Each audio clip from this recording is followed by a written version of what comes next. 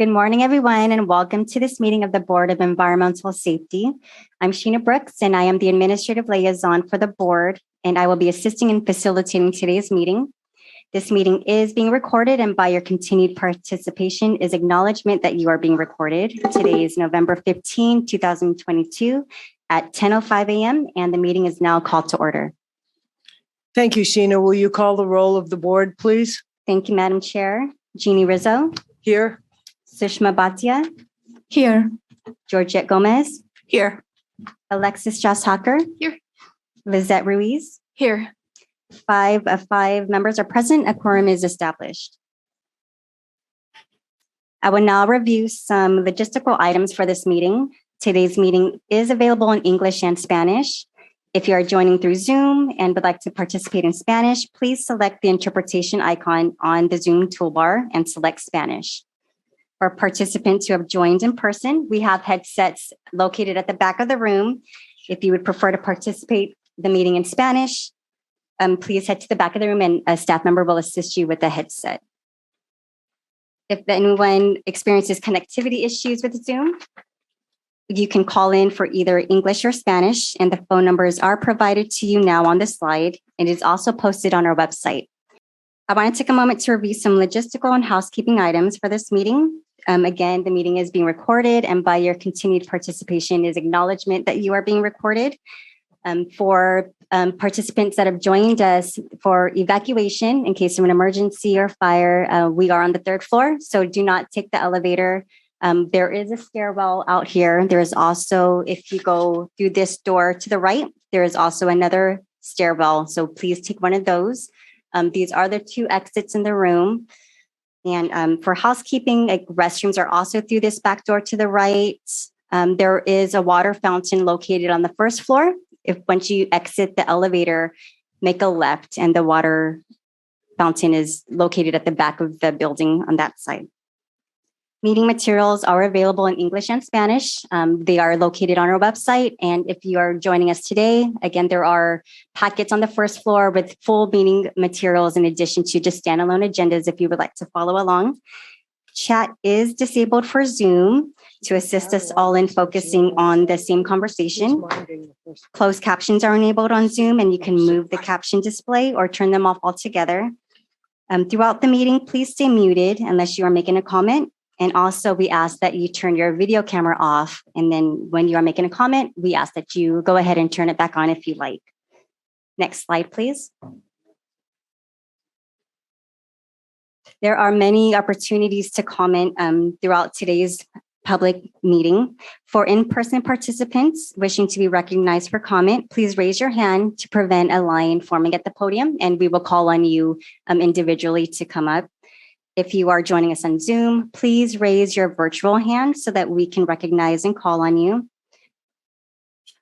If you are calling us through the English channel by telephone, please press *9 to raise your virtual hand. And if you have joined the Spanish channel, please wait for the interpreters to provide instructions. If you would like to express your comment to us in writing, you can always email it to us at besinfo@bes.dtsc.ca.gov. And we ask that when it is your opportunity to comment, you speak at an even pace to ensure that all participants can hear you. Unless otherwise stated, comments will be limited to 2 minutes, but could change at the discretion of the board chair. For those joining by Zoom, we will let you know when there are 30 seconds remaining and when the time expires. Please note that the time will be doubled for participants expressing their comment in Spanish. If you are commenting in Spanish, please let us know that at the start of your comment. And I would like to correct myself. I mentioned that there was 2 minutes for comment. It's actually 3 minutes, so I apologize for that. And that concludes the review of logistics for today's meeting. We will now begin agenda item 2.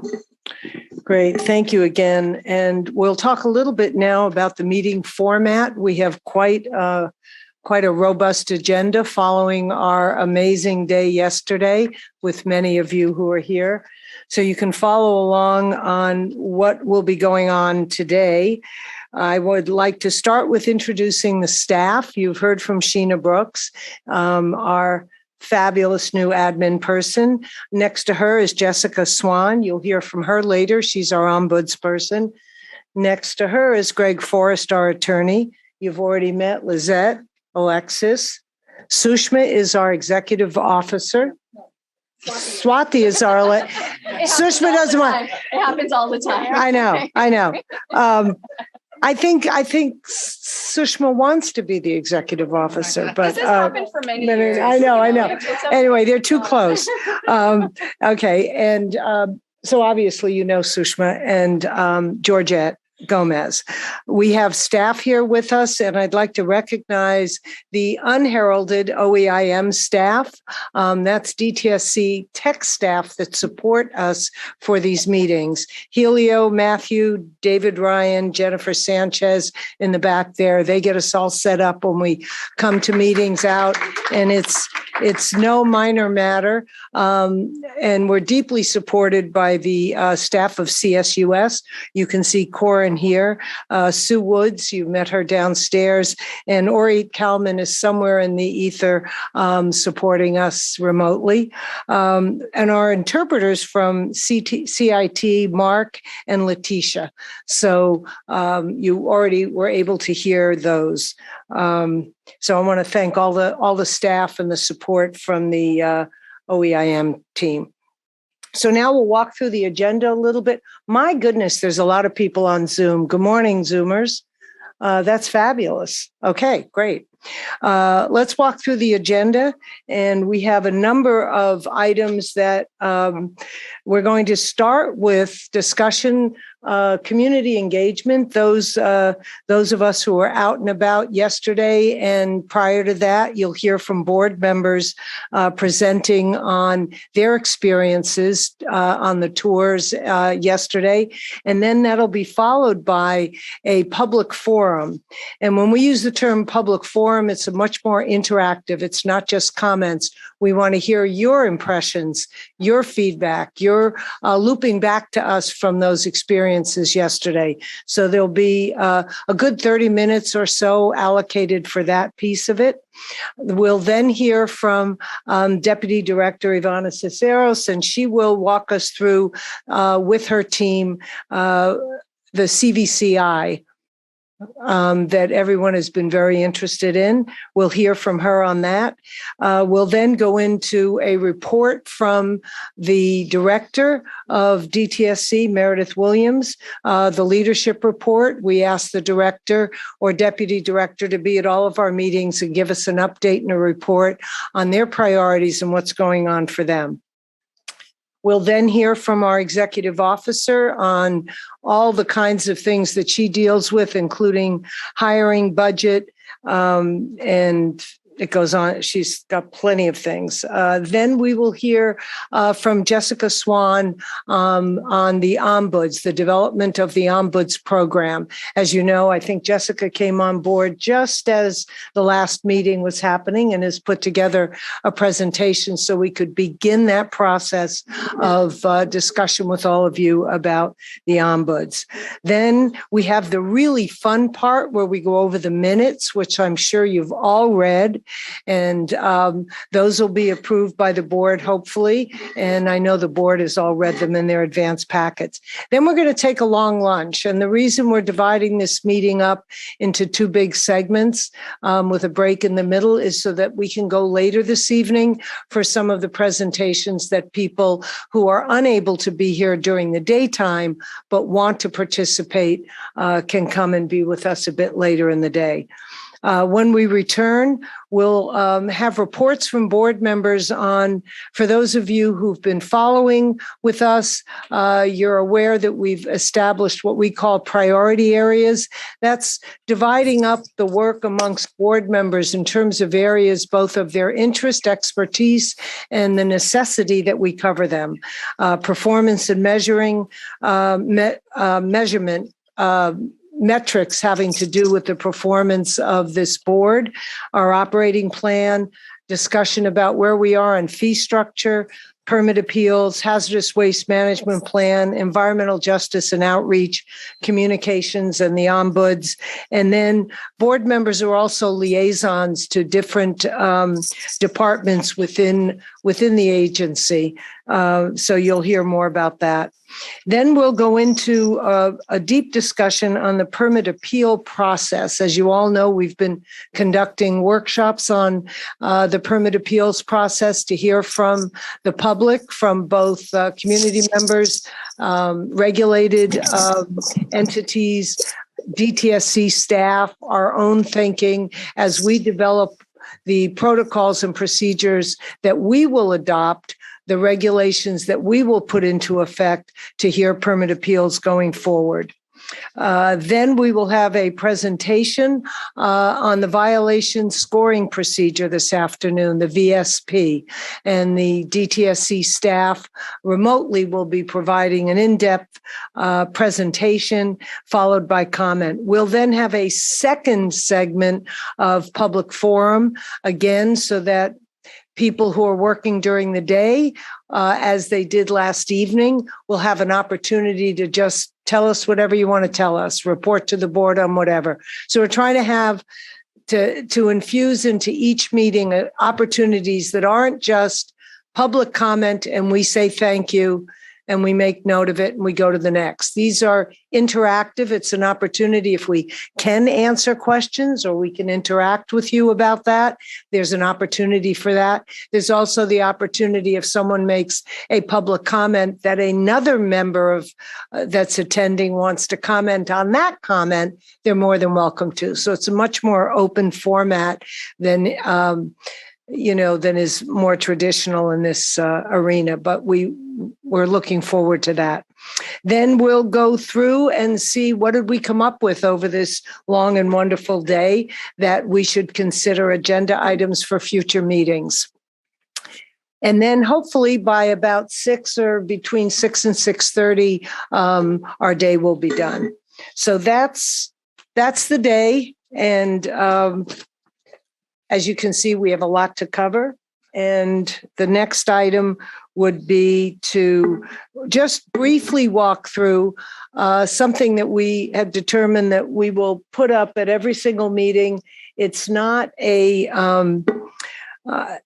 many of you are aware and have been deeply involved in the crafting of SB 158, going back to the independent review panel, all the efforts that community members and regulated community representatives have been involved in. But for some people, we're new to you. And so we'd like to just refresh you on on what the board responsibilities and mandates are. And I think they're also in your packet. Next slide, please. Corin. So we talk a little bit about the statutory requirements of the board, meaning those things that were pretty absolute in 158. Next slide. And this is really a summary. So I don't want to read everything, but basically we represent the public. That's our job, right? We act to protect the public and health and to reduce the risk of toxic exposure with a focus on disproportionately burdened and vulnerable communities. That's our overarching mandate. That's what we hold the most dear. Thank you. Next slide. We are required to conduct no fewer than 6 public meetings a year and hear and decide appeals of hazardous waste facility permit decisions. Now, this is our 7th or 8th meeting, including one meeting closed session that we had for hiring of our executive officer.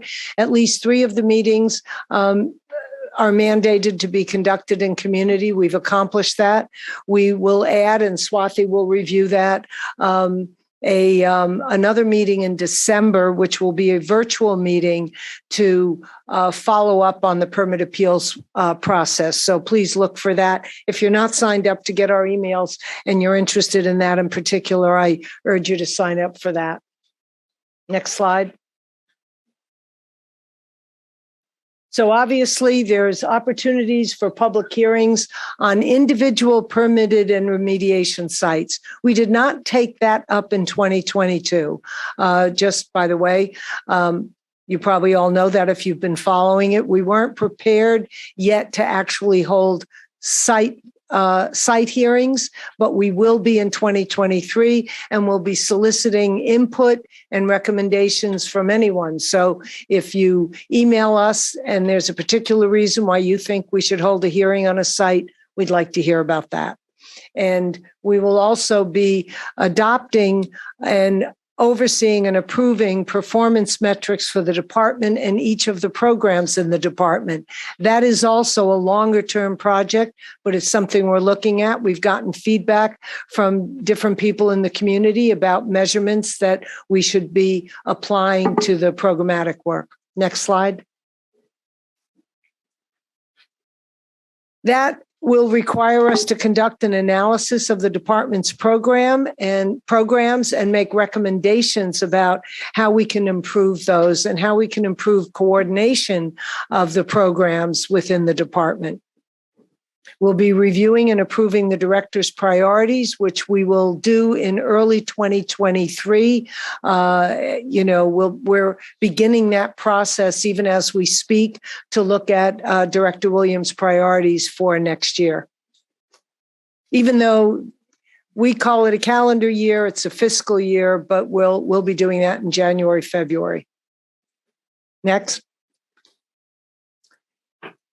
We also will hear and be called upon to approve DTSC's Contemporary Hazardous Waste Management Plan. The process will, you'll hear more from Lizette over time on that. It's 2023, 24, 25. There's a whole long process on the hazardous waste plan. So I know that's of great interest to many people in the community and people on Zoom.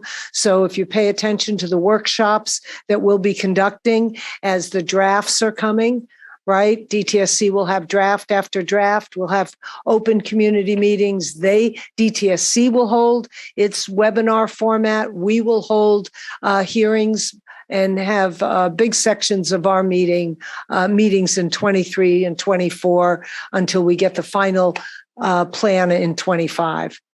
And we also, in order to ensure adequate levels of funding that enable the department and the board to implement and carry out our duties, the mechanism that this board has, besides just begging for money from the legislature or the governor's office out of the general fund, is we have fee authority. And the fees were reconfigured last year, so there was more money that came into the accounts that pay for the services of DTSC and the board. The board's budget was not as significant, it was not as large as we would have liked it to have been, but we're going to demonstrate over this year in 2023 what our needs are, and we will have fee authority if that becomes the mechanism that we need to use in order to bring in more money to the department. Next. Is that it? Oh, here we are. And then I'm called upon to appear before the Assembly and Senate policy committees to update on the performance. I think those of you who were here last meeting know that Director Williams, Deputy Director Negri, and myself presented to a joint hearing in August. And there was they also wisely invited a representative from the regulated communities, Don Kepke, representing SEEB and CICC, as well as Ingrid Brostrom. So they heard from a wide range of us. We will be going back. 3 of us on this board who were appointed by the governor are subject to confirmation hearings. That process is beginning with staff interviews over the next month or 2. And we'll alert you as to when the confirmation hearings are, so that if you have things you want to say about it, you'll be more than welcome to comment on our confirmations. The members appointed by the Assembly and Senate are not subject to confirmation hearings. Okay. Next. Okay, that's today. We have a lot to do. And so we'll move right on to the next agenda item, which is Community. how to make. Board community engagement. Okay, right. Yeah. All right. Board community engagement reports. And let's see, we are going to, I don't have these going in what order. Okay, how about if we just start with Alexis, since you're to my left? Good morning. It's lovely to be meeting Oh, I with you see. in person today. And Sorry. I'd like to describe a tour that Sushma Bhatia and I took yesterday morning to the Clean Harbors Button Willow facility. We were hosted by Mariana Buoni, who has for many years been the manager of that facility. And we were joined by Matthew Eaton, who is the VP for Environmental Compliance over several Clean Harbors facilities in the West. We were also joined by Ricardo Martinez, who's here today, and by Chris Maurer, who is from Axiom Advisors. We went around the landfill. It's a facility that's been there for some time, but it's at an interesting point of transition in building new capabilities to treat waste on site. And it is working with Kern County, where we sit today, to add the possibility of municipal landfill operations as well, meaning non-hazardous waste. For a moment, let me turn over to Sushma for her impressions. I think generally we have read a lot about the site, but walking through it and actually experiencing the scale of the operations, I think that was the biggest learning for us. We were able to see the sort of the layers of protection that was built in to the Clean Harbors facility and understand some of the science used by them to ensure protections. That's all I would add at this moment. I wanted to note this facility has at present a low violation scoring procedure score. It had been inspected by DTSC quite recently, both in June of 2022 and the 12th of October 2022. So for me, that's a very important metric, is to know how very much DTSC is engaged in ensuring compliance by the facility, and is now, of course, also very much engaged in the permit renewal process. We were joined by DTSC permit manager Mohammed Omer with us, and he could shed light for us on the upcoming permit issuance schedule.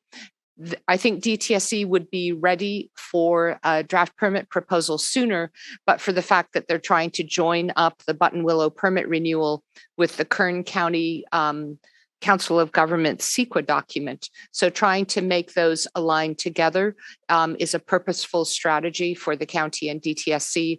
I don't think we will see that draft permit until a couple of months into the new year. One of the things that we as a board want to do, and the reason I mention this, is that we want to be able to use our public meetings and our board website to give information that's up to date on when draft permits are coming out for comment, and when the comment period is underway, and when the permit decision is about to be made or just has been made.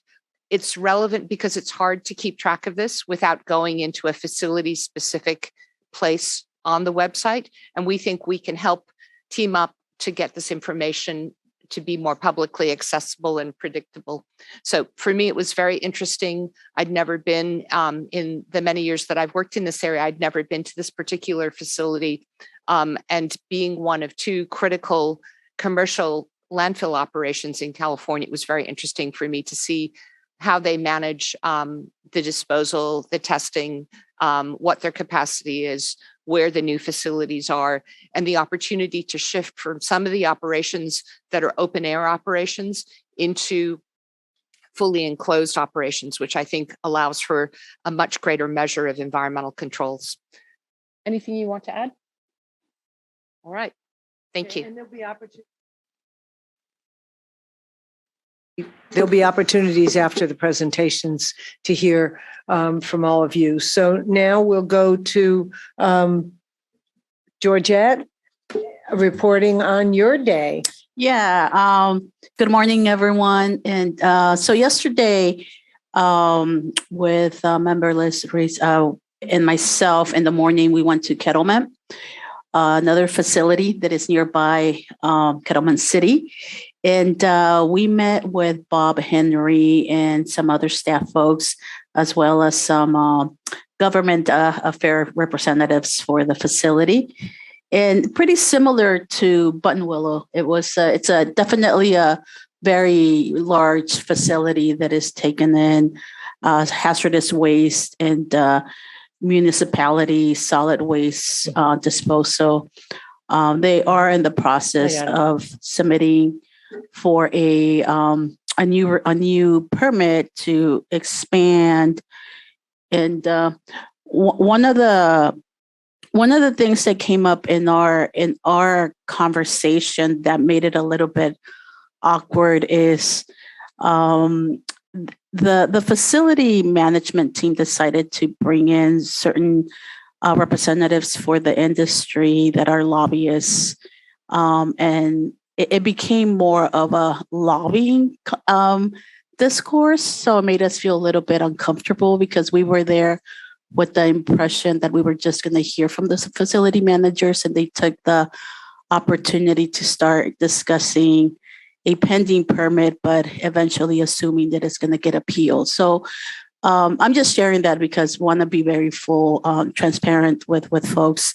And just for the future, as we're engaging facilities, I really want to highlight that we want to learn from the facilities, just like we want to learn from the community and see what the community is living with citing of these industries. But it leaves you with a little bit of a sourness because I just felt like the opportunity was mismanaged by this facility. So hopefully they're listening. And then the other facility that I got to go, I was solo for this one. It was also Buttonwillow. And it was pretty similar to what Alexis was sharing and Shuzma, that just overall, both facilities are pretty large and they're important. And they're trying to do as much as they can to manage these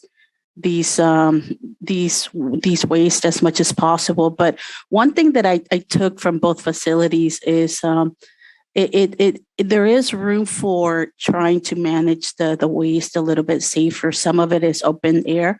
And then that's one of the things that I took away, that it was concerning just to see certain hazardous waste that are pretty dangerous to have them on the open air. So hopefully as they're, maximizing and upgrading their systems, they can do better with that.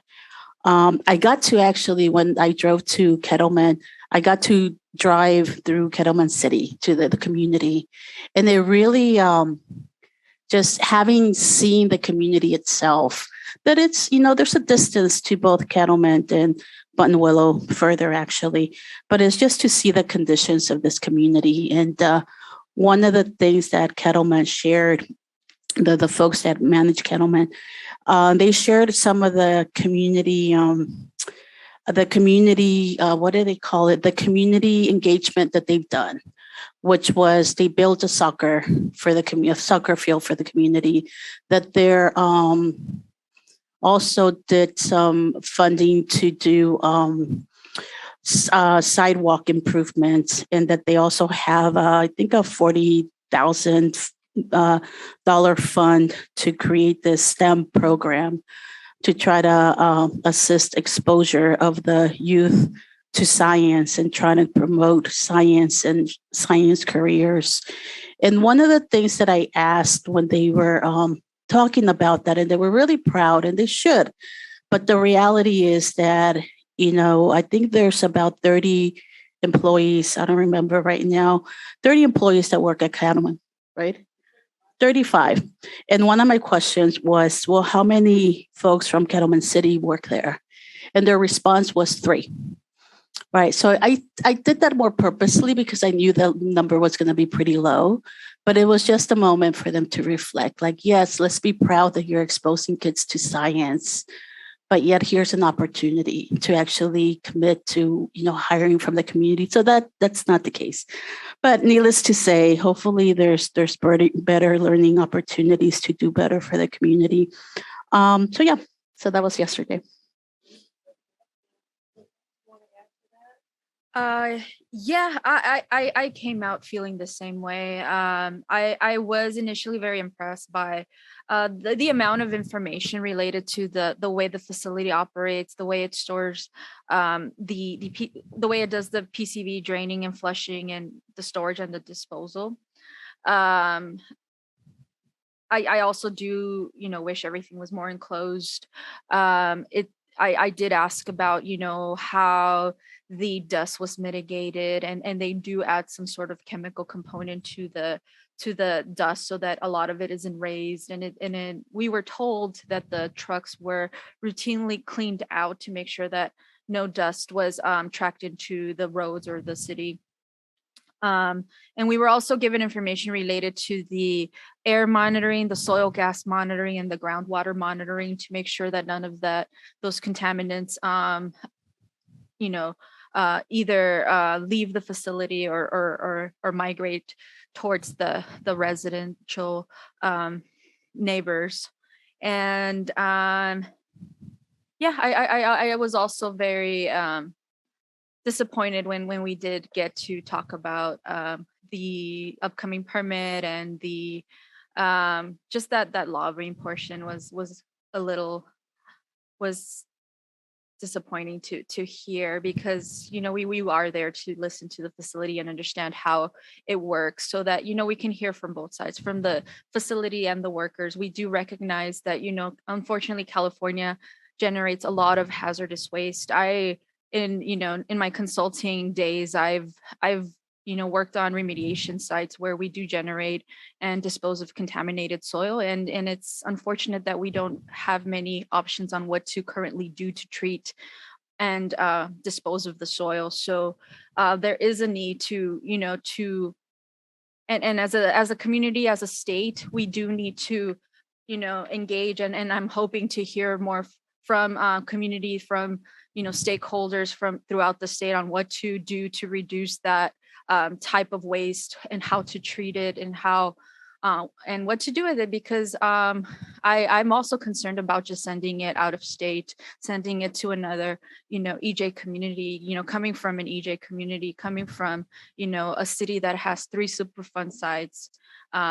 It's important to me that we don't burden other low-income communities of color with our contaminated waste. So that was pretty much the discussion we had yesterday.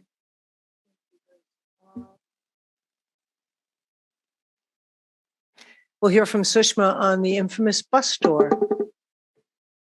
Thank you, Jeannie. As I think many of you in the audience know, Jeannie and I spent the day working with the community, visiting multiple sites and learning from them about local issues that they're facing. I think generally there were 2 things that came up for me.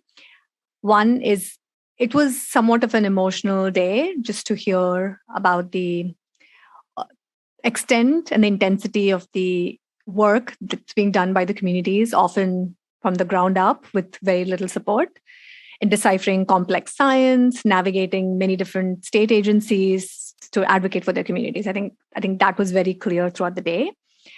I think the second thing that came up for me was just gratitude, because we are a new board and you're all taking the time to educate us about the issues that are very familiar to you but newer to us, and you've likely done this multiple times.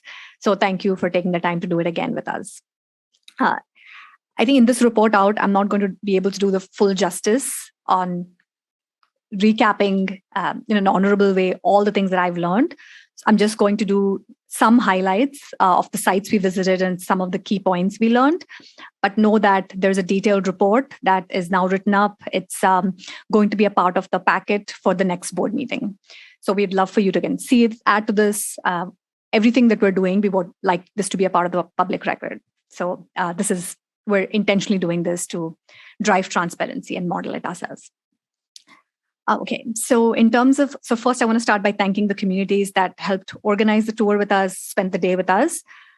Black Women for Wellness, SEHA, CRPE, Committee for a Better Arvin, Committee for Better Shasta, CBE, Delano Guardians, Esperanza Community Housing, Food and Water Watch, Green Action, Parents Against Santa Susana Field Lab, PSRLA, El Pueblo, Para, El Aire, Agua Limpio, Neighbors Against Fibrotech. And then I also want to call out that we were joined by DTSC.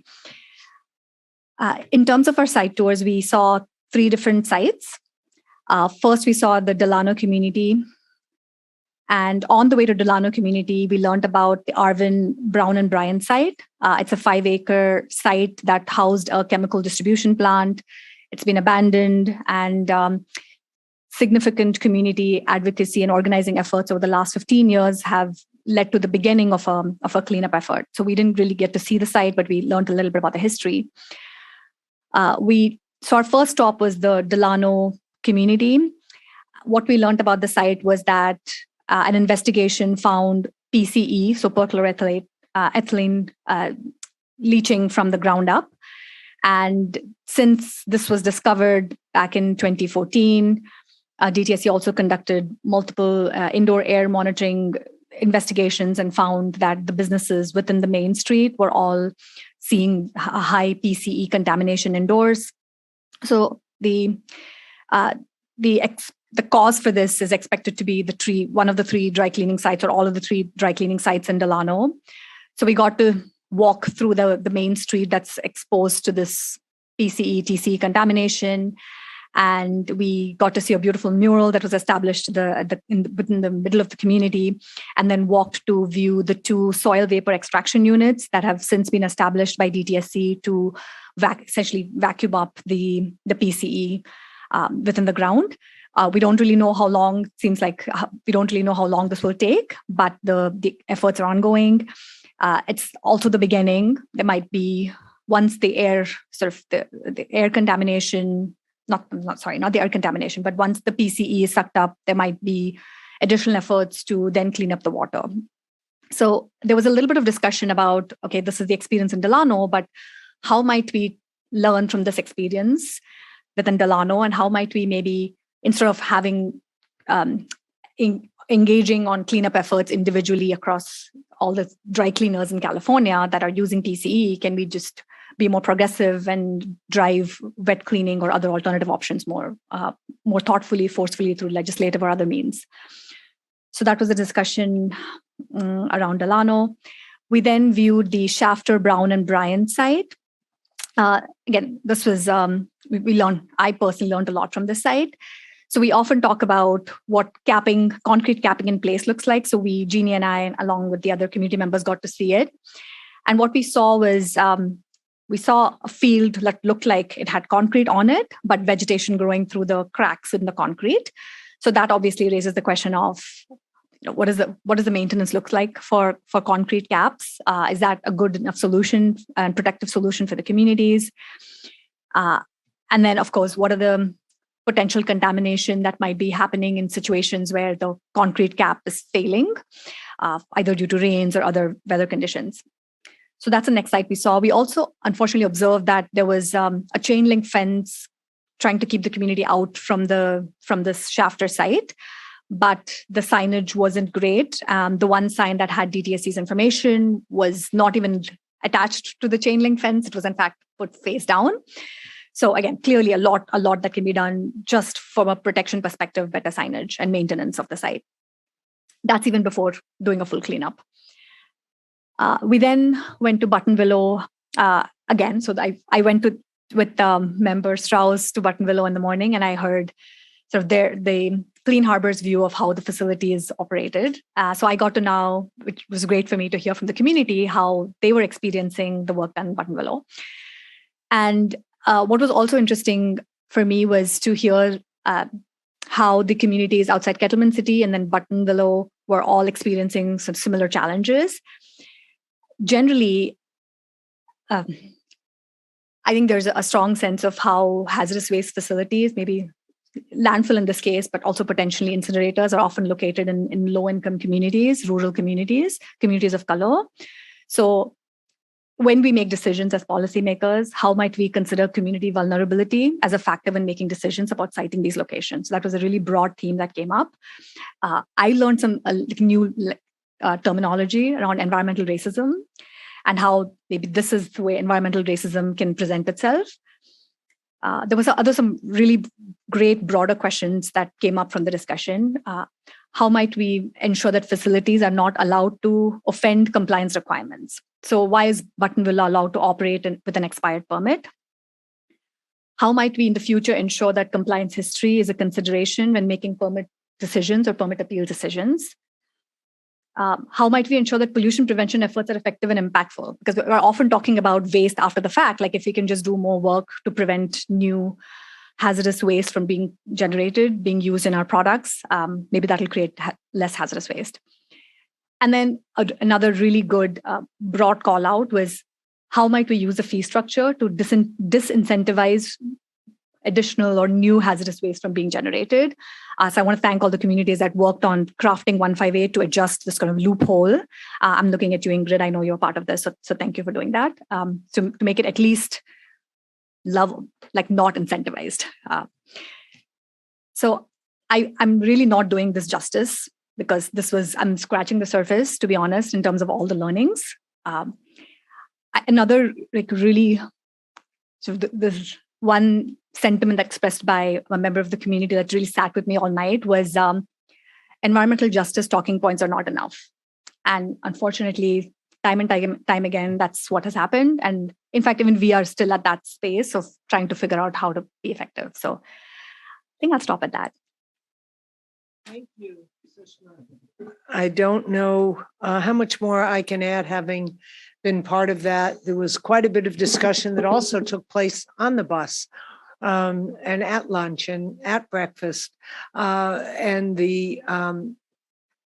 I remain just grateful to have met so many of you who are here in the room now and others who are on Zoom. I was impressed with the Southeast LA people joining. At first, I thought, well, that's interesting. And yet the cross-learning that everybody was talking about, the experience of what people in Southeast LA are going through, along with what's happening here in Kern County, the empathy that everybody had for each other, the recognition, the honoring was really impressive, and it drew us in a very profound way. So my gratitude extends to that as well. Watching that dynamic and having people who are worried about Santa Susana Field Lab talking about dry cleaners, I mean, that's not their thing, but they really came to understand something. And I think that probably that cross-learning,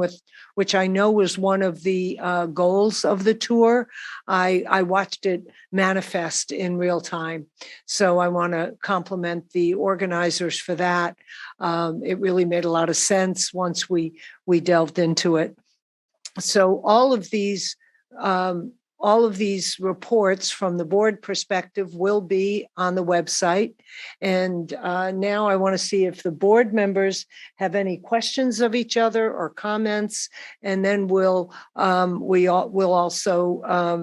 see if there are any public comments on that, on the tours. We'll then go into the public forum for items not on the agenda. So right now, we're here to hear from people about those tours, about these facilities, from those in the room who are bringing items related to yesterday. Yes. Just one thing that I forgot, because I was mentioning to Sushma about Buttonwillow. I went in the afternoon and the smell was just so horrific. And I asked the facility, is that smell coming from the facility or is it other entities around it? And that was actually coming from the facility. And she said that it was coming, it's something that they've been dealing with. And I'm saying that because I do wonder, when we do hear from the community, if they can speak to that, if that's something that is a common thing, because you couldn't breathe. It was really horrible. And the reason was because they're starting to manage biodiesel. So it's actually coming from the biodiesel waste. And I just thought it was, and they've been dealing with it. She even said that if they don't address it, that they might terminate the contract with the biodiesel industry. But it was just something that really, it was just, you just couldn't be out there. And I don't think you all experienced it in the morning. Maybe it was too early, but it was just something that it just stuck to me. I was like, wow, if this is something that is a regular thing, and it's, I don't know how far the smell is going, but within the facility, you couldn't be there. And I noticed the workers that they had their masks covered, their faces covered.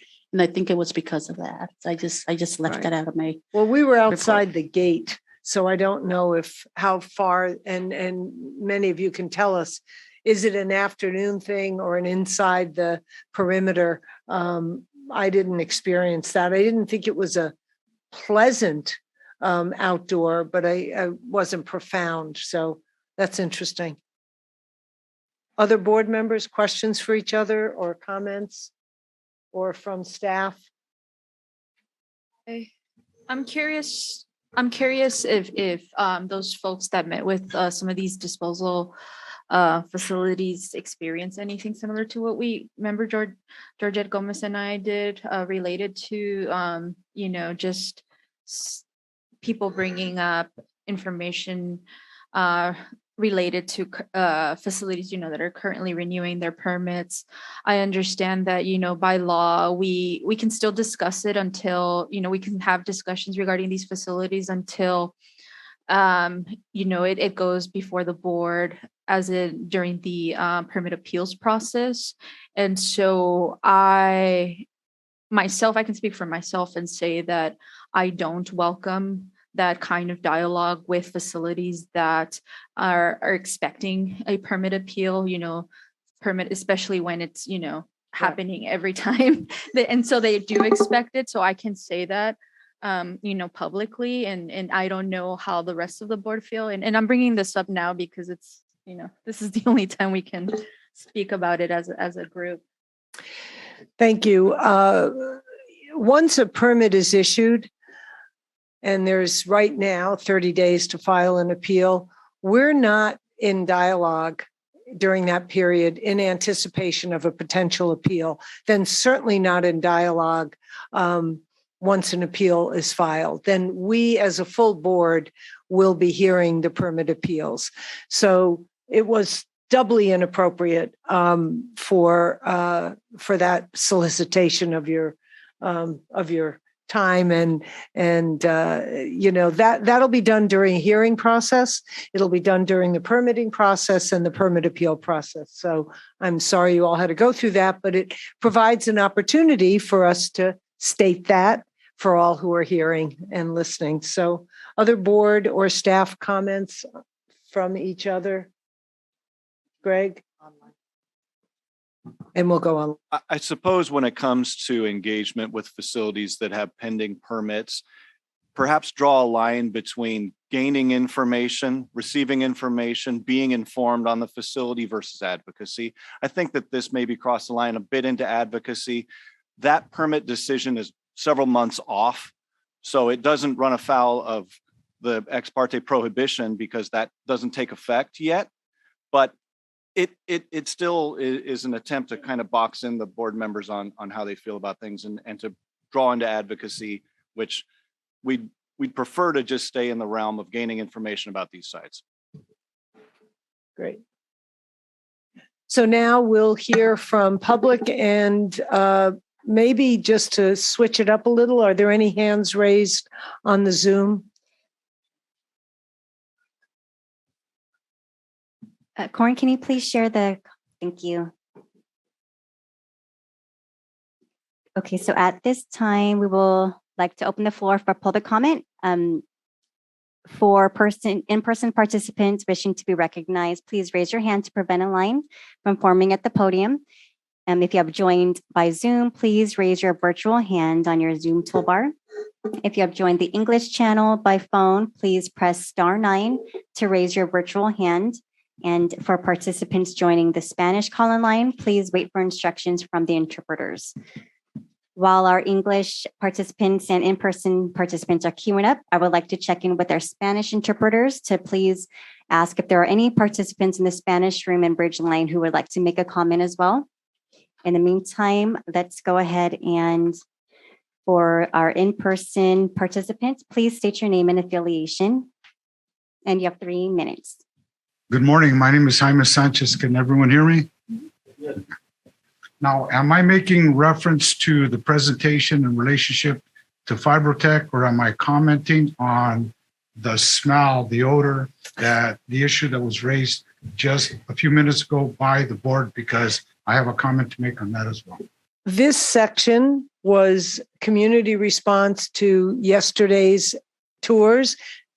It will be followed by items not on the agenda. Okay. So your Fibrotech is items not on the agenda, but right now, if we could focus on this experience, this community experience, then come back up probably in about 20 minutes. Okay, thank you. So I would just like to add that with respect to odors, I live in a residential community, which is bordered by an industrial city, which is Santa Fe Springs. Santa Fe Springs has a great many of industries that expel into the air. And obviously some of those odors are foul. Now there's regulations in place to address that, but what we have found and what we have complained about are those industries that expel late at night or early in the morning to circumvent the authority of the governmental entities that are in charge of those matters. For example, the South Coast Air Quality Management District. So what ends up happening is you get this foul smell similar to the one that you may have smelled yesterday in the morning, but may not be present during the day. As a result, we end up calling the AQMD only to have, but they don't come to work until 8 o'clock in the morning. And therefore, by the time that they get there, 2 hours later, the smell is dissipated or is gone. And therefore, I'm assuming that you have a similar situation in relationship to the sites that you visited and other sites as well. And that's the nature of my comment. Thank you for that. Other comments on yesterday's, please come up.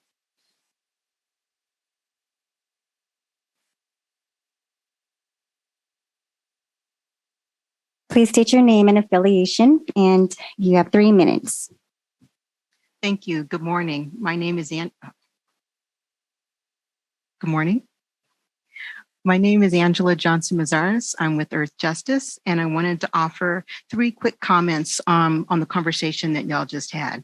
First, I know we're going to be talking later today about the VSP scoring, but I wanted to note, because you raised this point that Buttonwillow has a low VSP score. I will just note that they actually have a very high violation score. They have many violations that they've accumulated over the years, and the result of the way the VSP is calculated artificially deflates their score. So I would urge you to not rely on that score as a comfort, indicating that they're doing great work there. And I will further just point you to, just as recently as their last evaluation, which is in their last inspection in September of 2022, they had a violation because of the way that they disposed of lead bearing waste. So it raises a lot of issues that probably should be discussed more in detail, and that I certainly can't get to in the 60 seconds that I can devote to this comment. But I just wanted to raise that because I think it's very important and makes a really important point about VSP and how it functions. So Angela, if there's more you want to say, I won't limit it. We're good. It's fine. Okay. Thank you. I appreciate that. I'm going to, for this point, I would like to go more deeply into the issue that this raises during the VSP discussion, but I think it's just critically important. And I will take, if I do have a few extra seconds, I will just take the opportunity to note that A class 1 violation, which is what shows up in the VSP score, is considered a class 1 violation because the violation represents a significant threat to human health or the safety of the environment because of the relative hazardousness of the waste, the volume of the waste, and it's significant enough that it could result in a failure to assure adequate financial resources in the case of releases. So when we're talking about these kinds of violations, we're already in the world of a facility that has done something in violation of a clear regulation in a manner that can have significant impact on public health and the environment. The VSP score is critically important in terms of the violation information that it provides us, and is going to be critically important when we talk about it this afternoon to understand that scoring procedure and how it impacts deeply informed people like you, board member Strauss-Hacker, to provide a false sense that the facility is doing better than it is. And to the extent that that score stands in stark contrast to real people's lived experiences, then it's even a bigger indication that the VSP scoring system that DTSC has in place currently is completely inadequate. It has failed to meet even the most minimal standards. The second point I'd like to make just really quickly is picking up on this question about odor. So I certainly over the years have experienced lots of facilities where communities are living with terrible odors from facilities, sometimes easily identifiable, sometimes more generally in the air. But odor is really important. And I just want to make two quick points about this. The first is we smell a range of things, and there's a whole lot of things we don't smell. But what we know is odors are not only based on the things that we smell and don't only carry the things that we can smell. Oftentimes, there are actually contaminants, toxic contaminants that are otherwise odorless. And the odors that we can smell are an indication that things are leaving the facility. And we don't know entirely what's in that odor plume. And the reality is we don't have adequate capacity to analyze some of the air quality and what it contains. So the odor as a sentinel for contamination leaving the site is really important. And so I appreciate you sharing your experience with us about that because it's really important. I'll also snidely note that biodiesel is really not a thing.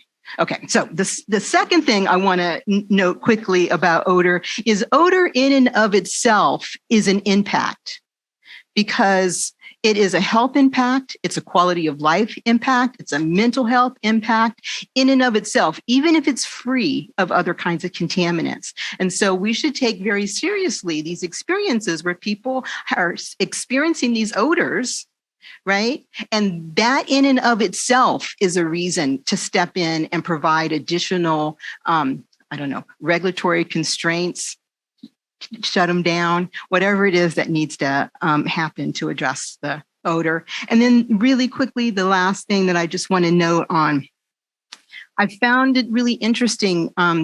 You're talking about the tours and about the cross-learning that happened as communities from South Los Angeles and from the Central Valley got together to see their shared experiences, right? And to learn more about each other's experiences and understand how they fit together. And I think that that's amazing. And so my thanks too to the folks who put that together for your leadership on that and for bringing that together. And the comment I want to make on that is the reason why there are these kinds of cross-learnings is because despite what people have been trying to insist, these are not isolated communities experiencing isolated problems. Rather, across the state, we have a failed mechanism for dealing with impacts in communities and for addressing not only violations, but in addressing how we manage all kinds of waste, not just hazardous, but air, water, across all the media.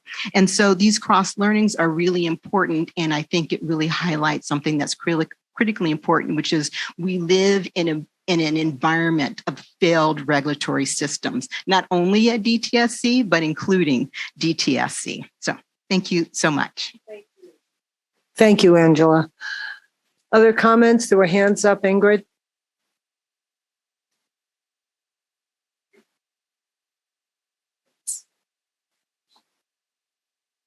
Ingrid Brostrom with the Center on Race, Poverty, and the Environment. And I just kind of wanted to address two things. One, it was a little difficult for me to listen to the report. Ingrid, sorry, folks online are having a little hard time hearing you. Could you bring the mic? Yep, thank you. Okay. Thank you. So it was a little difficult to hear about some of the report backs on visiting both the Clean Harbors and the Kettleman city sites. Having worked with residents and not hearing reflections of their experiences. And so I think one thing that I just wanted to note is I think the bigger picture and what we talked a little bit about yesterday on the tour is, the importance of the 673 regs that do not exist, which is, DTSC has a mandate to look at community vulnerability and cumulative impacts in permitting decisions. And that is very vital, especially, considering the 2 hazardous waste landfills we have in this area, in low-income communities of color that are facing a whole lot of different environmental hazards. And so one thing I just want to maybe more globally note is, given that the regulations were due in 2018 and they have not yet passed, having a mandate to look at these considerations, what is DTSC doing and how is this board going to integrate this type of analysis into its decision-making? Because it has a mandate, it has failed its mandate. And so we're going to be having permit decisions coming up soon for facilities in very vulnerable communities. And because those regulations don't exist, we can't simply say, well, then it's not important to consider these things. So that's something that came up for me. I also, for the folks that were only able to meet with the companies and not the residents, I really want to figure out a way that you can hear the other side of the story. I think that's going to be critically important. You have some Kettleman City residents here today. They actually missed your report, so I was a little frustrated. But I do want to make sure that you're hearing the whole story of what it's like living next to these facilities. So, and also in terms of impacts with the hazardous waste facilities, you talked a lot about like just what was on the site. I just want to note that, of course, the transportation of hazardous waste through the communities, even if they're not right next door to the site, obviously is a big impact. And so just wanting to make sure that those impacts don't end at the facility boundaries. So that's one item. And then the second item is, of course, a big thank you for Jeannie, for Shushma, for Swati for helping, with the logistics and coming on the tour with us. It was really great to have you, to meet people, to kind of see what it's like in the advocacy world and working directly with communities. So just wanted to express a great deal of gratitude for agreeing to be on the tour. And then also for the 3 that we weren't able to meet with, how do we rectify that? Because, it was a little frustrating to have to only talk with 2 of you. And we want to make sure that the entire board gets the experiences of meeting with the residents that you're not going to get today. I mean, you're going to hear from them today, but you're not. It's not the same as the 2 guests had. So we can talk further about how to do it, but I really think it's very important that it happens. Thank you. Thank you. And for those who may not be familiar with the Bagley-Keene, which is governs us in terms of how we can meet. We are a board of 5. If 3 of us are together in any kind of business formal way, it's considered a quorum, it's considered a meeting, it has to be noticed, it has to be like this. So we have to divide up as a result of that. So only 2 members can be together at any given time in a work-related situation. So that's frustrating to us as well. The 3 that didn't get to go on the tour were kind of whiny about it. They would have liked to have joined us. And we also, those who were on the tour would have liked to have been inside the facilities. But again, we can't do that. So I don't know, constructively and creatively, it's not a matter of getting around it. It's a matter of this duplication where we have to do it again and again, which is less efficient and more time consuming. And it's a burden on all of you as well. It would have been a whole lot easier if you could have had all 5 of us on that bus. But the idea that you might do it one more time or 2 more times is overwhelming. And so I don't know, maybe some of the policy people want to amend something. Just saying, but we share that frustration. So would love to hear from community members who were on the tour for the benefit of the rest of the board, but also for us to put into the record. Yesterday was informal. So when you speak here, it's part of the public record. So come on up.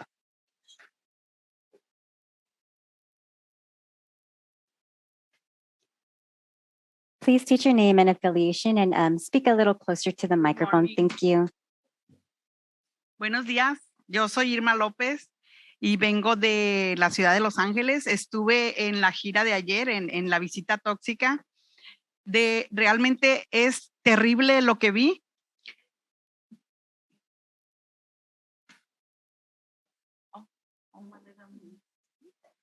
For our Spanish interpreters, we do have a Spanish interpreter comment in the room. Corin, thank you. And again, for those on Zoom, we are currently taking public comment for the board community engagement reports. So please queue up your virtual hands and we will call on you shortly. Hello, and this is Mark. I'm ready to interpret for the person in the room.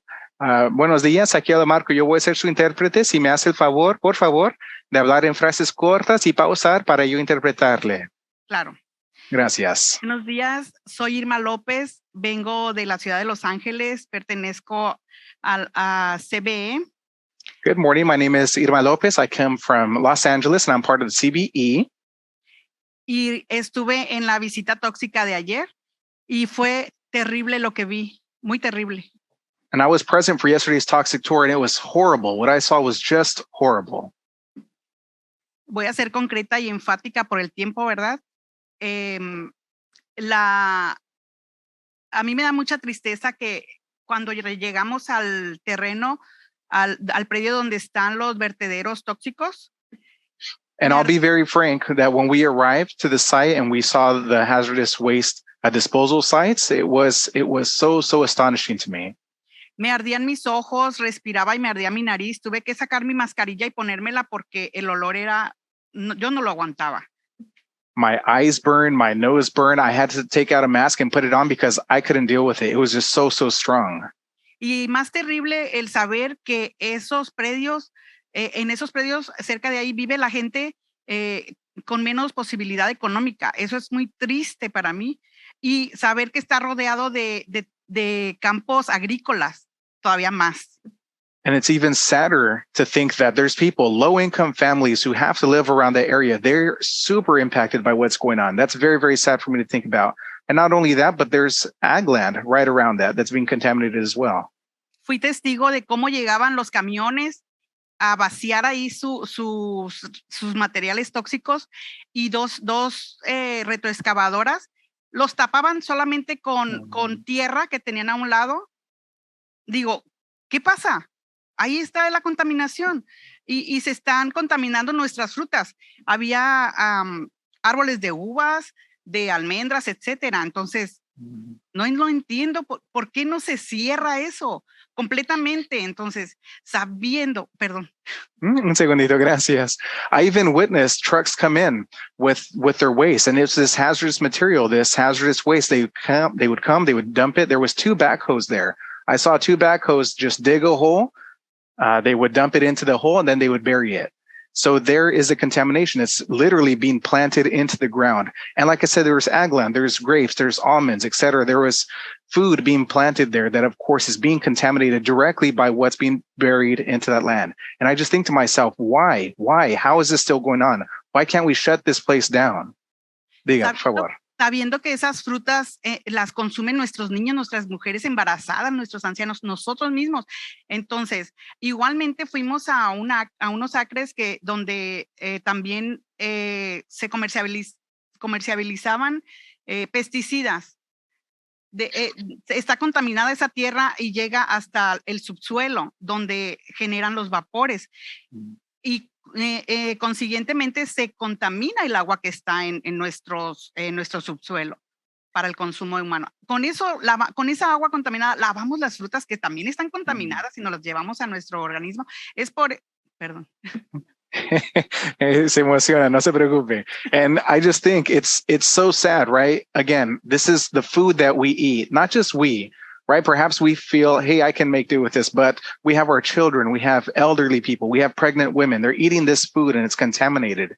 And then we see that these pesticides aren't just on the fruit, they're in the ground. They're in the ground, and then they're even in the water that we use to wash this supposedly contaminated food. The water that we use is contaminated as well. So we're taking in all this contamination into our bodies one way or another. Es por eso que las personas se están enfermando de cáncer, asma, etcétera. No podemos permitir nosotros como comunidad, yo exijo como comunidad que se cierren ese vertedero tóxico, que se estudie la tierra de los pesticidas, esos acres. Ya está cerrada, pero que se estudie y se quite toda la tierra contaminada y se ponga en tierra buena para hacer un parque ahí, no sé, algo que se estudie. Yo exijo que los miembros de Kern que actúen y lo hagan por nosotros, por nuestros niños, por nuestra salud y por nuestras generaciones futuras. Gracias. Es terrible, de verdad. Gracias. And again, it's just something so horrible to see, right? These toxic waste dumps. I would say, I would urge, if at all possible, please shut them down, close them down. They're affecting us, they're affecting our families, they're affecting our children and future generations. If at all possible, shut them down, maybe even remove and study the contaminated soil, see what's taking place. This is causing cancer, asthma, so many other illnesses in our families. So please close them down, study the soil, remove the contaminated soil, maybe plant or replace it with good soil, and then do something good with that land. Maybe a park, something else. I don't know, but we need to see some type of solution. What we're seeing is terrible. Thank you. Gracias. Thank you so much. Other comments? Please state your name and affiliation and speak loud to the mic. Thank you. Hello, can you guys hear me? Yeah. My name is Miguel Alatorre. I'm with Green Action for Health and Environmental Justice in Kettleman City in the Central Valley. And I wanted to definitely thank every one of you guys for taking the time and opportunity yesterday to come with us and see all the different sites. It's something that I'm not used to because in Kings County, no one has ever came up and, said, let's go into your community and see what's really going on. So thank you guys for doing the due diligence and going out there and really hearing from us directly because as you can see, we have a long way to go. We definitely have tons of issues that we have to take care of. The whole facility being unpermitted and still going. I really thank you guys for bringing that up and really getting to the bottom of it. Because, I myself would like to know, we have SB 673 framework that should be taking care of these dumps from even being open in the first place. And they're still open right now and they're still polluting our communities. And, I live right next to the largest hazardous waste facility in the West Coast, and that's Waste Management. And so being so close to that kind of dump, I know so many people that have passed from cancer. I know so many people that have asthma. I personally know that, the children that were born with birth defects, some of them are my family members. And so I would hate for that to happen to any other community. So if you guys could help us put a stop to the dumping and help us put a moratorium in any way that you guys can, please let us know because we're here to help as the environmental justice stakeholders in the community. We're here to help you guys help us because we live here. So we need it. Thank you so much for your time. Appreciate it. And thank you. I think the word partner keeps coming up and we really want to partner with you to understand not just what's on paper, but what's real, what's in your lives, and how we can make a difference. So trust me, we're taking that in very deeply. Any other comments?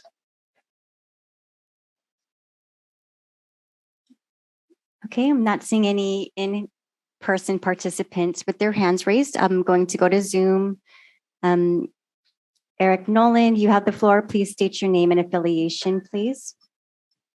Hello, my name is Eric Nolan. I am an independent consultant and a concerned citizen in California. The first thing I wanted to do is just say thank you to the board for the work that you've done here. I really appreciate the transparency. It started with the discussion around the issues with lobbyists being present and then some of the other issues that came up during the visits. And I'm really glad to see the board taking a very critical look at how things are going and communicating that the things that they observed. And I think that was important for you to do. This is critical work. I believe that the board is doing the right thing by getting out into the community as well as getting out into the facilities and the regulated community as well. So I think it's important. I'm not sure. I understand the issue with having more than 3 do a visit. I don't know that it's really a problem. And because the board can communicate and divide and conquer, I think that is also a way to approach this. But it is important that the board hear from the community as well as those who are conducting the work. I would also say that I would agree a lot with what was stated by Earth Justice, as well as the other commenters, but particularly with Earth Justice and the 3 issues that were raised there. The problem that I see here is that we generate hazardous waste throughout California. I have also been a consultant, and I've also worked in industry where hazardous waste was generated, and that hazardous waste had to go somewhere. These 2 facilities that you visited are 2 of the largest hazardous waste TSDFs in California, and so they're where we take all of this waste that we generate from all of the activities that we perform in the state of California to produce the economy that we produce. Until we get to the point where we really, truly are more circular in our economic processes and we become more in tune with how the earth was designed to operate and generate less waste and demand less, we're going to be faced with these problems. And so it's important that first the board stay on top of issues and assist DTSC in regulating these hazardous waste facilities so that they become less of an impact on the community that surrounds them. And then also to incentivize more circular, a more circular economic environment so that we're generating less waste, because until we get to the point that we are generating less waste, we're going to have to find places for this waste to go, or we're going to have to innovate ways that it is treated and made less toxic when it's put into the environment. That is the real struggle that we're facing, and it's important for us to look at new ways. And I'd like the idea of additional fees. I'm glad that was brought up to incentivize more circular processes or other incentives for innovation into circular processes, so that we find better ways and we incentivize companies to do more. But there's a lot of hazardous waste being generated out there in California, from small facilities to large facilities, and that's going to be an issue we're going to be facing for a long, long time. So we've got to find ways to start addressing that and making it better for the communities that surround. That would be the end of my comment. Oh, I also wanted to say something about the ex parte. I'm glad that was brought up. I think we were that these companies, the one in particular, may have been right on the cusp, right on the boundary of ex parte activities in their lobbying efforts with our board members. So I think we need to be very careful with that. Thank you for your time, and I will close my comments there. Thank you. Thank you, Eric. And Eric, you were the sole visitor to our legislative hearing in August, right? I think that's correct. Yeah, I was the one outlier. Yeah. I was glad there wasn't a huge crowd, but I met you there. So thank you for sticking with us and commenting. Absolutely. Thank you. Okay, and at this time, I would like to check in again once more with the Spanish bridge line to see if there are any comments on the Spanish line. Please let me know. And Melissa, you have the floor. Please state your name and affiliation. Hi, my name is Melissa Bumstead, and I'm with Parents Against the Santa Susana Field Lab in Los Angeles. I want to first thank groups like Physicians for Social Responsibility Los Angeles and the other groups who organized the tour that I was very fortunate and humbled and honored to be able to attend yesterday. And I just want to share my deepest respect for all the community groups and members who attended. And I just was beyond moved by the stories that were shared. And I just want to thank them for their vulnerability and their welcoming and again, just how much we, even though we're down further in Los Angeles, how much our groups here support and champion them. I want to thank the DTSC and the BES who showed up and listened yesterday. I absolutely believe that these tours are a critical part of healing the environmental injustice in California. And I just want to speak to our visit in Shafter. I felt like I had been transported to a corrupt third world country when I saw and heard about the burden this community has suffered because of the environmental racism happening there. It's shocking, sickening, and it's really apparent. Some sites, like where I live near the Santa Susana Field Lab, it's much more subtle to understand how the contamination is hurting the community, even with all of our reports and everything. But this felt like someone threw a bucket of ice water on my head.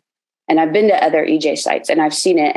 And this one just really struck me as being so apparently corrupt and so the environmental racism, it just was the definition. And I wanted to suggest that someone needs to alert Governor Newsom right away that this is going to blow up like Flint, Michigan, when the larger public hears about how poorly these people are being treated and how radically unjust this is.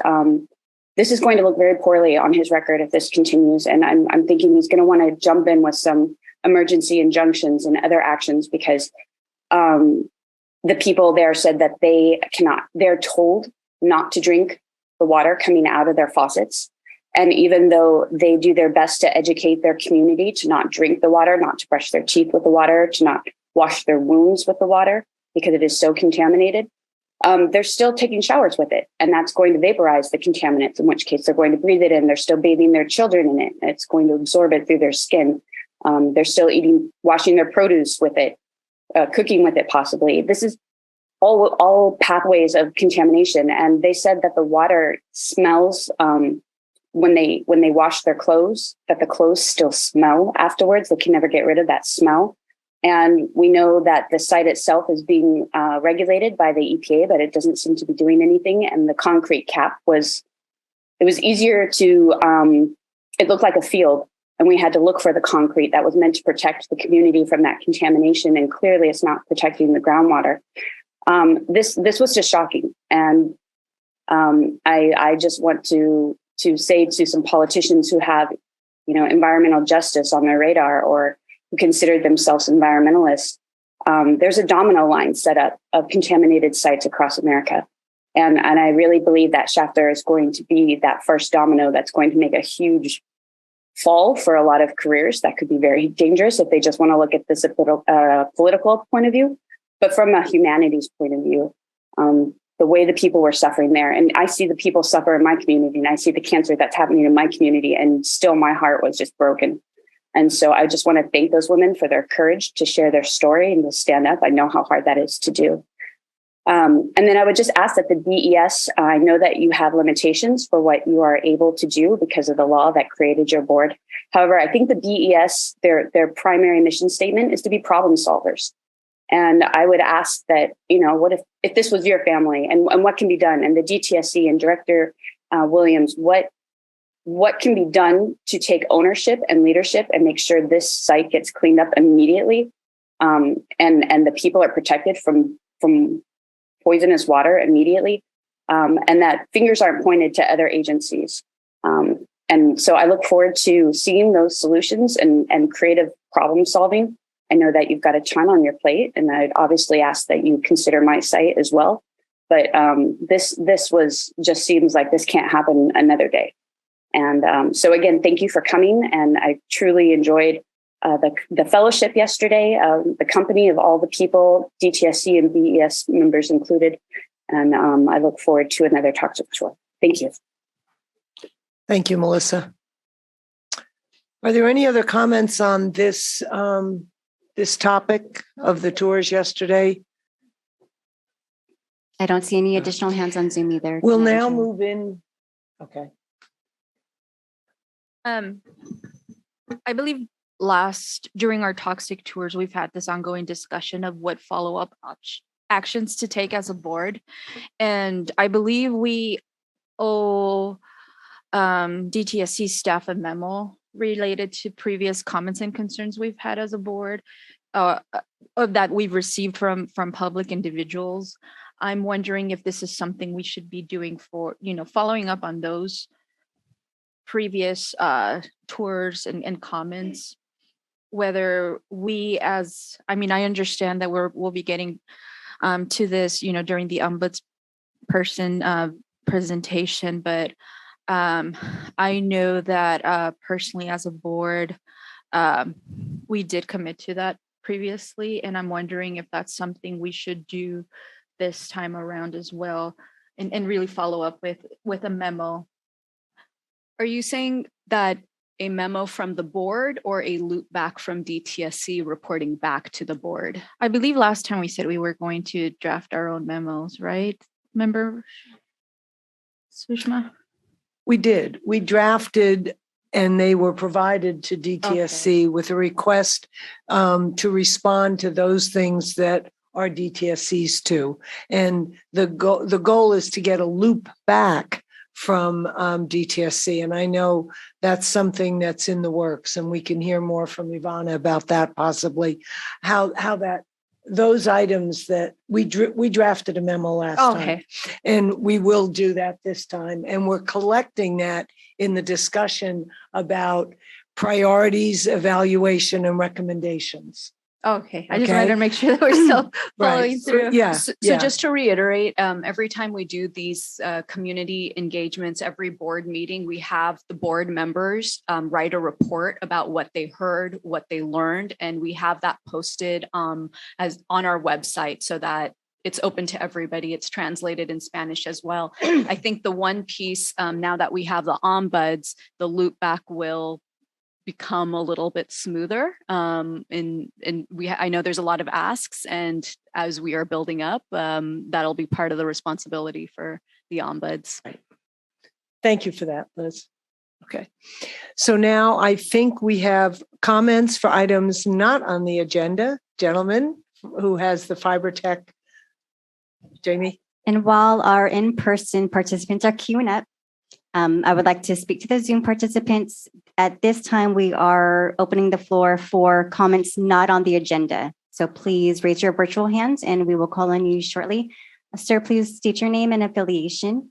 Yes, my name is Jaime Sanchez. We'll put the mic a little higher. Get closer. Really quickly. Yeah. Really quickly, Corin, we have sent your presentation.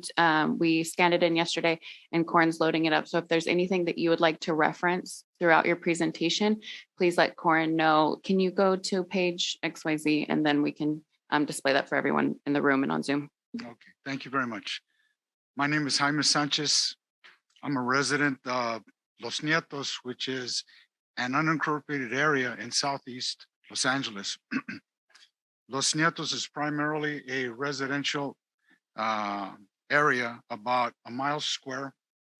It's a working class community and a quote unquote minority community.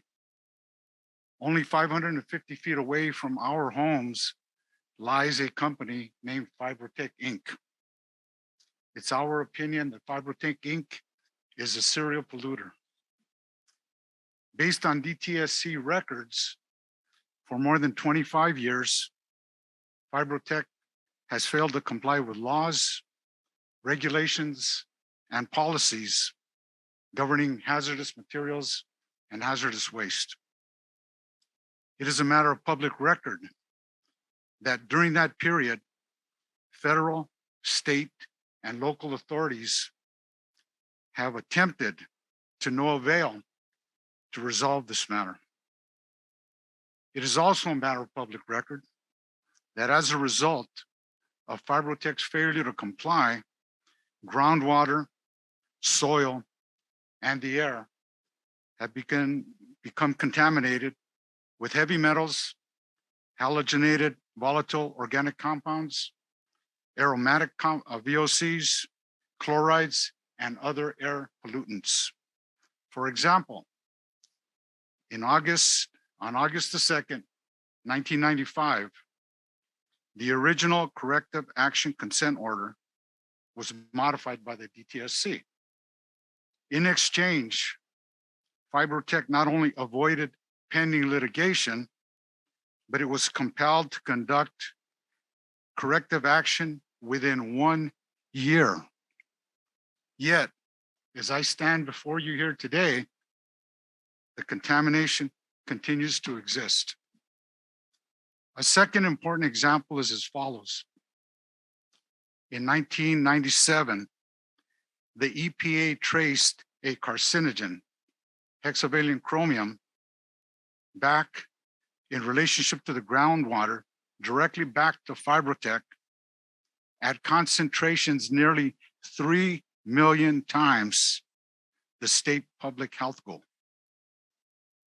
The conduct of Fibrotech is so egregious that finally, on March the 24th, 2017, the state of California filed a civil complaint against them.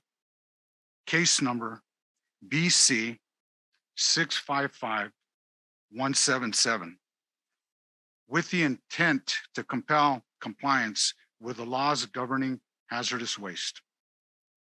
On January the 8th, 2019, a final judgment was entered against Fibrotech, which not only imposed civil penalties in the amount of $495,000, but more importantly, permanently enjoined them in the form of general injunctive and specific injunctive provisions.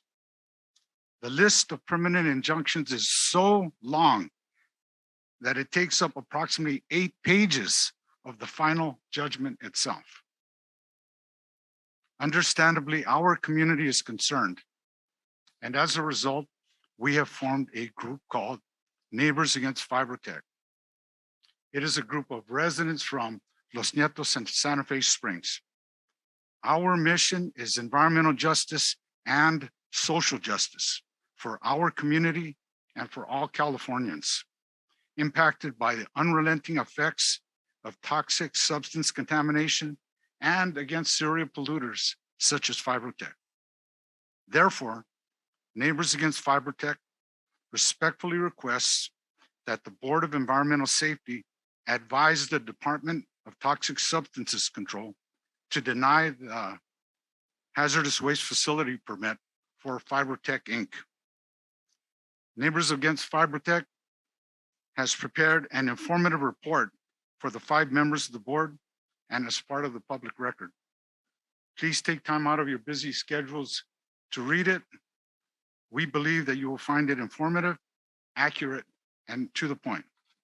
Kindly note that the primary source of the facts presented therein come directly from the DTSC. Thank you for your kind consideration in this matter. And I have a copy of the complaint and of the final judgment, which I would like to present to the board as part of the public record. Thank you. And we appreciate that. And since this is an item pending, and I understand there was an extension on the permit issued and the time for the potential of an appeal. We won't be discussing it today, but we really appreciate your providing it to us. So I just want to make note as to why we won't have a board discussion right now about it. So thank you. There are some public comments I know on the Zoom, correct? Yes. Are there any more in-person participants? Okay. Please state your name and affiliation, and you can pull the mic down closer to you. Thank you. Thank you. Is that good? Okay. Good morning, board members. My name is Ivana Castellanos, and I'm the Toxics and Plastics Campaigner at Physicians for Social Responsibility Los Angeles, an environmental health organization that uses the credible voices of health professionals for environmental justice policy advocacy. I am also the Californians for a Healthy and Green Economy Coalition Coordinator. Change is a coalition of environmental health and justice organizations and labor groups working together towards a toxics-free world economy centered on a complete just transition. I grew up in Los Angeles County, and through my experiences growing up, the ways that my community and other communities of color and low-income communities were devalued and neglected was apparent to me, very apparent to me, that our health was not a priority, that we were not seen as worthy or entitled to protection, but we have always been, and will forever be, worthy of consideration, protection, and health. Through my education and career as a public health practitioner, I have learned that listening to and building connections with others, particularly frontline communities, who provide us the greatest opportunities for meaningful change. And we are here to invite you to listen, to use the powers and mechanisms at your disposal to take action on community needs and priorities. And today I express our concerns and recommendations regarding the implementation of the DTSC Board of Environmental Safety. DTSC has a well-documented history of failing to protect communities impacted by soil contamination, chemicals in our products, and mismanagement of hazardous waste. We have seen little improvement over the years in DTSC's ability and/or willingness to meet its basic obligations. We need to start seeing accountability and real action reflected in our communities. With the establishment of this board, we have an opportunity to engage with the agency in a way that was previously not possible. But our communities must be heard in the process of establishing the board and carrying out the mandates laid out in SB 158. And so together as the representatives of the Environmental Justice Toxics Tour organizations and advocates, we are showing up in solidarity with one another as we build power and continue to show the agency what it means to be on the front lines. We are advocating for the agency to meaningfully address the legacy of contamination in a way that prevents and protects our communities from future exposures. The agency must look at the life cycle of toxic chemicals from extraction, production, product use, and disposal in a way that will promote safer alternatives that prevent harm. Together, we can work on creating reforms that are benign by design, eliminate harmful exposures, and repair the extractive economy. And so we want the board to provide robust oversight to DTSC. As we've heard, so many communities are telling versions of the same story, of being ignored, of not being informed, and not trusting DTSC. The lack of trust needs to be repaired, and the BES must commit to redressing historical harms and holding DTSC responsible for its actions. The BES is in a position to strengthen community relationships, prioritizing environmental justice, and holding DTSC accountable to impacted residents. We want the board to ensure communities are a part of the process to develop the DTSC performance metrics. Community engagement needs to be intentional, and community voices should be part of every stage of the process to develop the metrics BES will use to hold DTSC accountable to its mission. Community members' feedback should also impact DTSC employee review to hold them accountable to our standards. We want the board to maintain its independence from DTSC. It is essential that the BES serves as an independent oversight entity to build trust with the communities they serve. The BES must show commitment to ensuring the independence of their decision-making authority by forming trust-based relationships with communities. BES needs to focus on the growth and reform outlined by the communities rather than focusing on perceived compliance. We want the board to hold site-specific public hearings, and we're very excited that that will be happening in 2023. Environmental justice communities have the right to speak about their concerns. There should be a public hearing before issuing a permit and before making any decisions about our communities. In conclusion, it is critical that the BES does all in its power to ensure that DTSC moves towards strong regulations and programs that address the impacts of the life cycle of toxic chemicals in our communities. We want DTSC to commit to creating solutions that will promote pollution prevention and safer alternatives, and will prioritize protecting residents' and workers' health. Our communities need tangible actions and investment in environmental justice and community-driven solutions. Thank you. Thank you for that. Yes, I'm seeing applause in the back. That was well done. Thank you. Are there any other in-person participants who would like to comment? Please come up.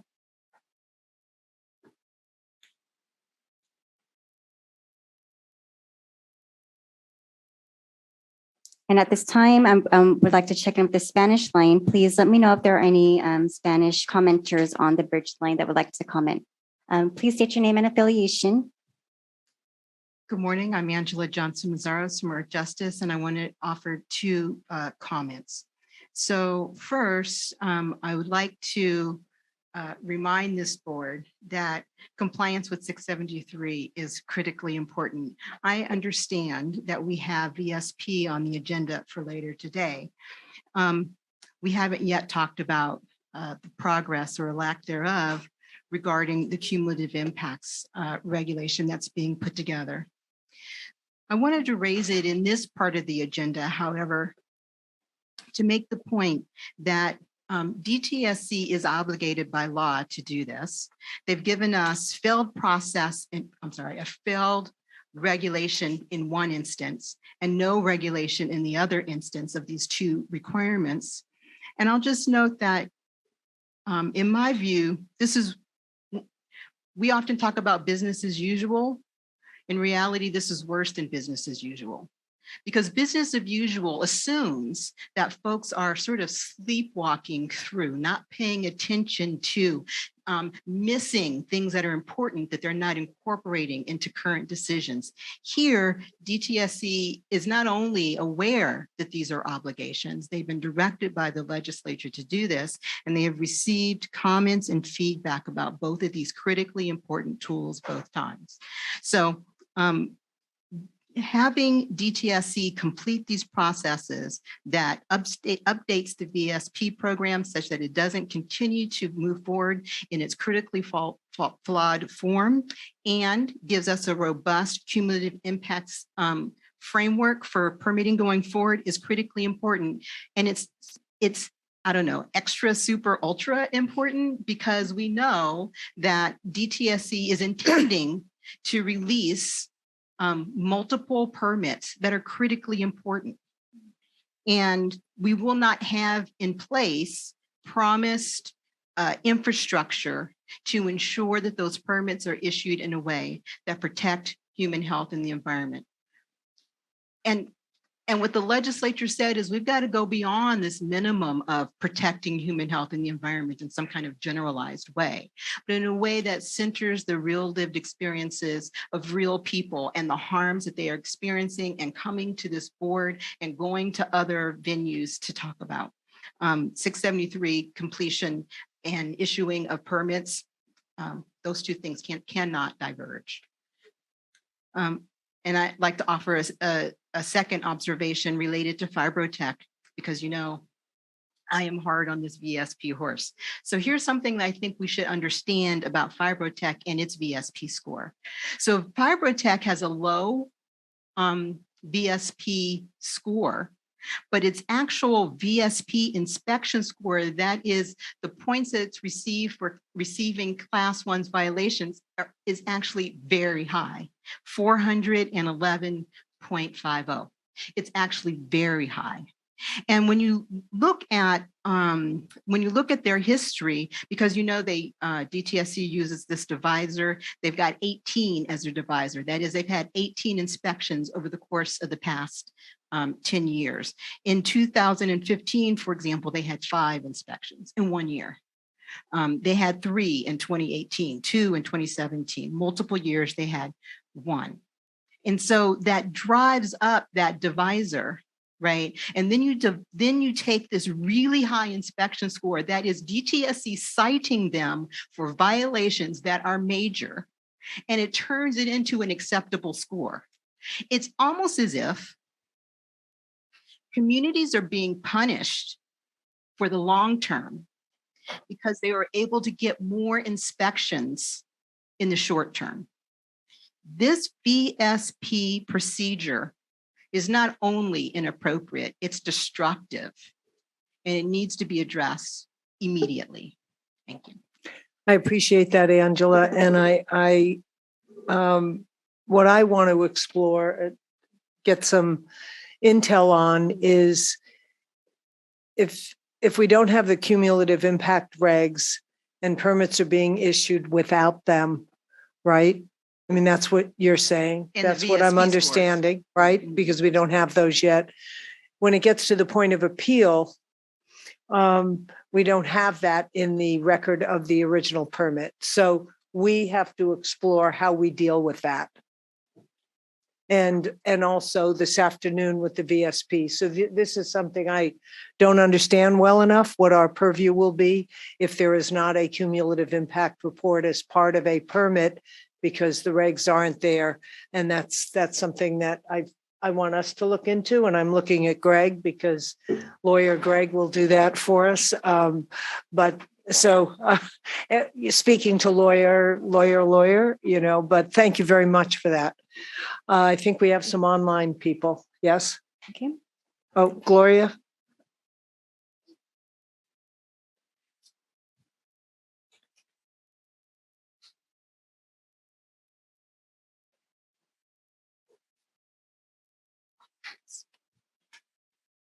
Please state your name and affiliation, and you can pull the mic down closer to you if you need to. Gloria Herrera, Delano Guardians from Delano.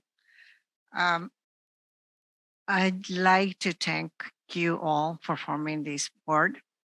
And the reason is that yesterday I mentioned that it's not easy to reach the DTSC. It's very hard. So we need to get together. In my experience, I found that first we start with the community, and then you're supposed to go to the city council members. Sometimes you don't get the support. Also, it's hard to work with the DTSC by yourself. Now I can see that this board, I could see that they could work as our mediators, and we need you to go to the community, see what's the problem there, and then from there, you need to reach out to them. Like in Delano, we have a lot of pesticides, a lot of chemicals. We started with arsenic, chromium, nitrate, ETC, PCE, 1, 2, 3. So we have all those. So we have all those probably in the water, soil, air. And all those contaminants are very high in causing cancer. So I'm not going to make this very long because everybody has their own contaminants in their towns. And I see and I hear many, the whole California state, we do produce all those contaminants. So I'm asking that if you work with the DTSC is before we already have these problems. With allowing permits, probably they don't supposed to have it. And before we had nobody to intervene, but before they do those permits, don't allow them to continue giving permits for new places. We have the old ones already, but we could stop giving them permits or allowing them to get permits for other places where they have very high risks of contaminations. So that's all I'm asking for this board to do today. Thank you. Thank you. And it was great to be on the tour with you yesterday. Thank you. Are there any other in-person participants? Please state your name and affiliation.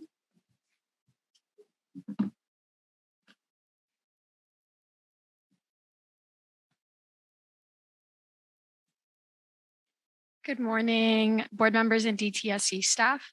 My name is Sheena Cabal, and I am the Land Use and Health Program Associate at Physicians for Social Responsibility Los Angeles.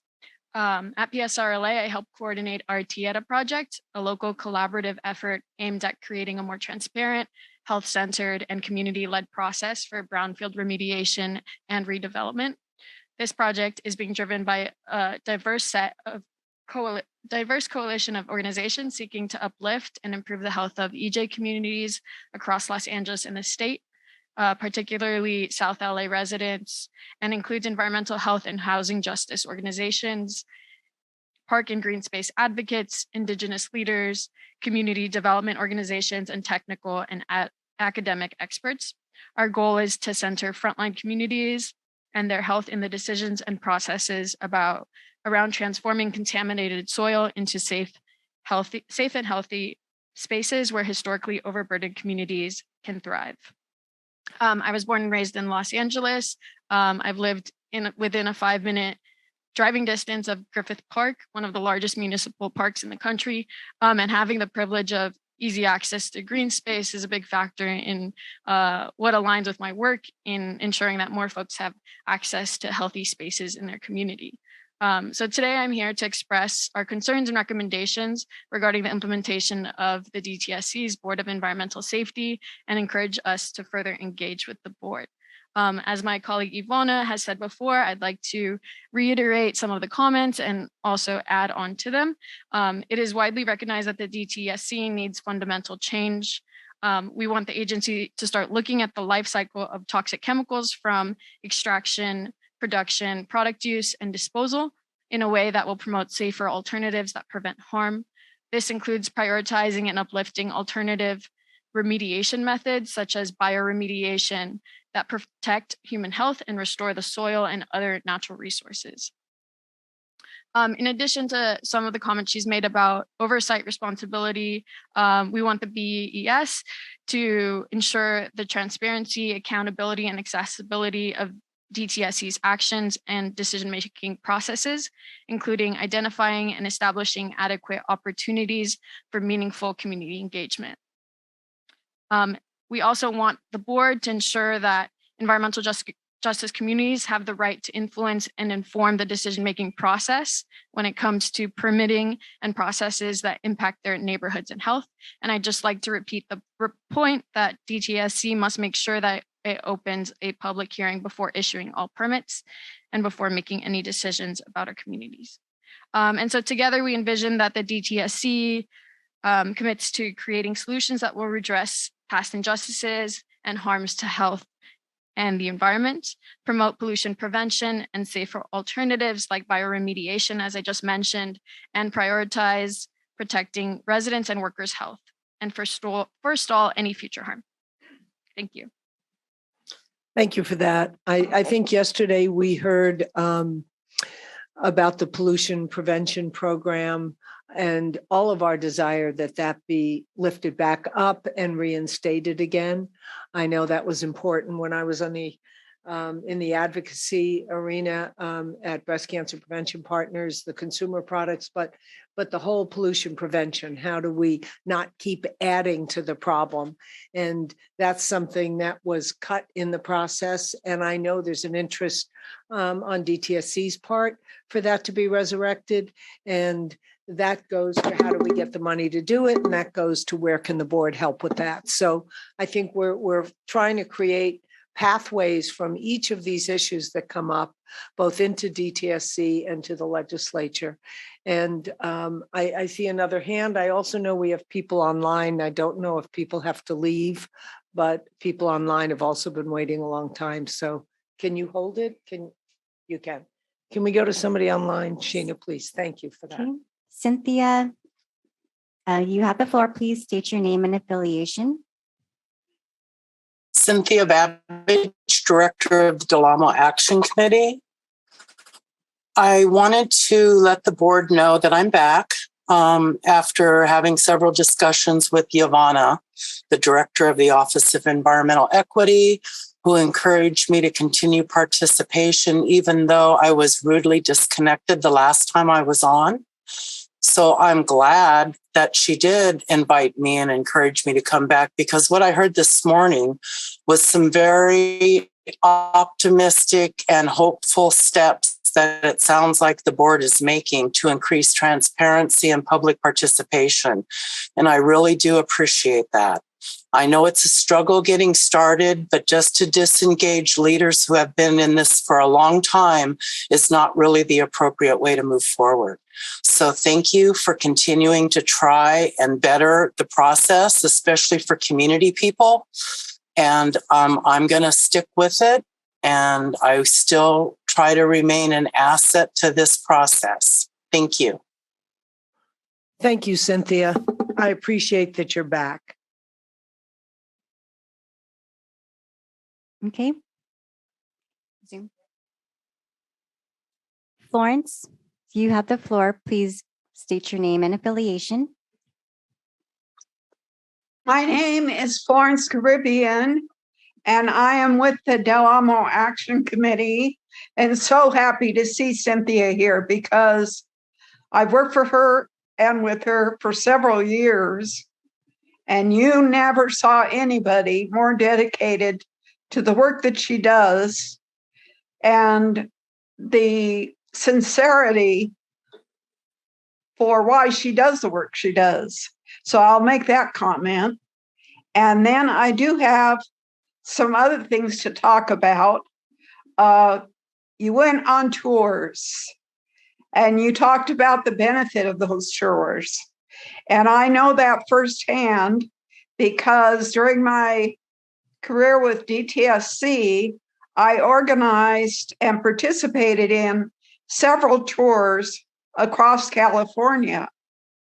And I will mention that I had some very heartbreaking experiences because of that. And I'll just mention two of them. One was a tour we did in East Oakland. And there we saw a school right on a busy roadway. And the children were out in the yard exercising, I think, deliberately to bring it home to the people on the tour that these were the circumstances that they were living in. It wasn't a freeway, it was a road coming from the port. And to see these children there 12 feet away from that heavy road was just heartbreaking. We also went to the city of Maywood, and when we went there, we heard about and saw the problems that they were having with their drinking water.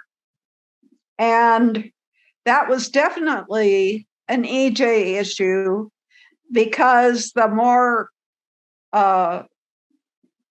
wealthy communities can get water from different sources. Maywood got its water, and I think still does, from the groundwater. In mentioning the tour, I will tell you something that always surprised me because we said, we'll be back in 100 days and talk to you about what we've been able to do.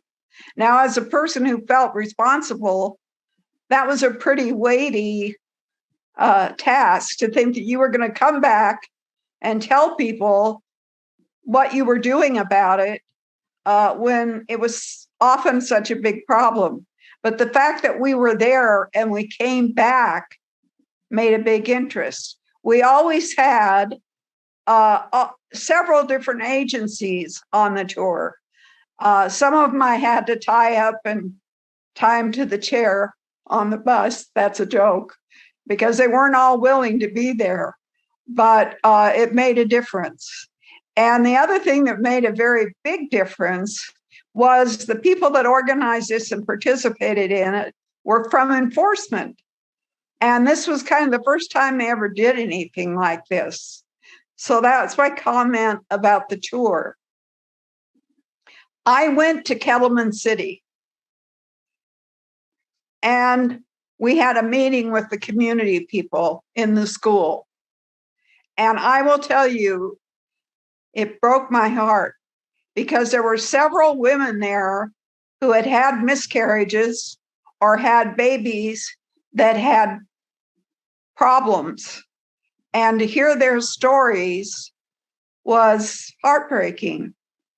As a result of the work that we were doing there, we chose to do an audit and look at all the various potential sources of contamination in that community.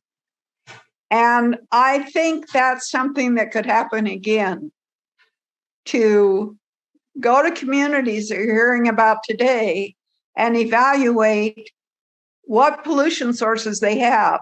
I think Cal EnviroStore is a tremendous tool and something that's certainly be relied on and all the hard work that went into it.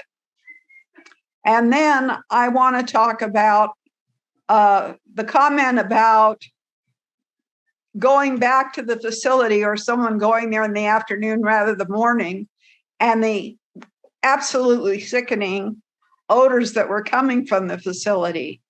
And another gentleman mentioned that regulatory agencies aren't open on the weekend. And to say that it is really naive to think that the businesses that DTSC regulates or the air district don't know that there's no inspectors around on the weekend or in the evening, and don't take advantage of that, because they do take advantage of that. And sometimes that's a matter of exceeding their air emission rates or any number of things. So I wanted to mention that. I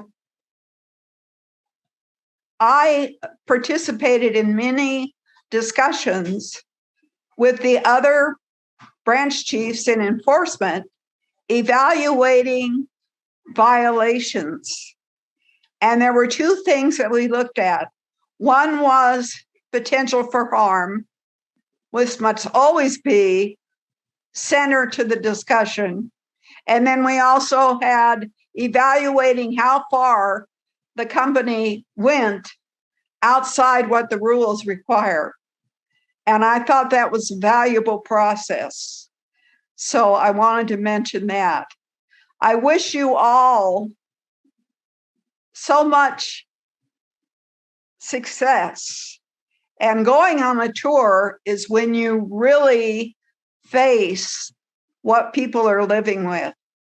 So I really appreciate the fact that you took the time and did that work. And I do also quickly want to put in a little pitch for the 10 enforcement workshops that we have done this year. We have the last one tomorrow, where we've talked about lead and land use and many other topics. And believe me, top quality in that work. So thank you very much for listening to me kind of again. And I wish you all the best of luck in the hard work that you're doing. Thank you. Thank you, Florence. Thank you very much. Okay, and we do have one more in-person participant. If you would like to join us at the podium, Miss Margaret Gordon, I do recognize that you're raising your hand, and I will call on you when we come back to the Zoom participants. Hello, I'm Yolanda Chacon. I'm with the Delano Guardians, and I was also on the tour yesterday. And I thank you all for being here. And I hope that what you did here will influence you on the process of allowing communities to have a voice in the permitting process, because the environmental racism is very strong. As you see, I have had very many family members who have died of many different cancers. We have valley fever. We have children born without limbs, with arms and legs. And that's what's happening in our communities. As a farm worker community and many of our surrounding communities, we do deal with the fracking and the pesticides and the recycled water that is irrigating our vegetables and our fruits. We're eating that. So we're ingesting it, everybody. That's something that needs of a grave concern. And I think about, when we talk about environmental racism, think about the exclusive communities. Like I worked in Carmel and in Monterey, and they have moratoriums that you can't build because they don't want to lose their view. We are giving our health, we are giving our life. And many of our family members at the time of retirement, they cannot think about where are they going to send their children to universities, where are they going on vacations, because we have to think about, can we afford dialysis? We're losing a kidney, or we need we're going to have to be amputated. So many different things because of the environment that we live in. And so we're really looking to you. We thank you and we want to continue this partnership. We have a lot of hope and faith, but you see that we are struggling. We are dying in our communities and people get violations, but we don't want just slaps on the hands and continued permits. We want true action.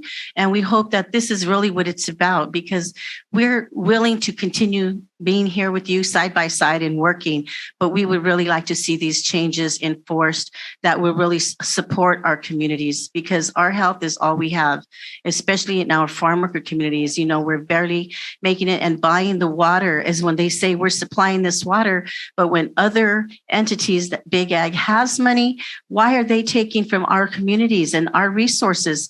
We can't even go there and afford it, and buying it at the grocery store. These are so many issues that they're complex, but it's very simple, really. And we have to address them, because the waters that we drink, and it's true, the showers and the valley fever, you know, the particles, the dust, where is it coming from? Where is that? So I think that really allowing the process of the permitting to take into consideration the community's voice. And I want to thank you and for listening. And thank you. And thank you for yesterday, Yolanda. Are there any other in-person participants?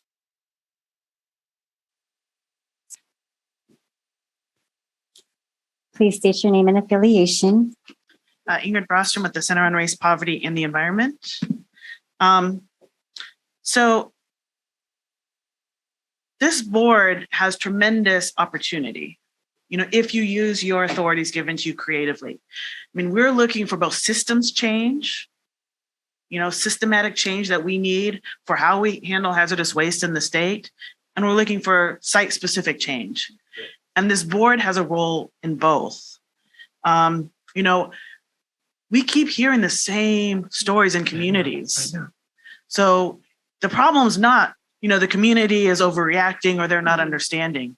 It's obvious when we start hearing the same things over and over and over again, that there are some systematic problems with how we handle hazardous waste in California, both on the remediation side of things and on the permitting side of things. And when I talk about using your authority creatively, you know, you have tools at your disposal. The hazardous waste management plan, part of that is looking at, you know, vulnerabilities of communities. What waste are we creating? Where are we putting it? What's going out of state? You know, that we've never done this type of analysis in California is outrageous. It was required in the 1990s. We never did it. And now we have updated the law to really center vulnerable communities in that analysis. And the board gets to adopt it. And the board gets to, you know, lead the direction of that, you know, of that tool, of that analysis. You have the authority to set fees. You know, we talk about pollution prevention and not having that program anymore. You know, we have policy tools at our disposal. The board has policy tools at its disposal that can really drive a lot of the systems change that we need to see. And so when you look at those fees, the primary question in my mind is, how can we structure them to drive hazardous waste reduction and generation in the state? You know, we have this broad authority of developing performance metrics, really deciding what success looks like in California. What do we want to see at the end when we have, you know, when we have fixed DTSC? This is what a fixed DTSC would look like. You know, that is very powerful. And that's why, to me, I've been harping on this for many meetings now. Like, to me, that is one of the most important tools that you have. And again, I caution you not to just adopt whatever DTSC gives you as what they would like to do, but really an expansive, visionary vision for the direction of DTSC and our management of hazardous waste. We have annual reports to the legislature. Again, this is your opportunity to say, we need a pollution prevention program. We're hearing from the communities, you know, that we need a life cycle analysis. We need to change the cycles. And we can't do that when we're leaving out a major equation. So you can do policy recommendations. You can report back what you're hearing from communities, what you're seeing yourself. So again, the legislature can be your friend here. Their eyes are still on DTSC. They're going to be very curious what you include in that annual report. And you have direct evaluation, job evaluation of both the director and the DTSC departments. This is an incredibly important tool in terms of having maybe not the direct authority to mandate DTSC to do something, but definitely the authority to recommend action and to follow up on whether those recommendations were followed. So we have given you a whole host, and so of tools here. And so yes, you're not exactly an oversight committee. Sorry, Nico. But you have a lot of authority that you can use creatively here. And so I really implore you to use that. Last final word, I just want to underscore again with the VSP and FiberTech specifically. I just did an exercise in the last week. I compared every single score, the raw data. FiberTech has more Class 1 violations than any other facility in California. There's 30. Guameco and FiberTech have the highest raw scores. They're both conditionally acceptable. There is a problem. There is a problem with the VSP, and Angela got it exactly right. When you take those problematic facilities, which by their very nature are going to get inspected more, you actually undercut the score. So the only ones that you're ever going to see, I think, are in the unacceptable range are the very small facilities that only get inspected every once in a while. So again, I do hope with the 673 regs, we can update and look at the VSP to make sure we're not having that bias. And allowing these very controversial and very large sites getting a pass. So very critically important. Thank you.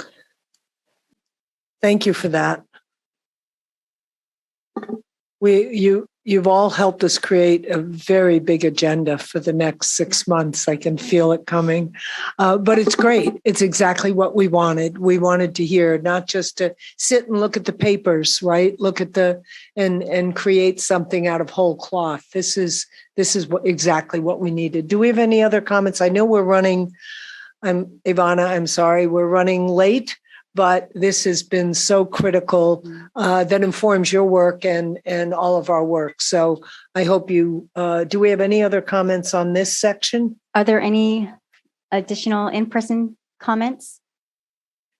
Nothing online? I'm not seeing, we have 3 Zoom comments. Okay. So I need to do a time check before I get to those. Are you good, Ivana and Dr. Williams? Are we still okay? Running, say what time? 1:30? Okay. All right. We'll just cram through what might have been lunch.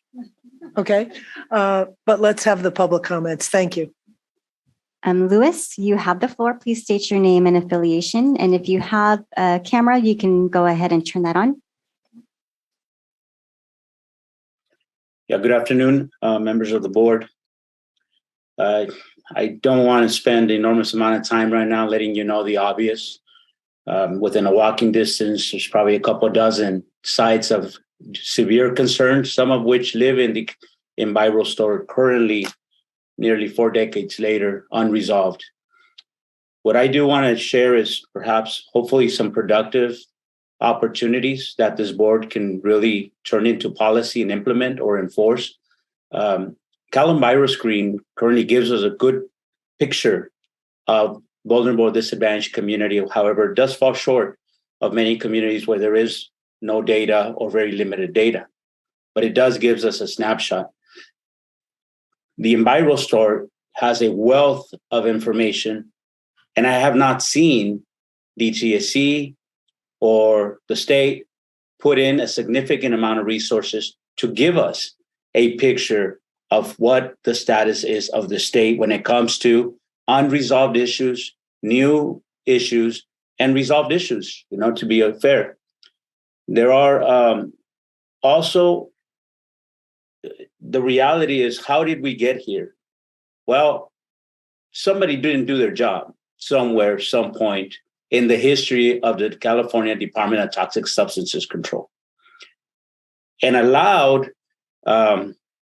perhaps bad actors to play a role in this very privileged agency, which is the only one that has peace officers in the entire California Environmental Protection Agency infrastructure, the only one that has the authority also, furthermore, and I'm not saying this is their only authority, but has the authority to do unannounced inspections.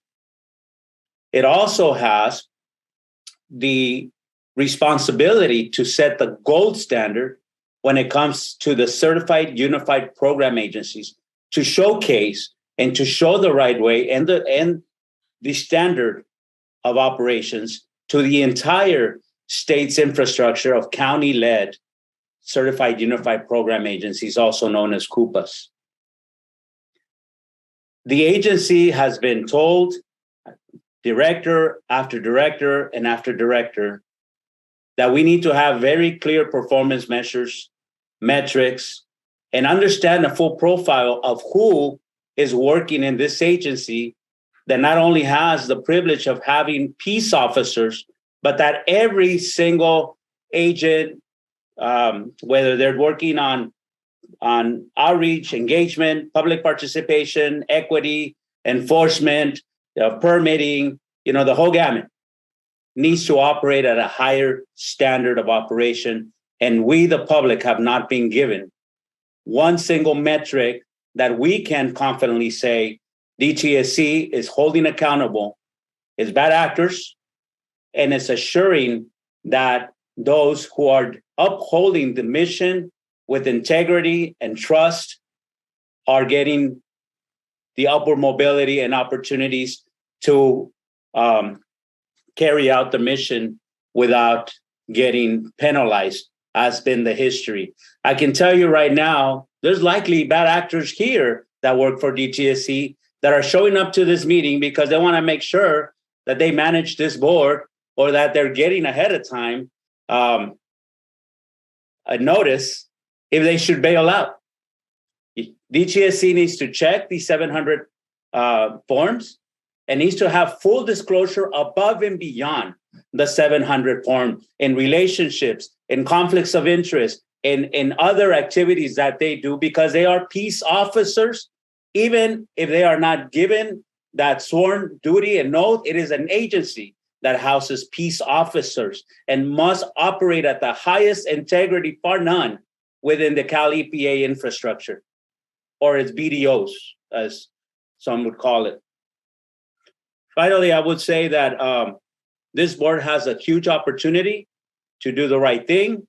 I have seen director after director get captured by bad actors, whispering in their ears the way things get done in this agency. And it's time to end that type of problematic cycle.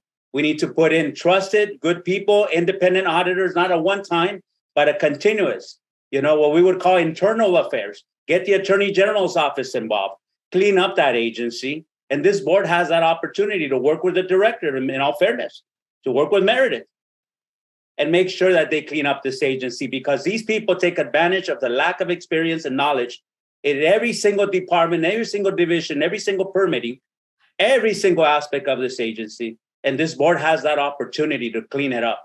Finally, I want to just congratulate two of many good examples that are right now, within the oversight of this board and within the leadership of Meredith Williams, hiring Ivana Casares, hiring Todd Sachs, and need to continue to bring in new, fresh, trusted, vetted people that environmental justice trusts.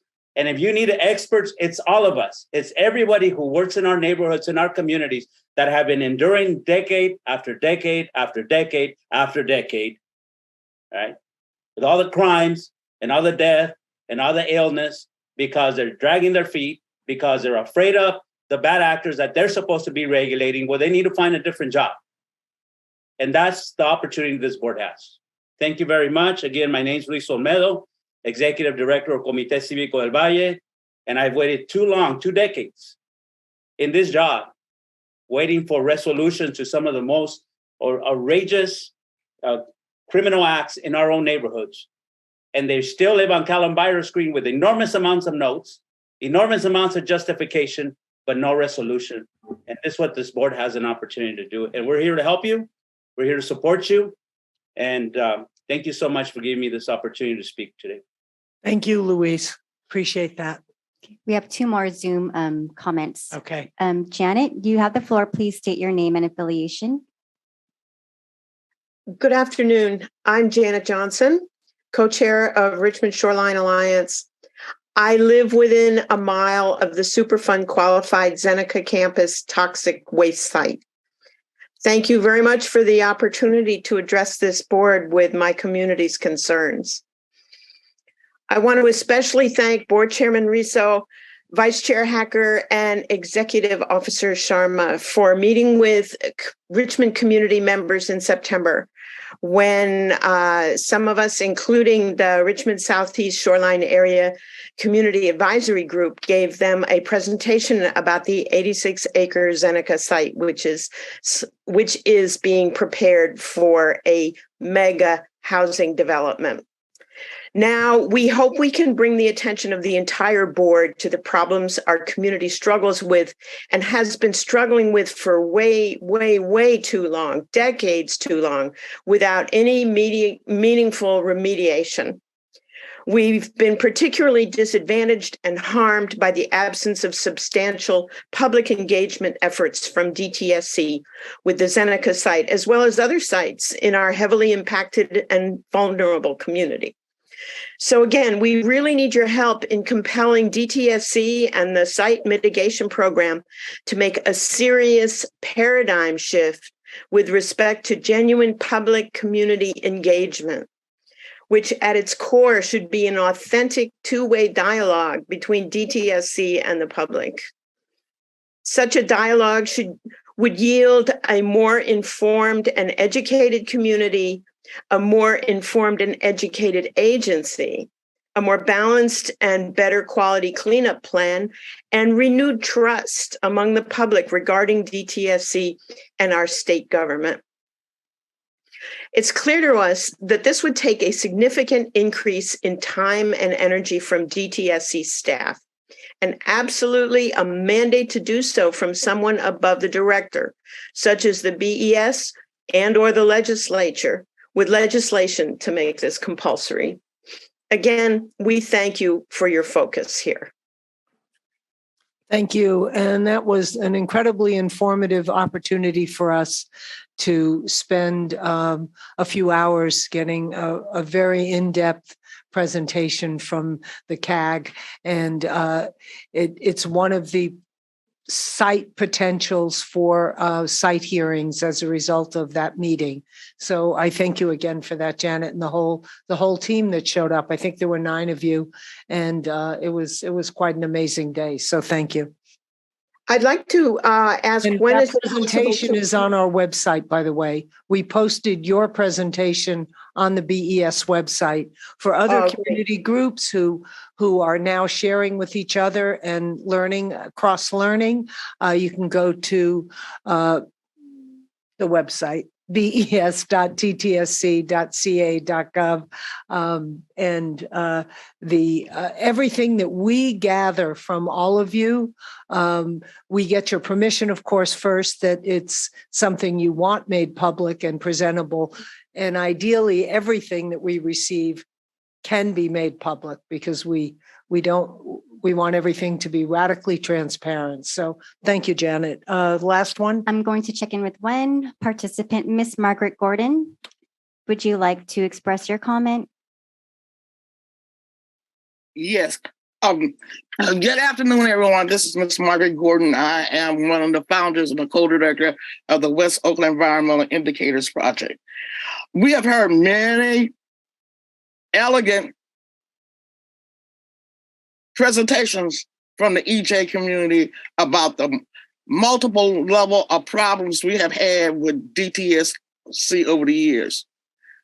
What I would like to add is there has been some things happen that made things work in many of these communities. And what should be uplifted is what are those things that made support a comprehensive action plan dealing with the cumulative impacts to support, to relieve the communities and release the impacted communities of all these problems.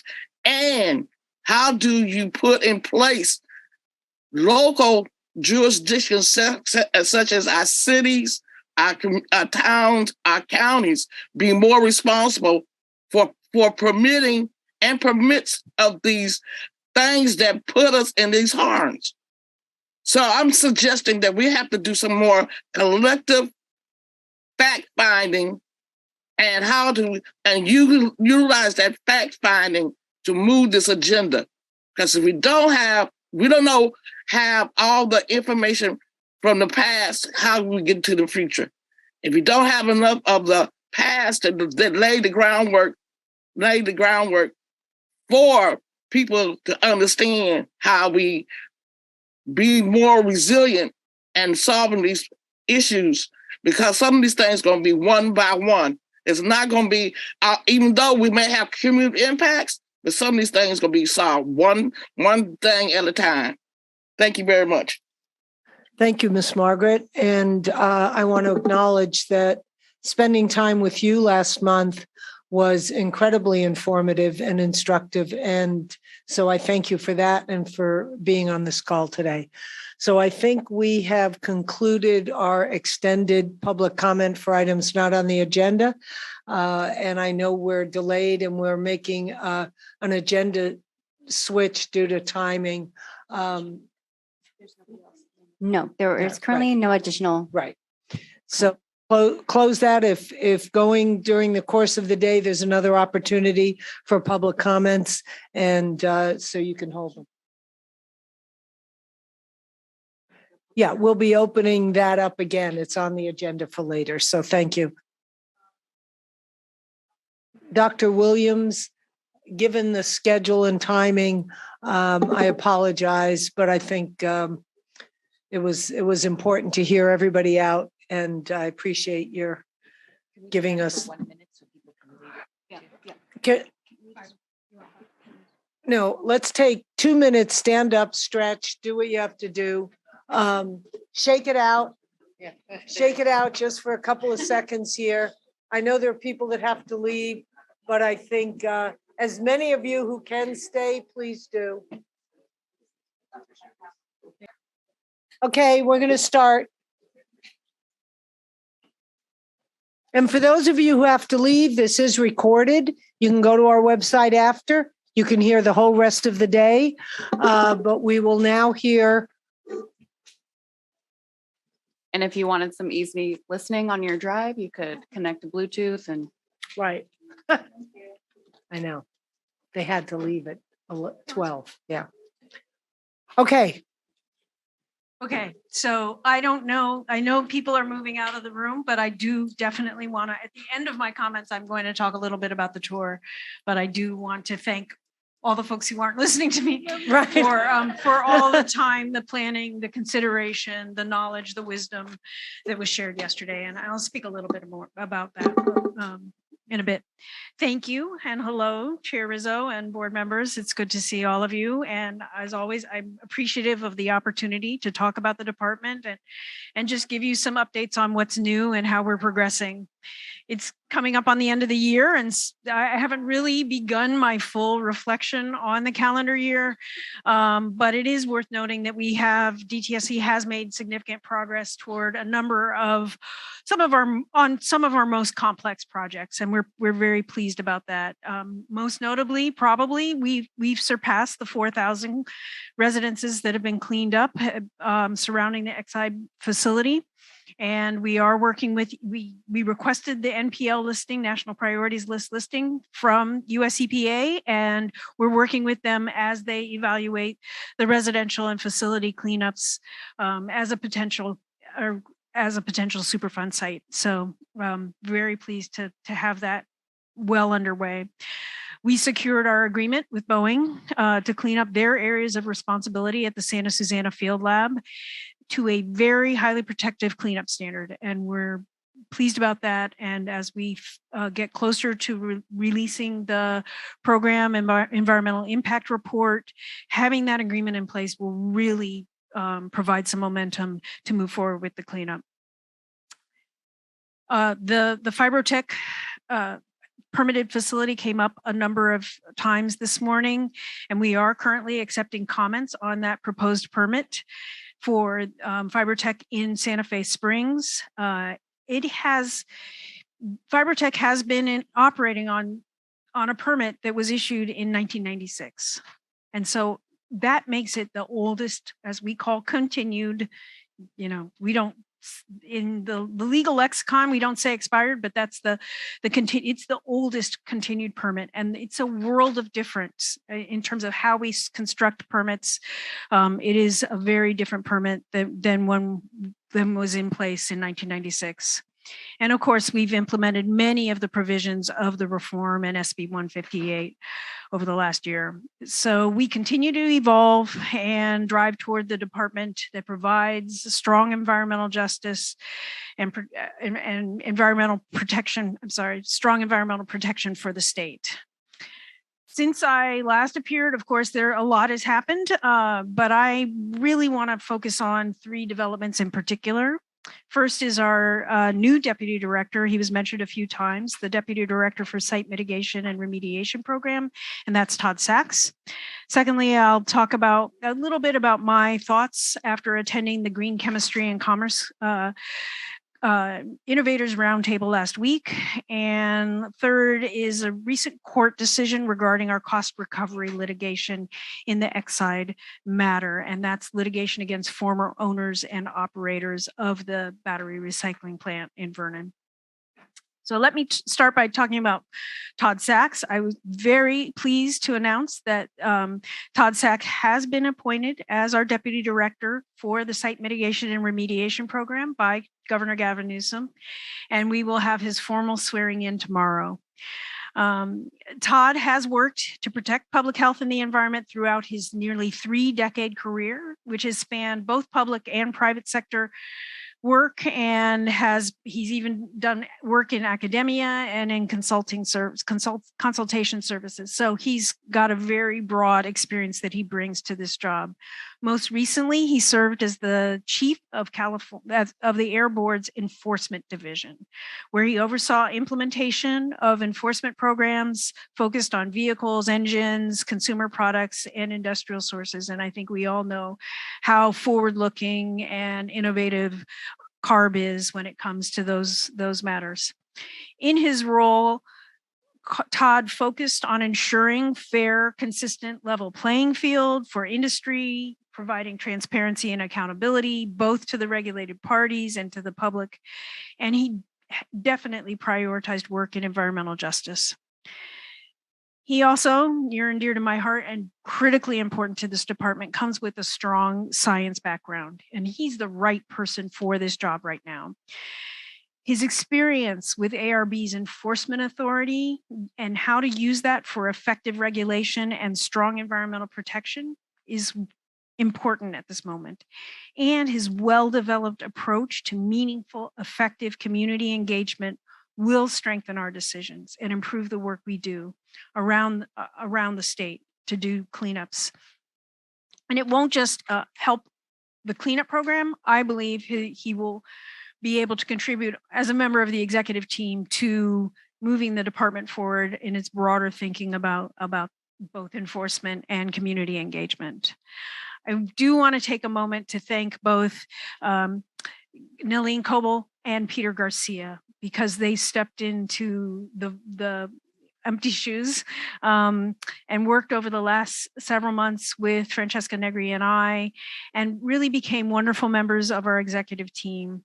It was good to get to know them, get to know the site mitigation program much better. They shared a lot of their knowledge with us. So I want to thank them to their commitment to both of their individual divisions, as well as to SMRP as a whole, and of course, to cleaning up communities around the state. Do want to talk about last week. I had the chance for the first time in probably 5 or 6 years to attend the Green Chemistry, GC3 is what they call it, the Green Chemistry and Commerce Council Innovators Roundtable.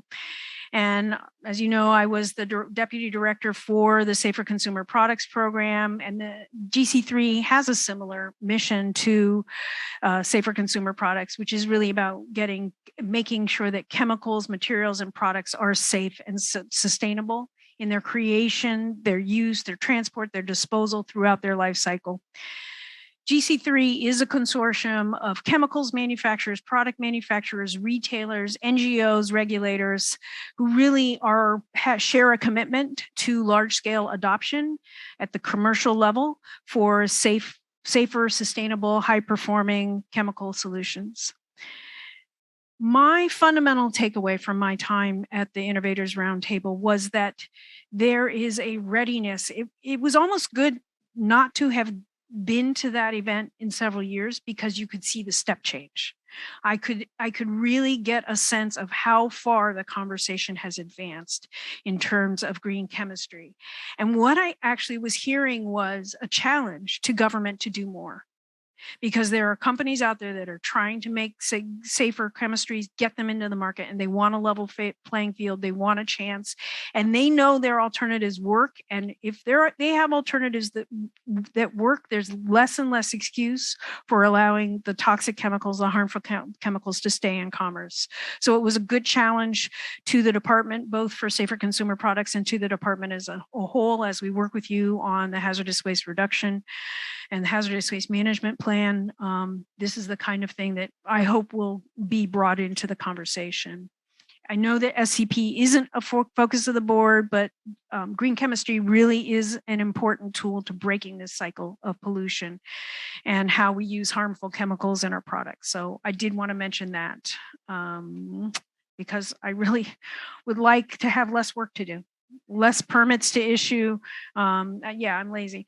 Less permits to issue, less transportation of toxic materials around the state. Wouldn't it be nice if we had a little less to do? The third thing I wanted to mention was the Exide litigation, the cost recovery litigation. In December of 2020, we filed our litigation in federal court against several prior owners and operators of the facility and against several entities who had sent or transported large quantities of hazardous substances for either disposal or treatment. DTSC asked the court to order all of the defendants to reimburse DTSC for the investigation, for the cleanup, and for oversight costs. As you know, much of that work has been funded through the general fund, so the taxpayers have borne that cost for cleaning up in that 1.7 mile radius that we call the preliminary investigation area, the PIA, around the site because of the releases from the Vernon facility. DTSC, we also asked the court to order the former owners and operators to investigate and clean up the remaining contamination that was caused by those operations. And earlier this year, the court called for an unusual event in which an initial trial was allowed, and it was allowed to challenge the scope of the area in which responsibility would be considered under CERCLA, the Comprehensive Environmental Response Compensation and Liability Act.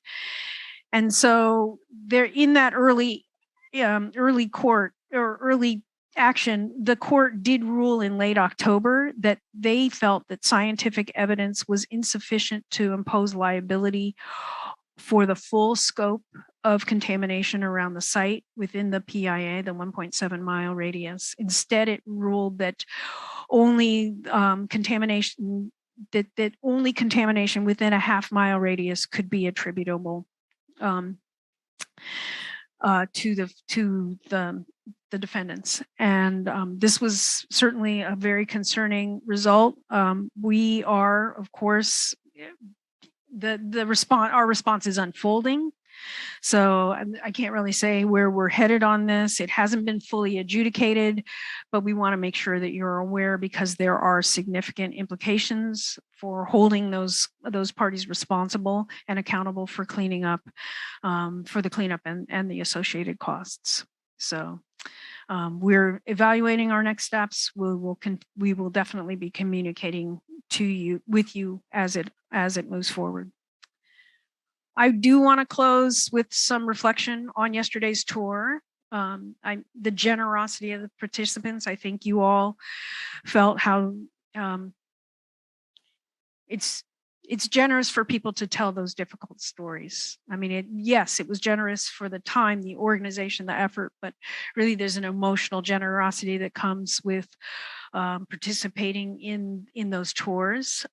We heard stories that are full of loss and heartbreak and frustration, a lot of frustration with the department, not just DTSC, with other environmental regulators, with local government, just a great deal of frustration. But we also heard a lot of determination, and a lot of fight from these communities, and whether that was how they participated in the legislative process or how they were able to mobilize 350 people within 2 weeks, from 0 to 350 in 2 weeks, to make sure community voices were heard. We heard some really remarkable stories. That tour is always called Toxics and Solutions, and the name of the tour says a lot. The communities we serve have experience and knowledge that we can use, and that can shape how we do our work, how we come up with solutions. The more we can do that in partnership, the better off we're going to be. So that as we look forward into the next year, I hope that this time next year, I can report on progress on one of our top priorities for 2023, which is meaningful and measurable progress on community engagement. How we do it, how often we do it, how deeply we do it, how we use what comes out of that engagement to do what we need to do. If we approach our work with humility and with openness, I do believe we can build on the types of experiences we had yesterday on the other Toxics and Solutions tours. Thank you for your time today. I'm happy to answer any questions. Thank you, Meredith. PIA made me think of a different term for that acronym. Prison Industries Authority, I don't know. No, well, it's a pain. It's a pain. Yeah. Painful to have had that happen, but when you say you're considering next steps, those next steps could be appeal or something to that effect. Yeah. Okay.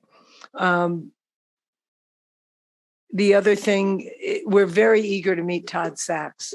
I know the board is, I know everybody in the whole agency is, the whole department. And I know we've already had some preliminary discussions about wanting to invite him to come to one of our meetings and work something out. Certainly. And you'll meet him before your next meeting. I think we have some briefings coming up scheduled for you. I can't remember on what. I'm certain he'll join those. I think that'll be wonderful. Do board members have questions for Dr. Williams? Or comments or questions? I do. Has the regarding the Exide litigation, what has been the response from community, if any, or has there been a formal There hasn't announcement? been a lot of communication with community. We have an Exide Technologies advisory group meeting tomorrow evening. So I imagine we will hear a lot. I'll listen in on that then. Okay. Great. Tomorrow. Georgette? Sorry, Thursday evening. Thursday? Thank you for being here, for sticking it through. So I really appreciate it. Thanks for the overall report. I do have a question regarding your report on the green chemistry discussion that you were a part of. And I was thinking, how can that, whatever was taken, and influence the permitting process, if any? Because I see a synergy there. Yeah, there's a synergy. I think I do think it's very hard to connect those dots at this stage. There's a line from green chemistry and commerce to safer consumer products to permitting to fewer cleanups, right? And how you get there depends on where you are in the process. It's still, even now, it's still a relatively small field, but it just has this momentum that I have never seen before, whether that's people are embracing US EPA's Safer Choice program, which has a list of possible alternatives that serve different functions in products. And industry likes not just the ban idea, but these are certified to be safer alternatives. So that's a digression. I think that where those things can be brought together, we will be issuing, providing you with this hazardous waste management report next year, which will be the foundation for the hazardous waste management plan. And I'm hopeful that the conversations about that plan will explore issues like this. Where are those linkages? What, how do we, at what point do we change things based on what we know is happening in the commercial environment? I appreciate that. And just an add-on to that, it would seem to me, we've been talking about pollution prevention, Yes. right? That when you talk about green chemistry, consumer products, you're in the pollution prevention Absolutely. arena. And Mhm. pollution prevention would result in less hazardous waste. So that's a systemic issue, right? When we look at the entire system, we have to start at the beginning. What we are now is starting at the end. After we've already been harmed, and trying to simultaneously, while still doing this, come to this side of it. So that's something in terms of our engagement with that and recommendations and potential legislation or appropriations or whatever it will take to bring the pollution prevention program back would seem to me where green chemistry fits. Yeah. So I want the advocates to all hear that because when I laid out those links, yes, the missing link is pollution prevention in many ways. that's right. So I think we all agree with that. We heard it from community members as well. So when we get to that point, I hope someone will proffer the appropriate legislation. I have one Yes. more comment Yes. or I guess question, and it wasn't part of your report, but I think we heard it quite a bit today, and I just wanted to lift it up. Maybe in the future we can have a fuller discussion. But compliance with 673. Mhm. What is the status? Where are we? Yeah. What is the status? We floated a framework. We got a lot of feedback on that framework. We don't think it's exactly the way we want to go. We're having those discussions. We desperately need to get something else, restart the conversation, identify the path to having those regulations in place. Okay, I appreciate that. And maybe in the near future, we can have a more public I think that's a very conversation, good just idea. because I'm hearing you and I just think, and I'm hearing the community today, and I just think it's time. And perhaps we can have the public discourse that might be uncomfortable, but That's let's surface it to the public, to the public eye, right? So, okay, thank you. And just to follow on that, Georgette, one of the things that we're working on, just like we have CVCI here today, we've had different present VSP. We're working on the schedule of what big tranches of DTSC work will be at each of our board meetings going into next year. So we're in process literally of reviewing all the issues that come to us and then scheduling them. VSP seemed to be a very pressing issue, a very current issue. Not that 673 isn't, but there was more readiness to present as well as CVCI. So that's how we're approaching this, to look at a big issue item and ask DTSC to come with presentations for the public. And we get those presentations in advance for the most part. We get them in 2, and 1, right? So the staff of DTSC has to do it 3 times before it comes to the board meeting. But this is on our agenda and we've talked about it. So I think we're hearing it reinforced. Yeah. And also just to add, just the importance of the implementation or problems with it. And it's something that was mentioned last night, and we'll talk about more in detail in the short future. But how the permitting process really affects, the permit appeals process. And so a lot of that discussion, just telling the board to keep this in mind with our upcoming discussion in the afternoon. Yes, absolutely. Sushma? Thank you, Meredith. You heard a lot of criticism about DTSC today. I can't imagine it was easy for you, and at previous board meetings as well. And it strikes me that a lot of the criticism is very diverse. It's across different sites, it's across different DTSC programs, whether it's remediation or permitting or policy and so on. And yet you continue to show up. I think that's really important. Thank you for showing up and for listening, because we need you to do the very difficult work of taking all these messages and doing the very difficult change management work that needs to be done within DTSC. And we can all give you lots of input, but that work that's really heavy rests on your shoulders. So first, it's a genuine, heartfelt gratitude for continuing to stand there and show up. And now a question. Through these board conversations, you're getting input from us. How are you thinking about personally responding to them, or like how are you thinking about having DTSC respond to some of the input from the communities? So I do think there's an opportunity to come back to the board and provide updates on issues that are raised here. I think it's really, in some sense, the right way to make sure that there's good visibility on any of our responses. So, people have talked about how important the board is and what a great tool it is. And I think that's where we start. I do think that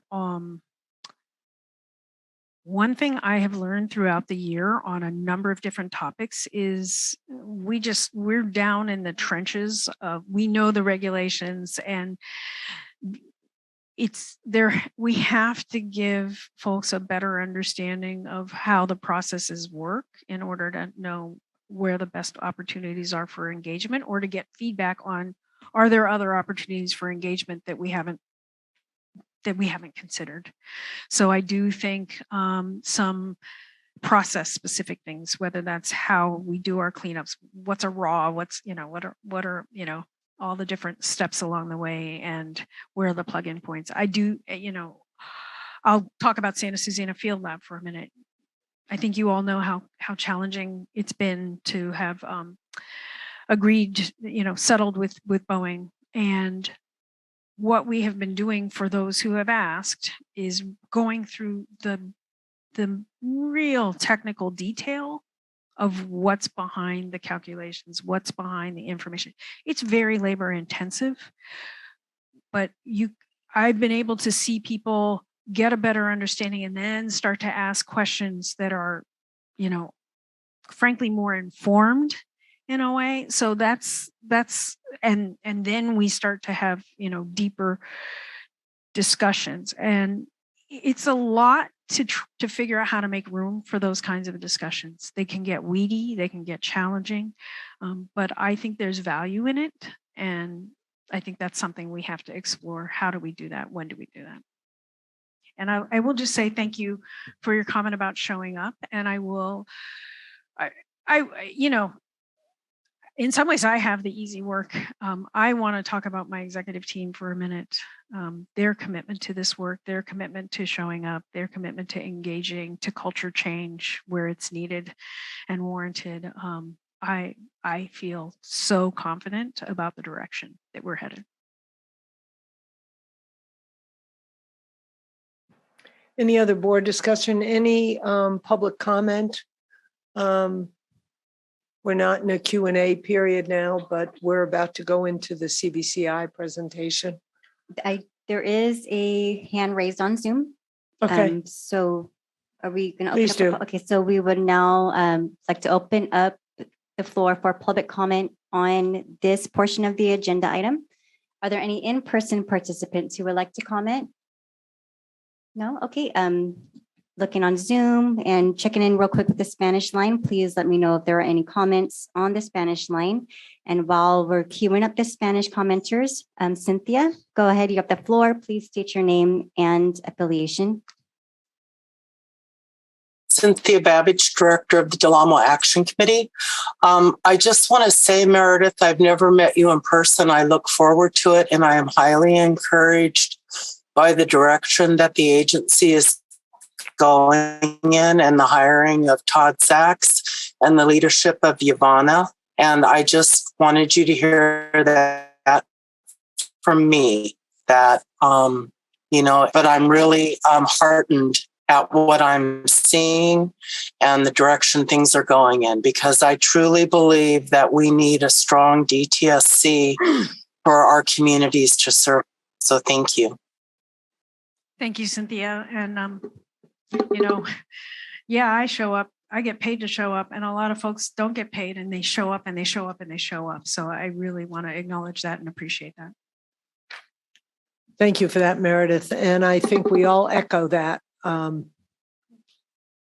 Okay, so everybody take a deep breath now. Ivana. Pardon? For 1 minute. You already got to stand. You can stand if you need to stand. We already had a stretch break. All right. Good afternoon, board members. My name is Ivana Cáceres, and I am the Deputy Director of the Office of Environmental Equity. Primeramente, quiero decir gracias a todos los miembros de la comunidad que están juntos hoy por sus comentarios y sus esfuerzos de estar aquí presentes y hablar con nosotros.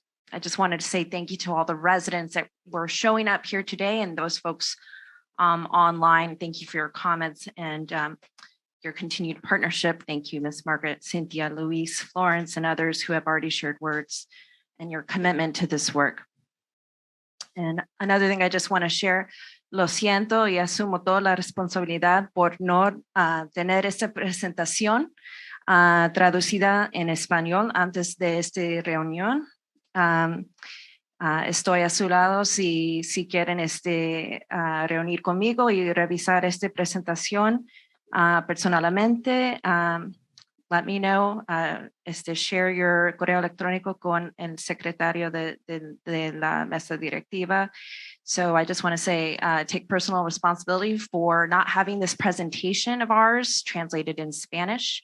We'll have our staff translate in Spanish, and I'm also happy to sit with anyone in a personal Q&A meeting with residents who want to have questions answered about CVCI in Spanish.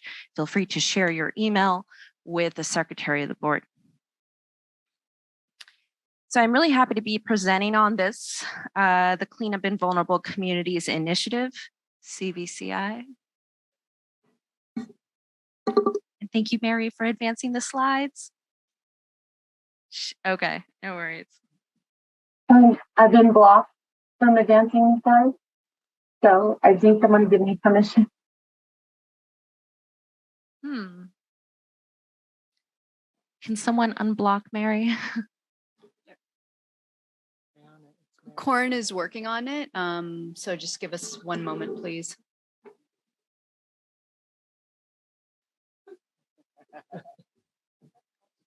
Try now, Mary.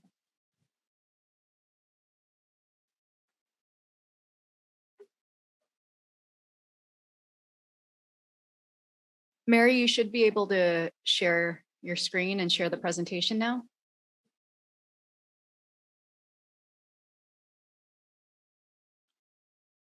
Awesome. All right. So again, I'm happy to be presenting on this, the Cleanup in Vulnerable Communities Initiative, CVCI. Just to continue to ground us in community voice and some good sports metaphors, I'll start by sharing community quotes from community heroes, not unlike those who provide us an environmental justice tour yesterday. From the owner of La Princesa Panaderia in early March, a good leader will make her team see what they can be, not just what they are. And from the assistant principal and athletic director, Albino Duran of Delano High School, talent wins games, but teamwork, feedback, and intelligence wins championships. We hope that over the next 15 minutes, you will see how equitable CVCI implementation takes a strong, intelligent team that is responsive to community concerns and is committed to continuous improvement, and that all of you listening here today are a part of this team. Next slide. So I'll be providing an overview of CVCI as well as touch on workforce development component, the technical assistance grants and community benefits agreements, CBAs component. I'll also cover CVCI engagement as a whole. And lastly, overall program synergies. Next slide. Also joining me will be Miriam and Rafat, who will dive deeper into two programs which they lead, the Equitable Community Revitalization Grants, or ECRG program for brownfields, and the Discovery and Enforcement, or Dry Cleaner Cleanups programs, respectively. Next slide. DTSC's mission is to protect California's people, communities, and environment from toxic substances, to enhance economic vitality by restoring contaminated land, and to compel manufacturers to make safer consumer products.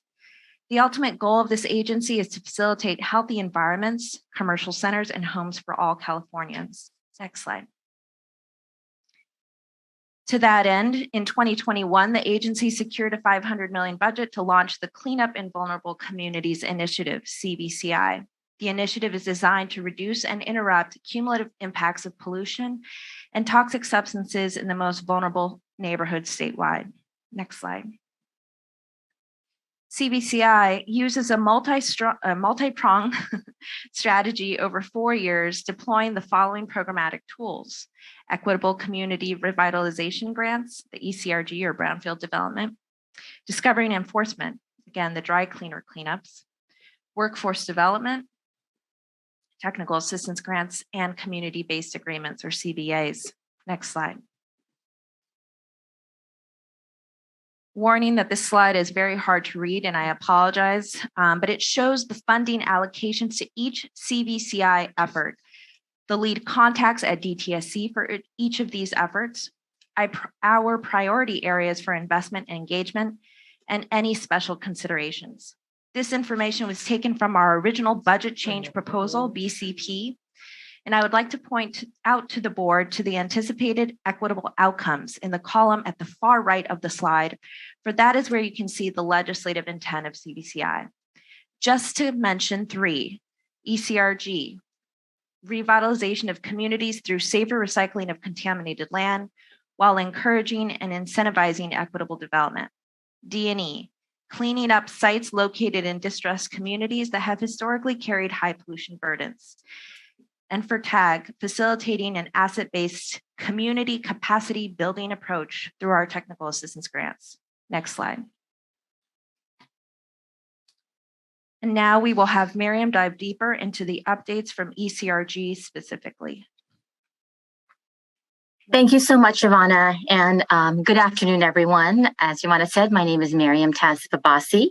I am so happy and so pleased to be here, and so thankful that the board was able to squeeze us in today to talk about some of these programs that we're so excited about. The Equitable Community Revitalization Grant, the ECRG for short, is CVCI's program for resolving environmental uncertainties for brownfields. Next slide.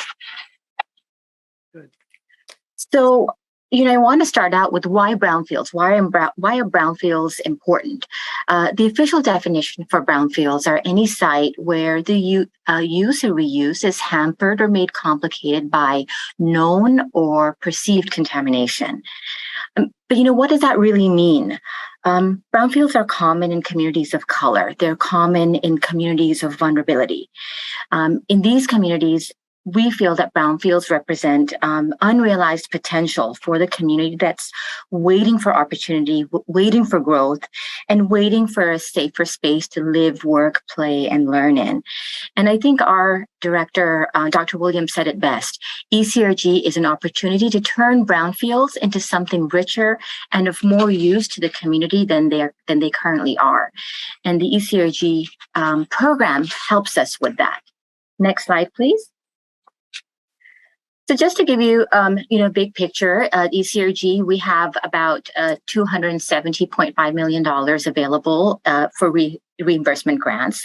We're currently in rounds 1 and 2 of 3 rounds, kind of at the same time, and I'll explain that a little bit more. The whole goal is to incentivize and bring investment into our most disadvantaged communities.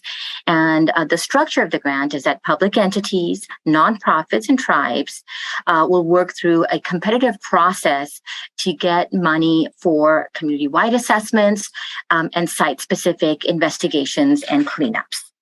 Next slide.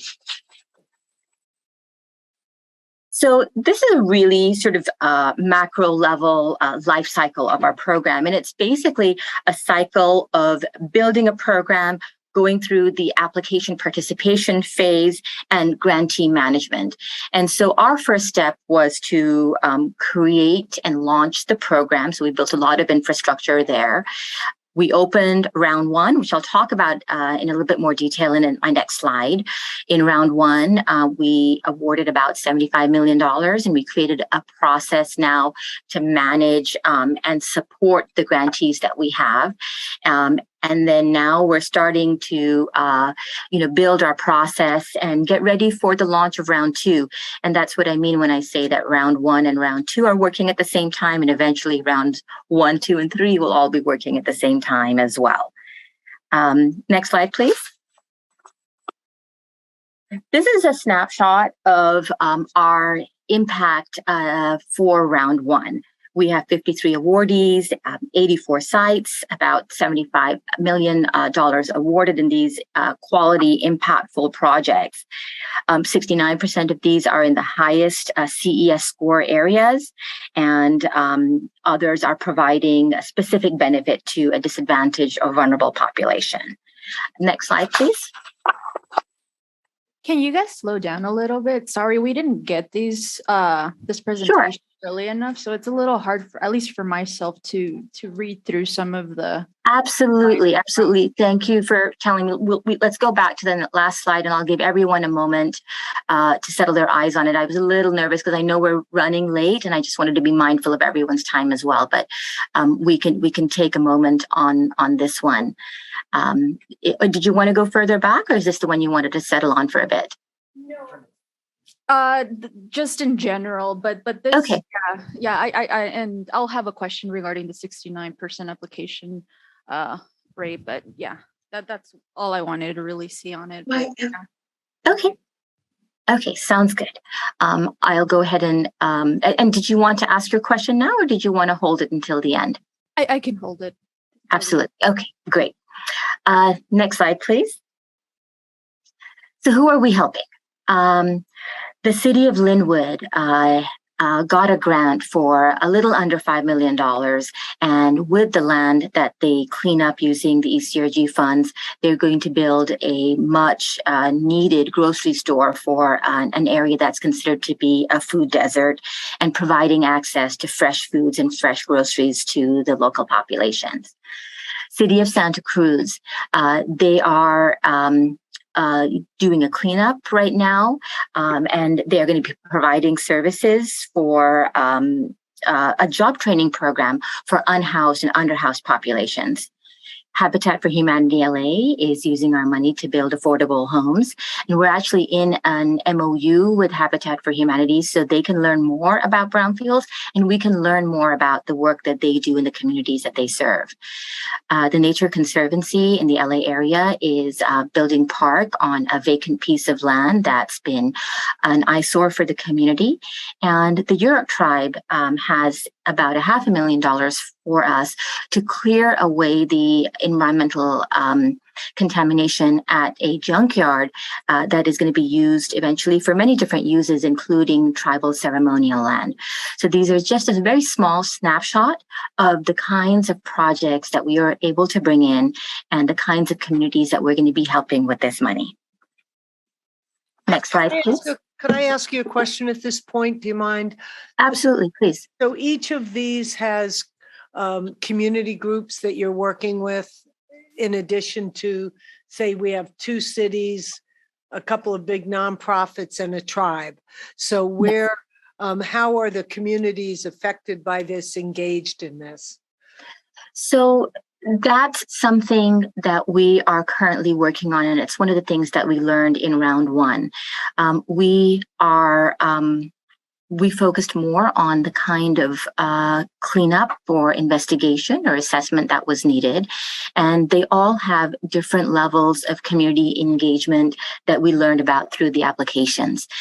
We have a lot of projects, so I can't say specifically who's working with whom. But one of the things that we are doing in round 2 is to solidify the public engagement portion and create deeper requirements for all of our applicants in order to engage with the communities where these projects are being built and where these contamination issues are being resolved. Great. And I assume the robust website that you're developing for the CVCI, there could be drop downs with the community groups engaged in different projects. Yes. Something like that. Yes, I think I heard that along the way. So I just wanted to get it stated so that we all understand. Yes, we are. And I think we're working towards creating story maps for our grantees, just to really increase the access to the information about where the funding is going. And that is going to be one of the things that we would want to provide more information on. Great, thank you. And we're sorry for interrupting, but I think it's in order for us to go to the next thing, not having studied it, if that's okay with, there's a couple of absolutely, and I'm happy to take any additional questions slide by slide if that is easier for you. So I whatever works best for you, I'm happy with. Thank you with that, and I think.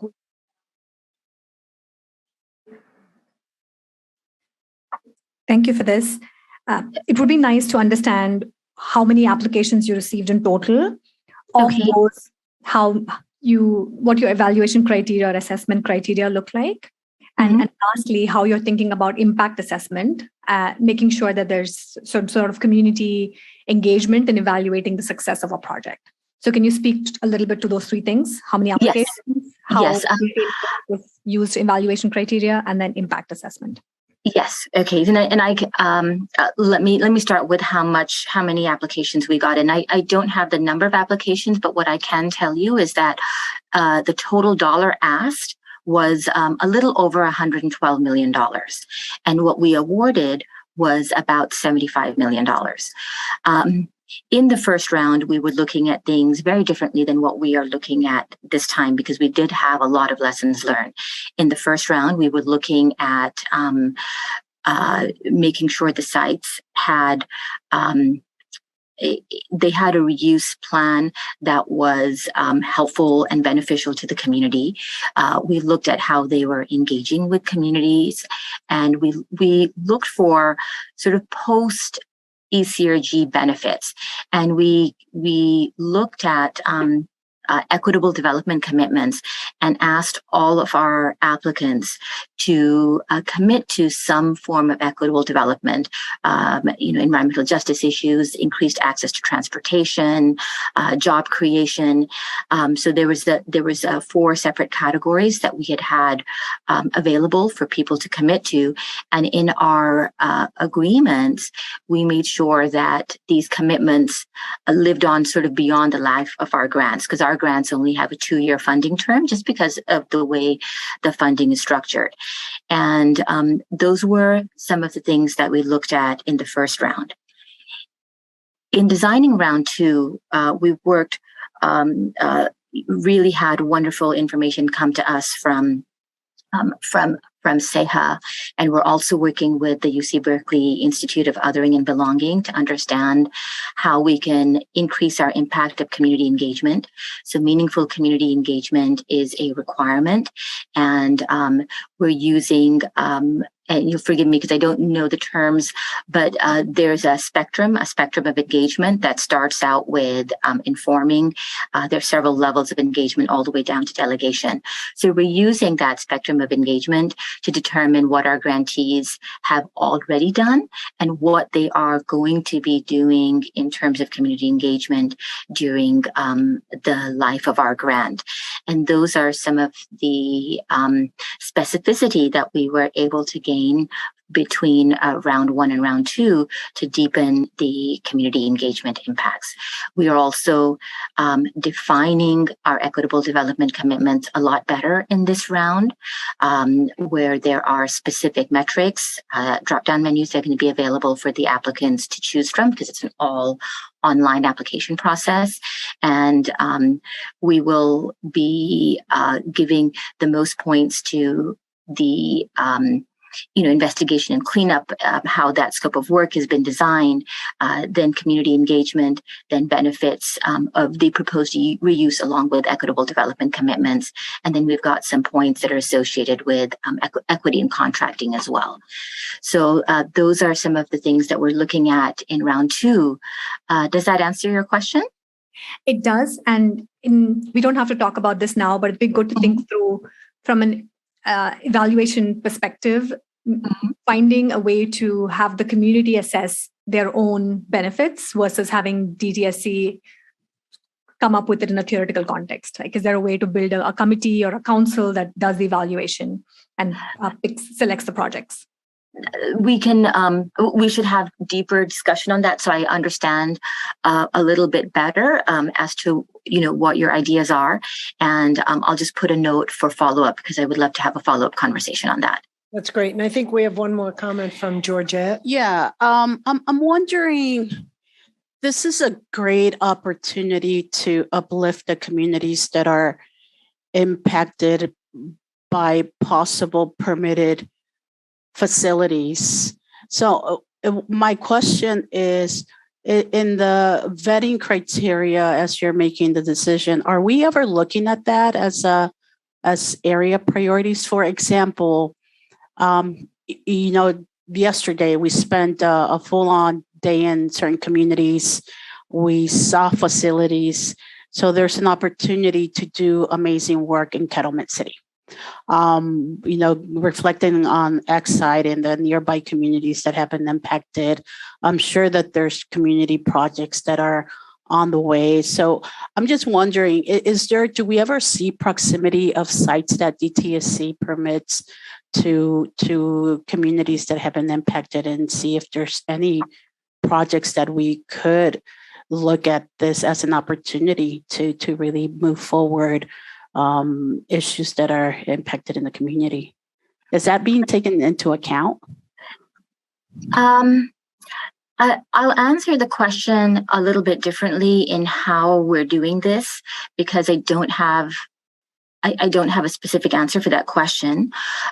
The way we are looking at this is that we are looking for sites that are in the high Callan-Mars screen score areas, a preference being given to 75% and above, where one of these entities, a nonprofit or a public entity or a tribe who is not responsible for the contamination, so they have to establish a circular liability defense, are looking to resolve environmental contamination issues in order to bring the land to a higher and better use.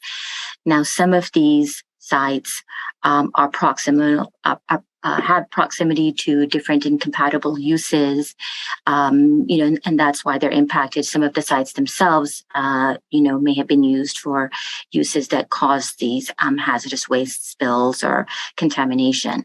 But we haven't done a mapping exercise or a focus where we're looking specifically on where these sites are located in relation to the kinds of facilities that you looked at.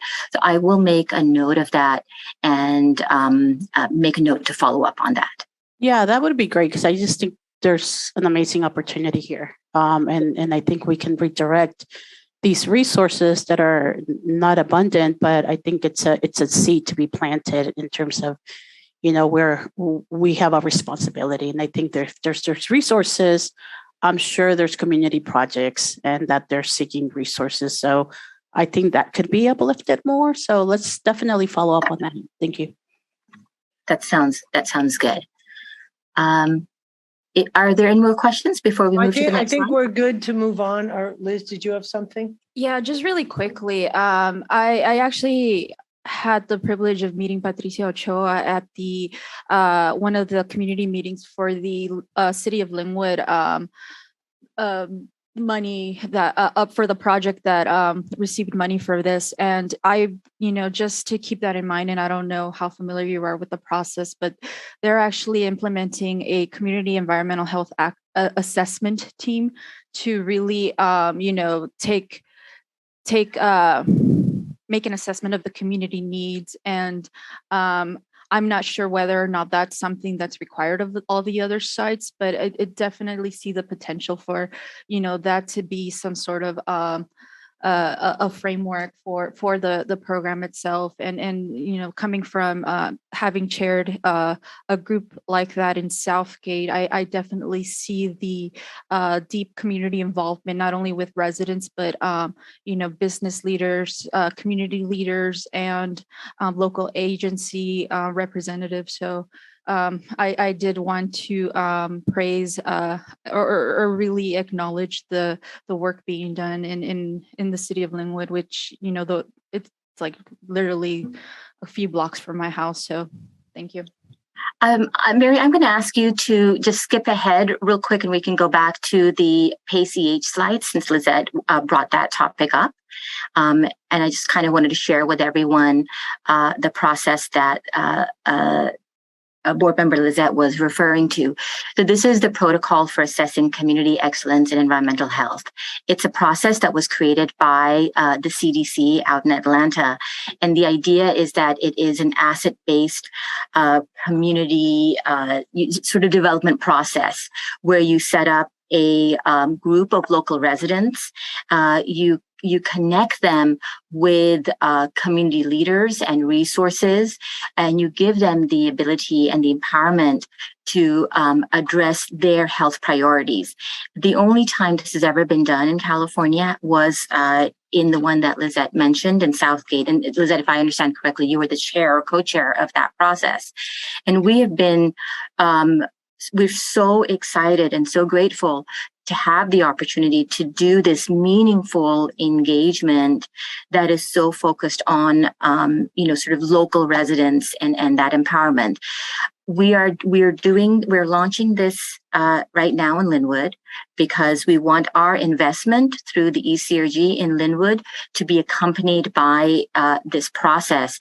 And depending on how this goes, it's a pilot. We'll see how we can translate this into more of our work. But right now we're just running this as a pilot to figure things out and see how we can translate it to other projects. So thank you for bringing that up. Mary, if you can go back, I'm going to run through my slides quicker because I do want to be mindful of everyone's time and the other DTSC staff who are so excited about presenting their work to you today. So our key accomplishments are building out the infrastructure for the ECRG, all of the different, sort of bits and pieces that we needed to develop in order to make this happen. We designed around under-resourced public entities, nonprofits, and tribes, and made sure that we are designing for organizations that don't have staff, that can't afford grant writers, that, where one person is doing a multitude of jobs. And so we made sure that we have free support and application assistance available to them. We attracted over $112 million in applications for round one. We funded impactful quality projects that will make the land safer and that will encourage sort of these beneficial uses for the vulnerable communities. And we established a robust engagement platform that I am actually really, really proud of. Next slide, please. And so in addition to the PayCH we just talked about, we made a commitment in the beginning of this calendar year to meet with 100 different communities over the year. And, as of yesterday, we met 110 different communities, and we're still meeting with people. The idea is that we want to encourage people to use our money to do the things that are so important for their communities. So, let's skip to the last lessons learned slide, and I'll turn it over to the Discovery Enforcement Program.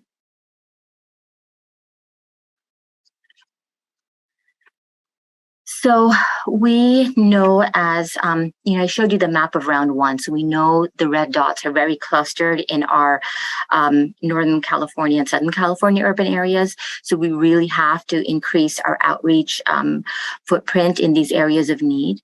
We need to bring more tribes in. And so, in addition to the resources that DTSC has for tribal engagement, US EPA Region 9 has offered a partnership to conduct in-person visits to provide broad support to tribes that EPA has, so we can enhance, the value that we provide when we have these conversations. We also want to make sure that our funding results in tangible post-cleanup benefits. As I mentioned, we're working with the UC Berkeley Institute of Othering and Belonging. We've had a lot of learning sessions and listening sessions with the California Environmental Justice Alliance. And in order to make a real impact in the communities, we know that our money has to be followed with more money to make sure that the equitable buildup happens. And so we are coordinating with Strategic Growth Council and HCD, all who have additional resources for cleanup and buildup, to see what we can do to have impactful investment in this state. So with that, I'll take a pause to see if there's any questions, and we can switch the presentation over to the Discovery Enforcement Program, where Rafet is going to be talking us through his work.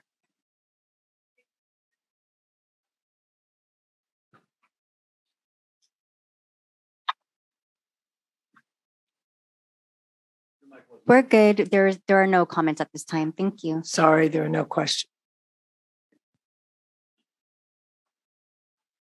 Well, hello, everyone. As Mariam mentioned, my name is Rafat Abbasi. I'm the Discovery Enforcement Program Lead. I'm very, very excited to meet all of you. And I'm also very, very delighted to meet the board members today.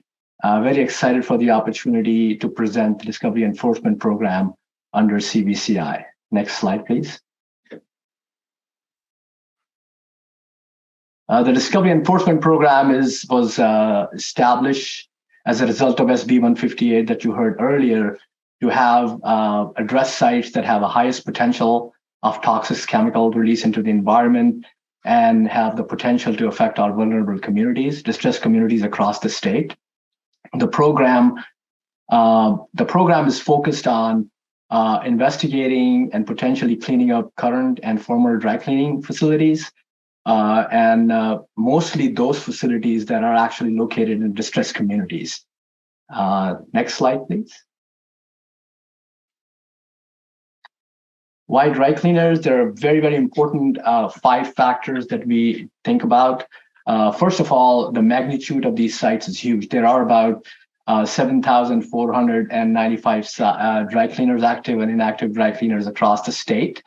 They use tetrachloroethylene, a chemical that is potentially carcinogenic and can pose a threat to public health and environment. A lot of these dry cleaners that I mentioned, they are located in communities that are distressed with respect to excessive pollution burden and also adverse socioeconomic condition, including higher poverty rate and higher employment in the area. So we are focusing dry cleaners in those areas. Next slide, please. I just want to overview the program life cycle. Is kind of a macro view of it. Every year, department GTS D&E program will actually select about 100 sites to perform phase 1 assessment, which is basically a regulatory review process. Look at the existing record for the dry cleaners, then designing the investigation, what we call discovery work, discovery investigation, evaluate risk based on limited discovery investigation, and then take an enforcement action for the property owners and those responsible parties. As a result of our data, we feel that there needs to be a response action immediately need to take place. The department will take that action through our contracting process and continue to do enforcement on those sites as well. So this is kind of give you an overview of the Discovery Enforcement Program annual life cycle. That's what we're going to do. And of course, during the whole process, we have continued to do public and tribal engagement at all levels. So we are very much committed to the public feedback on it. Next slide, please. So the first year site, 2021-22 sites that we have selected, about 112 sites. I'm going to talk a little bit about it.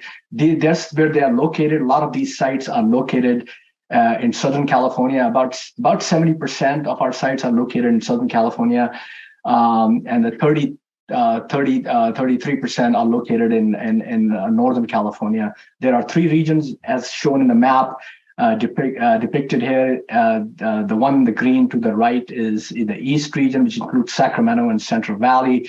One to a little bit to the left, which is a light blue area, blue color, is basically the Northern California, includes the Bay Area all the way down to Santa Barbara. And then everything in a slightly pink area is basically Southern California. We're using 2, as you know, 7,500 sites at large. The department cannot absolutely work on them all at once. So we have to prioritize these sites. So how do we prioritize them?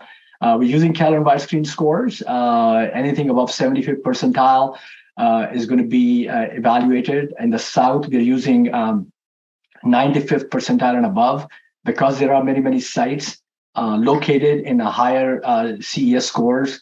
So we're using higher prioritization CES scores. We're also, one of the biggest criteria that we're using also is the proximity to the sensitive receptor. For example, if the dry cleaner is very closely located to residential, childcare centers, senior centers, hospitals, and schools, those sites are actually being prioritized along with the higher CES score. So those are the basic fundamental criteria. We're selecting those sites and we are further evaluating them, making sure that we look at each site very, very deeply and figure out a way to select about 100 sites out of those databases. Next slide, please. Can I ask one question, please? Yes. Is there a Cal-Enviro screen score on all 7,495 active and closed dry cleaners, right? Or That's correct. only the ones you have scores on? Help me understand that. Thank you. So all the sites that are in our database have Cal-Enviro screen scores. What we are selecting in the South is the highest percentile, 95 and above. In the East, we are selecting 90% and above. In the West, we are selecting 80% above. Does that answer your question? I'm sorry. I think so. That's a lot of screening scores that you've conducted on 7,500 active and abandoned or closed or used for something else, right? Inactive sites, yeah. Okay. May I jump in here and ask a question? Yes. When you're doing cleanup efforts, are you working with the dry cleaners and using the opportunity to educate them about alternatives? So we have not got to the cleanup yet. We're just starting the environmental assessment work right now. Which I indicated that it's a phase 1 environmental assessment, basically constitute regulatory documents, records review, look at the site, and then design an investigation around it. We haven't gotten to the cleanup yet. Okay, got it. So, but you're still working with the dry cleaners to get all this information, to do your assessments? Well, we try to, a lot of the dry cleaners, we try to get access to the facility. Traditionally, we have had a very hard time getting access. Knock on wood, we hope that we can get access to these properties. We are informing the property owner what we are doing, why we are doing things. So we are in constant communication with them. Great. And they are cooperative. Sometimes they don't respond to us, in which case we have to basically move forward with an assessment.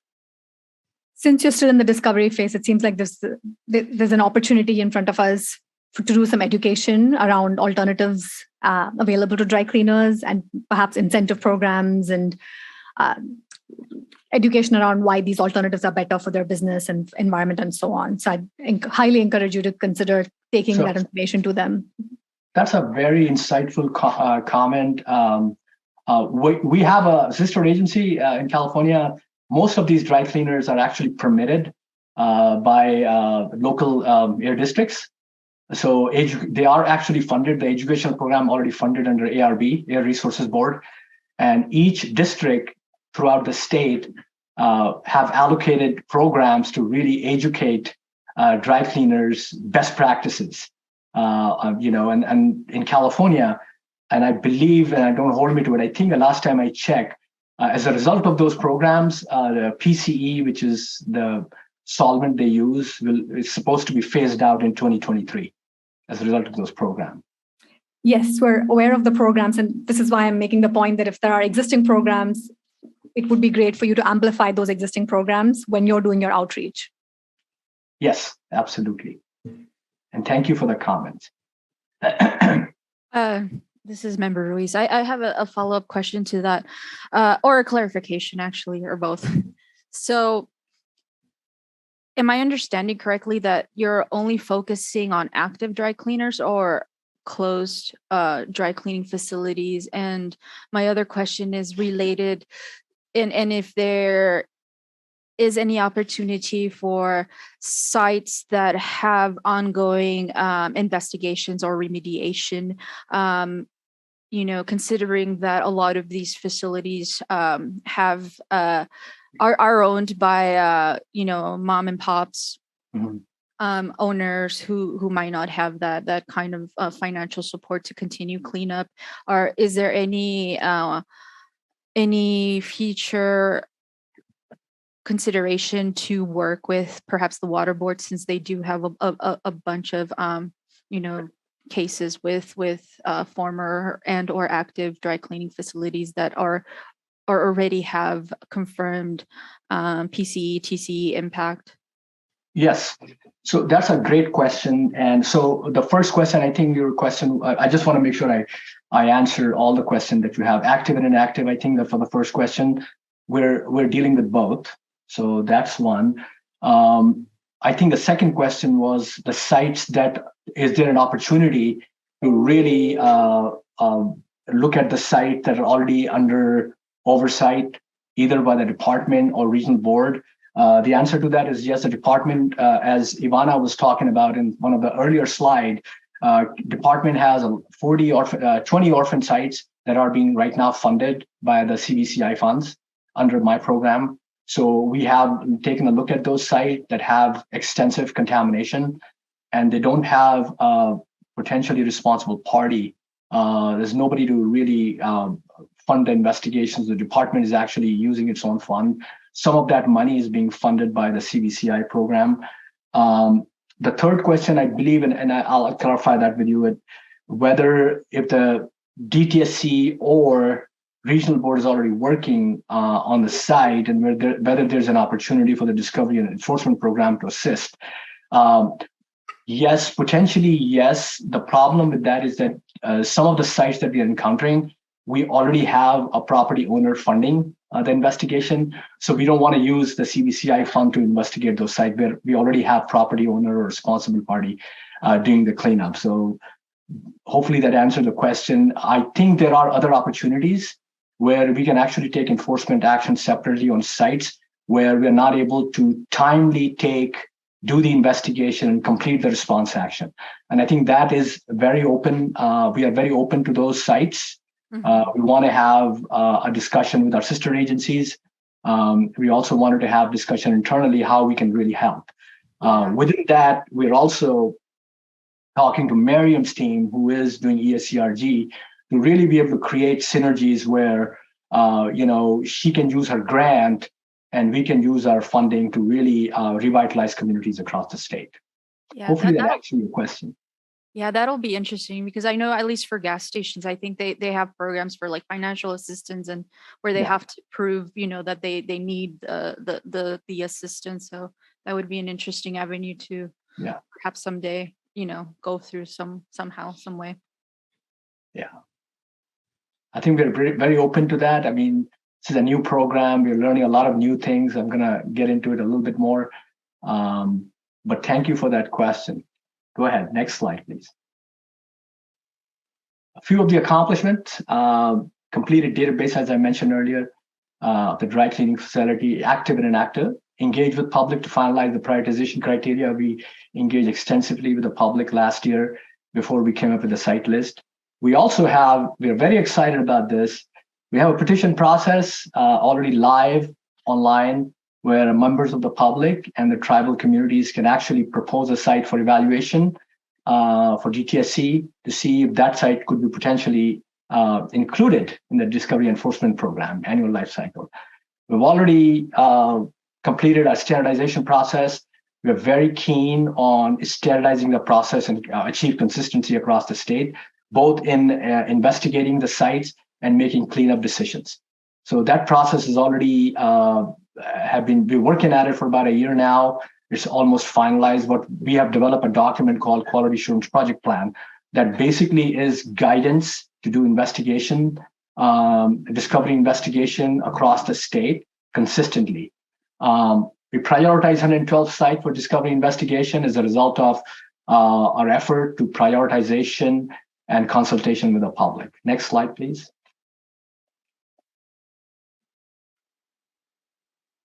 We also have a map available for public to look at. This map is live and provides all the site location across the state. As you know, conducting 112 sites, the department has to secure contracting resources.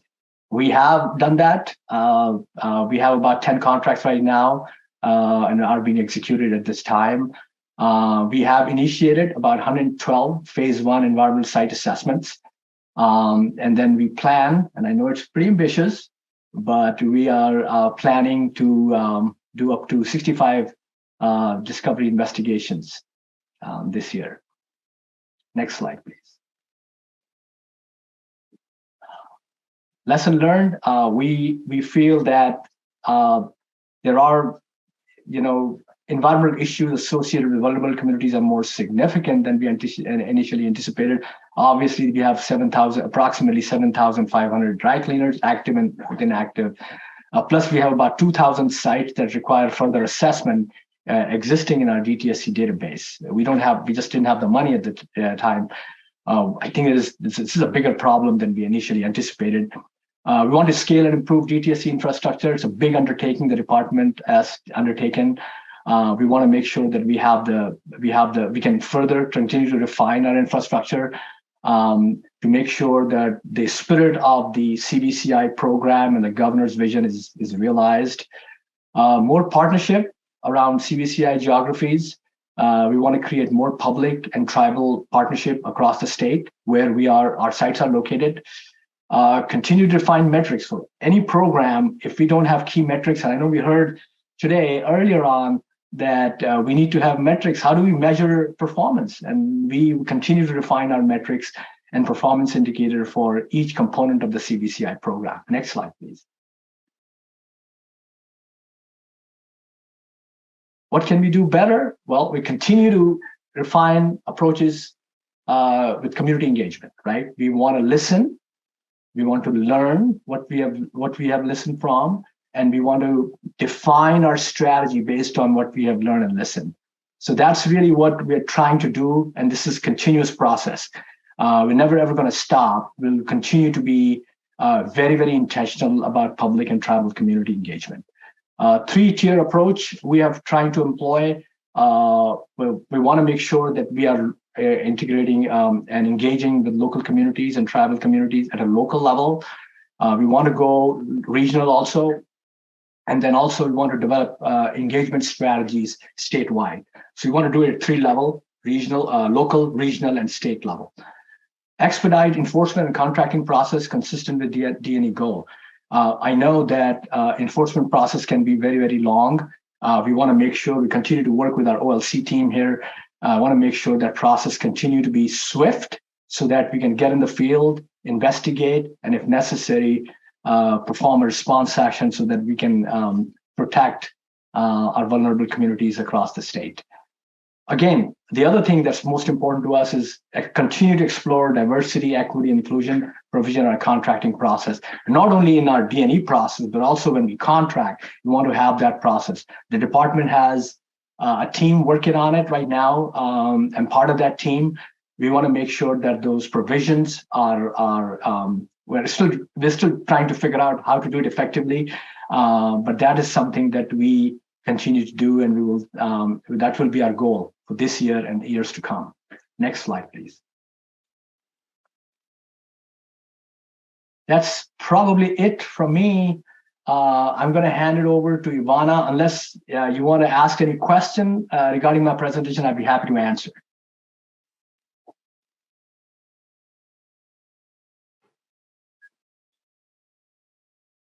Okay. Thank you, Miriam and Rafat. So now we will touch on the workforce development component of CVCI. Next slide. The workforce development component of the initiative will allocate $4 million toward developing environmental remediation and investigation skill sets of workers in communities with the most to gain from cleanup projects. Workforce will also develop students and workers from communities of color and vulnerable communities with shared lived experience with environmental injustice, and providing a broad workforce development pipeline to state public service positions at DTSC and other Cali PA agencies. As education, training, and certification opportunities are provided, residents will take an active role in improving long-term environmental health outcomes and economic development in these vulnerable communities. Again, DTSC has an opportunity to approach workforce development through a broad lens and steeped in a racial equity frame through which we can play a role in closing the generational wealth gap by removing barriers to education and training and providing pathways which lead residents of vulnerable communities, including tribal members, underrepresented female, Black, and Brown students, and workers from vulnerable communities across California into the environmental health, climate change, environmental justice, and STEM sectors of public service. With funding provided by CVCI, the Workforce Development Program will again be resourced to connect with DTSC's expanded investigations, cleanups, and brownfields grants over the next 4 years. Next slide. DTSC and the Office of Environmental Equity has a history of bridging labor and environmental issues. Our key milestones to date include working with labor associations and local community-based organizations who engage and partner with vulnerable and environmental justice communities to help us understand the workforce landscape and develop our program's approach. I'm happy to report we have hired a workforce coordinator, Kit Sandhu, who's pictured, to further assist us in developing a scope of work for a workforce training program, which enables collaboration with workforce experts and nonprofit organizations to empower community members to be agents of change in the cleanup efforts within their own communities.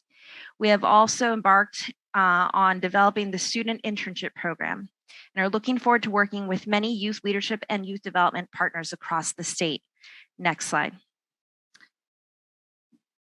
And now I'll cover our technical assistance grants, the TAG component of the CVCI initiative. This is led by Ed Moreland and his wonderful team. The Technical Assistance Grants Program, or TAG, goal is to help impacted communities become more involved and informed in response to actions addressing environmental challenges. TAG funds are intended to provide community support in understanding what response actions are, and these include activities performed to address a release or possible release of contamination at a property under DTSC oversight. Technical assistance grant funds will be used for technical advisors and community science, with the goal of effectively communicating technical information to eligible communities and encouraging involvement through community science. Next slide. At this stage of program development, DTSC's TAG team is engaged in developing the program's framework.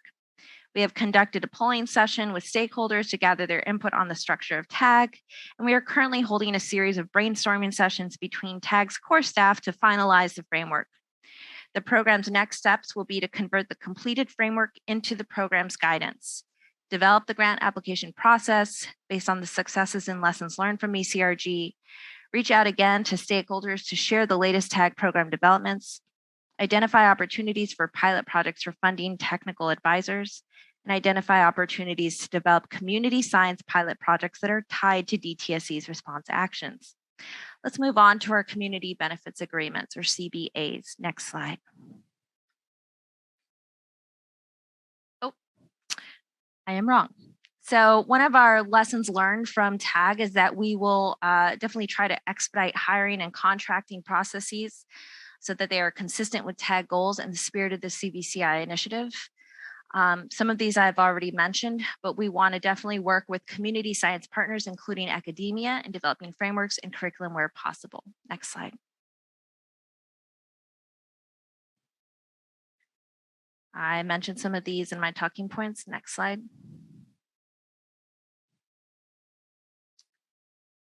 Thank you. We're now on to community benefits agreements, CBAs. Next slide. The CBA program is to promote aims to promote benefits beyond the traditional scope of cleanup. A community benefits agreement, CBA, contains a set of commitments that are usually made separate from and in addition to permit terms or environmental mitigation required of a project. A CBA is an agreement between a responsible party, RP, and a community organization. Through this program, DTSC will establish a mechanism to facilitate CBAs between RPs of cleanup sites and the impacted communities. CBAs are a win-win approach to cleanup project implementation, allowing communities to have a voice in shaping a final project design, to press for community benefits that are tailored to their particular needs. This process can include far-reaching results such as meaningful, upfront, regular communication between the project components and community organizations. If you don't know what a CBA is, think of the Staples Center and all of the things around it. Think of and all the workforce that went into it, maybe arts programs, other community groups that were supported through that development. And you can think of the Oakland A's stadium. Those are kind of projects for folks who may not know what CBAs are that use CBAs. Next slide. Currently, the program team has held two main public engagement activities. First was a meeting to consult with key stakeholder organizations who signed on to Senate Bill 158 and requested the use of CBAs. Second was a public workshop to solicit initial input on the development of a program framework. A second workshop will be scheduled in early 2023 to share the draft framework. DTSC continues to strategize and engage with CBA experts to identify key elements necessary for a successful CBA program. Next slide. And speaking of engagement with stakeholders, let's now segue to our CVCI outreach and equity efforts to date. Before you move on, I have a quick question related to TAG and the benefits agreements. During our permit appeals process, we received a lot of comments related to the need for communities to receive technical assistance to fully understand the issues that come up with them. And then not just the permit appeals process, it's something that we've been hearing during our community engagement tours. And so I'm wondering if any of that was taken into consideration, or if you guys have heard any of those concerns from the folks you've been meeting with, and whether there's any way for there to be any overlap to have an avenue to provide community members that sort of support. Thank you, Board Member Ruiz. Yes, you heard need for communities to receive assistance regarding permit decisions or just technical assistance, and is there a way to overlap this with our work in CVCI? We have definitely heard this as well from communities. This has been shared in letters to us as well, and it is something we are considering, and we have heard in our polling sessions as well as one-on-one conversations, and we definitely see the opportunity as well. Thank you. Okay. Let's see. Okay, the CVI, so next slide. We're almost through, folks. Last stretch. CVCI program as a whole has reached a couple thousand residents with information about the CVCI initiative. With just over 1,500 unique participants in our over 150 engagement activities to date, we have employed over 10 types of engagement strategies, which were a mix of traditional meetings and online meetings, and there's always room for improvement. Next slide. As previously mentioned, through our 100 Communities in 300 Days campaign, or our TAG and CBA webinars and email communications, we have been able to reach at least 24 community partners listed here. Some of you online or listening or here today may see your organization as a community partner listed on this slide.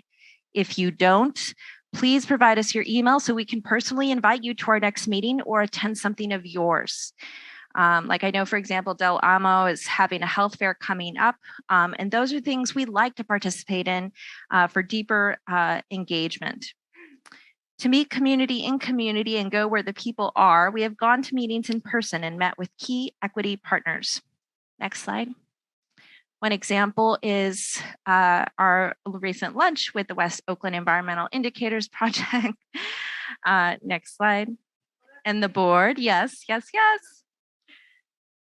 This is what happens when you roll with me. Okay. The excellent health workshops put on by the amazing, oh my gosh. The excellent health workshops put on by the amazing staff of Comité Cívico down in El Centro. Next slide. The EJ symposiums attended by hundreds of residents and EJ leaders, hosted by Comité Cívico at Imperial Valley College. Next slide. The community meetings on Saturday mornings with Del Amo Action in Los Angeles. Next slide.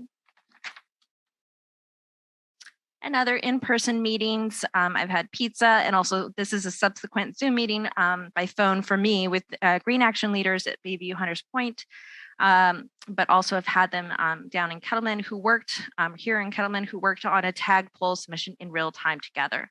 Next slide. Additionally, we have collaborated with CEJA to expand the EJ impact of our work and strengthen public safeguards. This collaboration has resulted in requiring community engagement of applicants. Applicants are required to present a meaningful engagement approach and associated budget, encouraging reuse, equity and reuse. Equitable development commitments are required, and ECRG is working with the U.S. Berkeley Othering and Belonging Institute, as you may have heard earlier.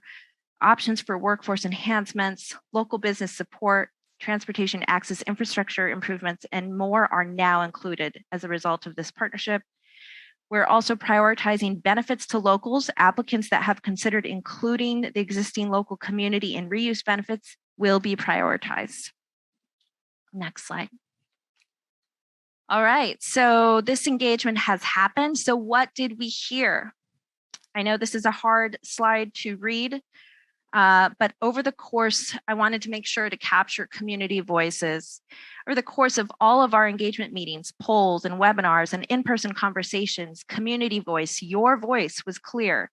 Stakeholders are seeking greater improvements and a change in the way DTSC engages with the public on CVCI. From requests, and I'm just going to do high-level themes here. This isn't all the input that we have received. But from requests for better outreach and communication to less of a reliance on online meetings or workshops, as well as calls for increased transparency and co-designing of programs. We have heard you and are thankful for your input and ongoing partnership, and we are using this input to shape our programs going forward. Next slide. Community stakeholders are excited by both the prospect of TAG grants and the promise of community science, as well as CBAs. At the same time, stakeholders have expressed worries about administrative capacity to receive and implement grant funding. Stakeholders have concerned about health impacts to residents living in affordable housing built on brownfields, and how CVCI development might add to existing housing and living wage pressures currently impacting vulnerable families and workers in these communities. Additionally, many advocates express a strong ownership over CVCI, in part because they helped ensure its passage and fight every day for vulnerable residents. Meanwhile, EJ groups who may have not been in favor of the reform also demand to be informed around CVCI and deserve to be engaged, given their long-standing participation as equity partners of DTSC, who can also help us reach more residents and maximize our CVCI funds. Next slide. Most importantly, all stakeholders are seeking continuous, early, and ongoing engagement. This is illustrated most beautifully through the LIVE model. I want to add an A to the beginning of LIVE to stand for actively. This LIVE model provided by Physicians for Social Responsibility, LA, here shows that we need to have, again, continuous, early, and ongoing engagement. And we aim to integrate this into our work at DTSC, not only through CVCI, but across all programs. When I shared this model with a youth down in San Jose, but also in Richmond, they said, oh, this is like moving from ghosting and gaslighting to a model of, or an experience of responsiveness, clear communication, validation, and a commitment to partnership and shared power. Couldn't have said it better. Next slide. Finally, Thanks to the efforts of our CVCI staff, but also amazing volunteers such as Caleb Smith, Oakland dentist Nesha Rizai, and her amazing son, Justin Kashayar, who helped build this map, we have created a multi-layered map to take a hard, honest look at where our community engagement and investment gaps are in this first year. Each of these pins represent different CVCI programs versus engagement. And these pins represent opportunities to help us identify how we should prioritize engagement and investment going forward. Next slide. So what does this mean? Based on your feedback and our mapping data, qualitative data, quantitative data, our 2023-2025 community engagement goals are the following, including addressing geographic and community gaps in engagement and investment, honoring and resourcing Native communities to lead EJ work, modernization of engagement tools and strategies. My team has reviewed at least 18 online tools that we can use. There's some really great text-based SMS messaging tools, online crowdsourcing tools that can help save staff time and also support inclusive community engagement that are place-based. Utilization of proven and culturally competent methods to reach BIPOC communities meaningfully and authentically. Strong partnerships and co-design to achieve health and equity in all policies. And finally, building fun, agile, and safe two-way learning and engagement practices. Through these methods and others you suggest to us today, and with appropriate staffing levels and contracts in place, by the end of 2025, DTSC will have employed 10 new engagement strategies, including online, text-based, SMS, phone, and in-person strategies to provide authentic, meaningful engagement that is community-defined around CVCI. And we will have engaged at least 20 new community partners, tribal nations, to reach a total of 3,000 residents of vulnerable communities never before engaged with DTSC. Next slide. Lastly, what we discovered is that there are places where each of the CVCI components intersect, what we call areas of synergy if we collaborate. Next slide. For example, we can maximize benefits by leveraging funding from both programs, such as with ECRG and D&E. We can identify potential employment opportunities for workforce program participants from the other components of CVCI, and even channel funds where there are community concerns about potentially contaminated sites, like between D&E and TAG. You just mentioned, Chair Ruiz. If stakeholders identify additional points of potential synergy between programs, we welcome your ideas. Last slide. We remain committed to improving our work across all CVCI programs and have a lot to carry out between now and 2025. I want to give special thanks to all of our CVCI leads, as well as OEE staff, in particular, Mary Hannah and Jerry Diedrich. I also want to thank board staff, CSU staff, our IT staff, Helio, Dave, Jenny, and Matt, who made this presentation possible. I also want to thank our interpreters, Mark and Leticia. Most importantly, I want to thank those community advocates who have given us strong feedback regarding CVCI and those EJ partners who have expressed strong ownership over CVCI implementation due to their early push for this reform and funding to DTSC alongside us. We see you and hear you. And to circle back to a sports metaphor in our opening, you're like our home team. And like Nolan Ryan, who left his home team and then came back to Houston to play and win for the Astros, we want to ensure CVCI returns to working closely with you as EJ partners and that we are committed to environmental justice and equitable outcomes with this funding. We are here to work with all of you. We are here to work with all of you on winning benefits for residents of vulnerable communities and look forward to our ongoing partnership. I'm happy to take questions now. There will be two ways to do that. You can do that through the Zoom. I know we're all trying to leave for lunch, but you can also participate in the future. Next slide, Mary, sorry.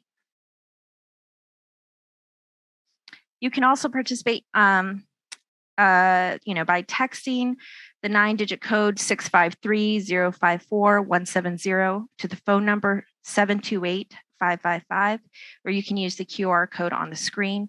We will keep this exchange open through the end of the year to gather your ongoing CVCI feedback.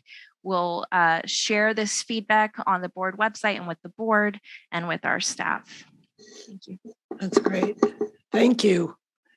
Yeah, we are running only about an hour behind schedule, but it's been a robust day. I know everybody's hungry. Are there any pressing questions or ones that I'm sure we'll have follow-up with you? So I think the board can hold anything because we have access to Ivana in an ongoing way. I'm interested, are there any public questions on the Zoom? Yes, we currently have 3 virtual hands raised. Okay, let's do those and then we'll break for about an hour lunch. 60 minutes precisely. Okay. Okay, so all right, thank you. At this time, we are opening the floor up for public comment in response to the CVCI presentation that we just heard. So if you would like to express your comment on Zoom, please raise your virtual hand. And with the Spanish line, please let me know if there are any comments in Spanish. If you're calling from a telephone, please dial *9 to raise your virtual hand as well. Brent, you have the floor. Please state your name and affiliation.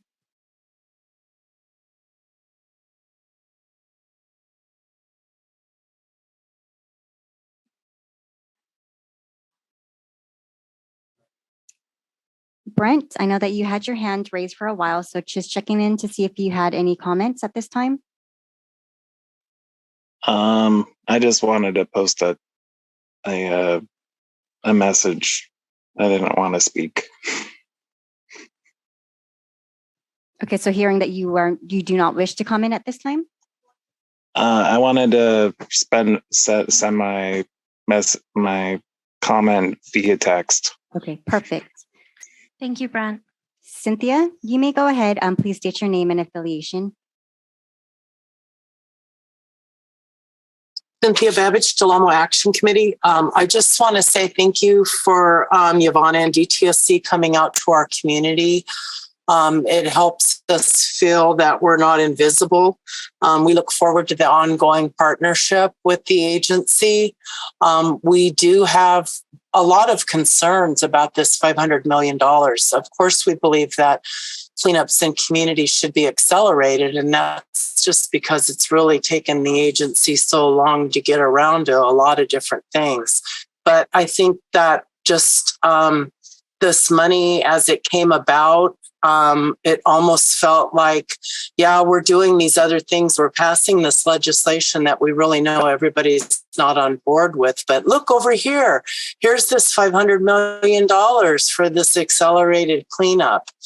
And so you've heard a little bit today about people talking about pollution prevention and the 679 and all the work that's already been done to try and identify the hazardous waste in this state, how we deal with it. And I just want to again say that part of the committee that I was on, really looking at 673, was trying to look at alternative technologies. And so that really never happened. And I think that the way that hazardous waste is handled is, take it to the same old places that the people are complaining about, or take it to another state. And we really haven't dealt with what are we going to do with the waste that we're accelerating cleanup on. So please try to figure out a way where we can really look at alternative technologies that have not been promoted. A lot of these ideas never make it to the final stages because they don't have any financial backing. And so our community with others did a technology screening, I want to say 20 years ago. With the agencies, it was very promising. And if we can't get the agencies to actually take the lead in doing another technology screening, then you're leaving it up again to the communities to have to pull the resources together to do something like this. So please use this $500 million wisely. It's not just a matter of throwing money around at certain locations. It's really a matter of figuring out where we're at in California and how we can best serve communities. So again, thank you. And I think that hiring Todd Sachs is a good step in the right direction because he hears communities. And, I think he'll bring a sense of shared leadership to the process. Thank you. Thank you, Cynthia. Thank you, Cynthia. Next. Do you have any more, Sheena? Okay. Idamis, if you have the floor, please state your name and affiliation. Hi, board members. My name is Idalmis Vaquero. I'm with Communities for a Better Environment. CBE and our SAHA partner organizations have been meeting regularly with ECRG staff to raise our concerns. And I wanted to offer our perspective about ECRG and the barriers we have faced in this process, including public participation, the equitable development guidelines, and the cleanup requirements. I appreciate the board requesting a presentation on CVCI because we really need more oversight and an open process about how this funding is being used. As you heard yesterday and today, many of our environmental justice shouldn't just be a tagline or a checkbox. DTSC should check off. But a CVCI is a clear example of how DTSC is falling into the same practice of just checking the box. While ECRG's purpose has been to provide much needed public amenities to EJ communities, there are some examples of where ECRG is poised to work. There are many more examples where this isn't the case, and in fact, it could create more harm than good. I wanted to highlight one specific example of one project ECRG funded in the first round you didn't get to hear about in the presentation.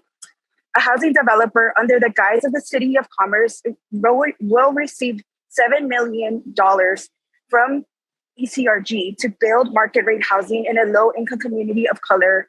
And the project is called Modelo in the City of Commerce. There are other projects DTSC is funding throughout the state where the agency is poised to fund market rate housing, and DTSC its failure to require mandatory commitments in the first round means that there is a potential that many of these projects that initially proposed affordable housing could change and become market rate once their funding cycle is over. This is going to increase the gentrification and displacement concerns in our communities. We have raised these concerns again and again and have been told that these concerns are not in the purview of DTSC and the staff at ECRG. Despite the program funding market rate housing and housing in general, it is our collective understanding that environmental and housing justice are interconnected. Although EJ communities and ORIX were instrumental in the passage of SB 158, which is what created CVCI, as we've heard, we're told that we could not be a part of the development of the ECRG program and have been denied a seat at the table instead have been told again and again that DTSC does not have the ability to address the concerns we raise. We are tired of DTSC telling us this process has to be rushed because the money will run out. We believe it is much more important to get this process right than just checking off a box.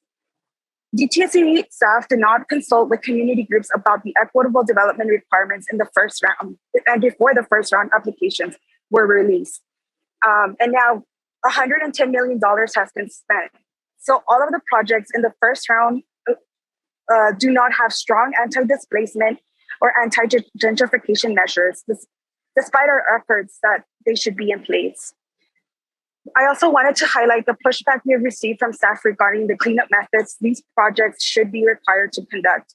Given the high level of public funding these programs and these projects will receive, we have asked DTSC to require more robust cleanups and not use concrete caps, especially when these caps are being used on top of or placed adjacent to housing. And as you heard today and at the toxic tour, concrete caps are not a safe remediation measure. So this is not just about consultation, but actually making tangible changes. And not just saying that these issues are beyond the purview of DTSC.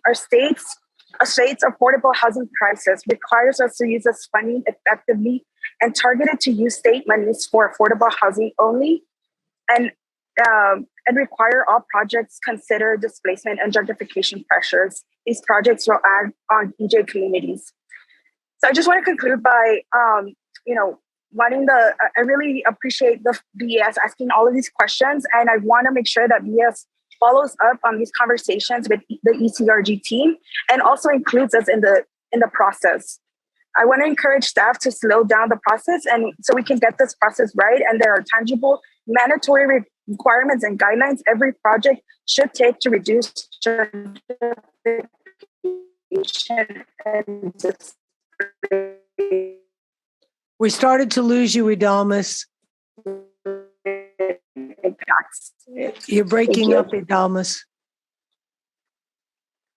Oh, so okay.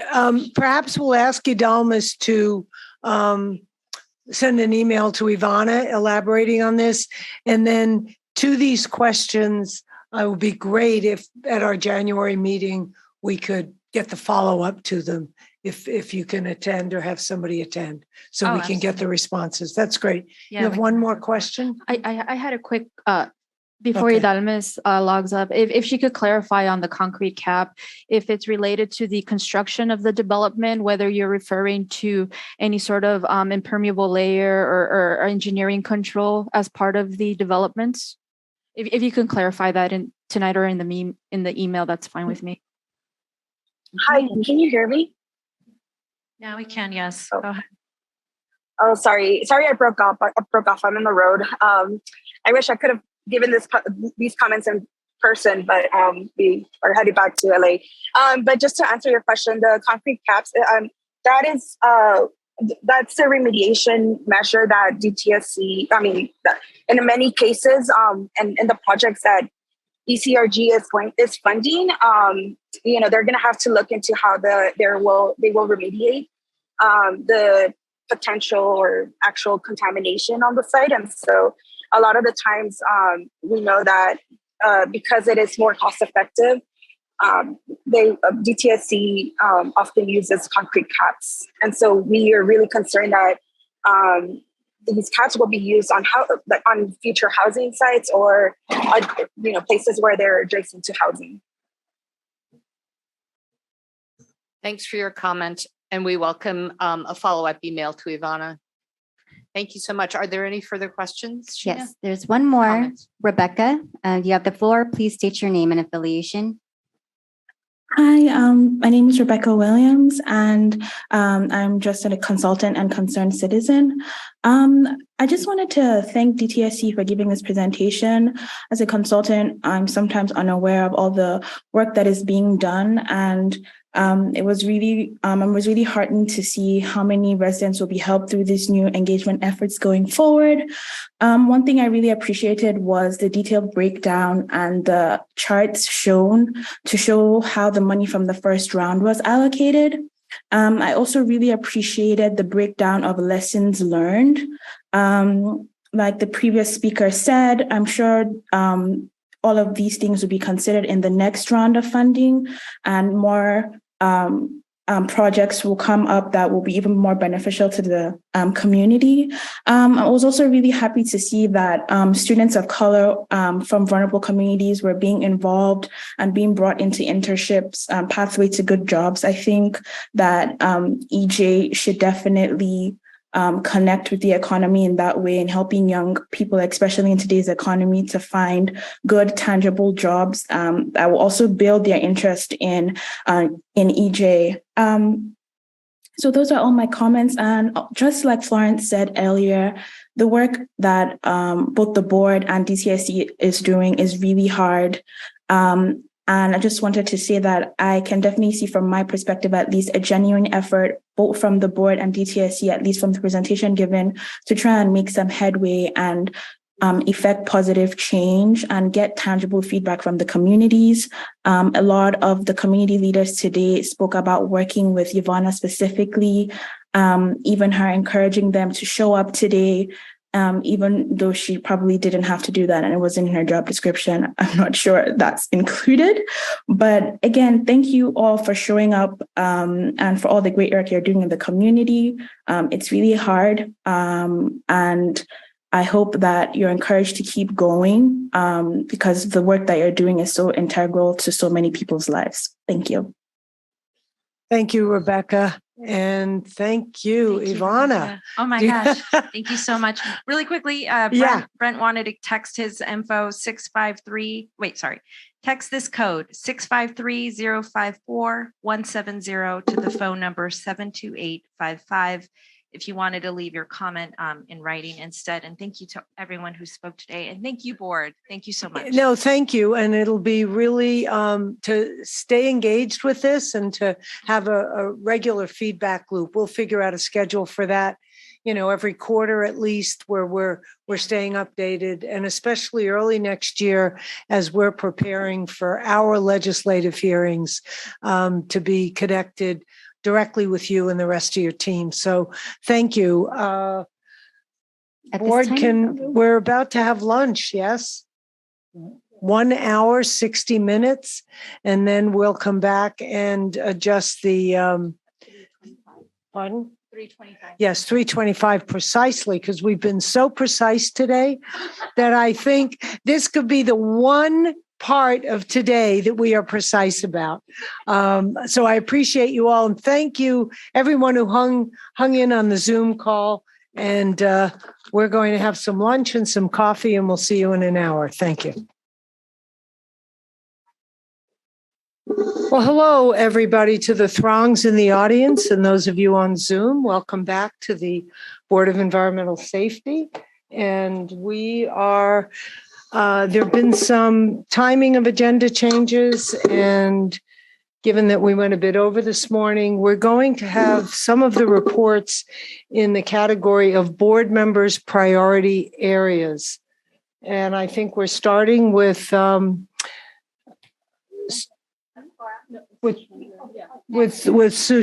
Establish quorum. First, we have to reestablish the quorum. I knew that. Of course. So we have maintained quorum by having 5 of the 5 members present. A quorum is established. Well, thank you. All right. Thanks, everyone, and welcome back. I'm going to give this board and folks that are joining us online and in person today a brief update on the operating plan. In our previous board meetings, we spoke about how the operating plan is intended to be a guiding document that allows our stakeholders to understand our scope. So it's meant to serve as the what we will deliver. And we also talked about how we are following up with an implementation plan that will have more details on how we will deliver on this plan. So the operating plan and then the implementation plan, they're 2 different documents. So I want to quickly review the updates or progress we've made on the operating plan since our last board meeting. We sought and received more input from community members. Specifically, I met with the PSR LA team and CBE folks. So thank you, Idalmis and Paula, for providing input. We also held a workshop on the operating plan. It was a virtual workshop that had, I think, up to 45 attendees, and we received comments on the operating plan there. Thank you.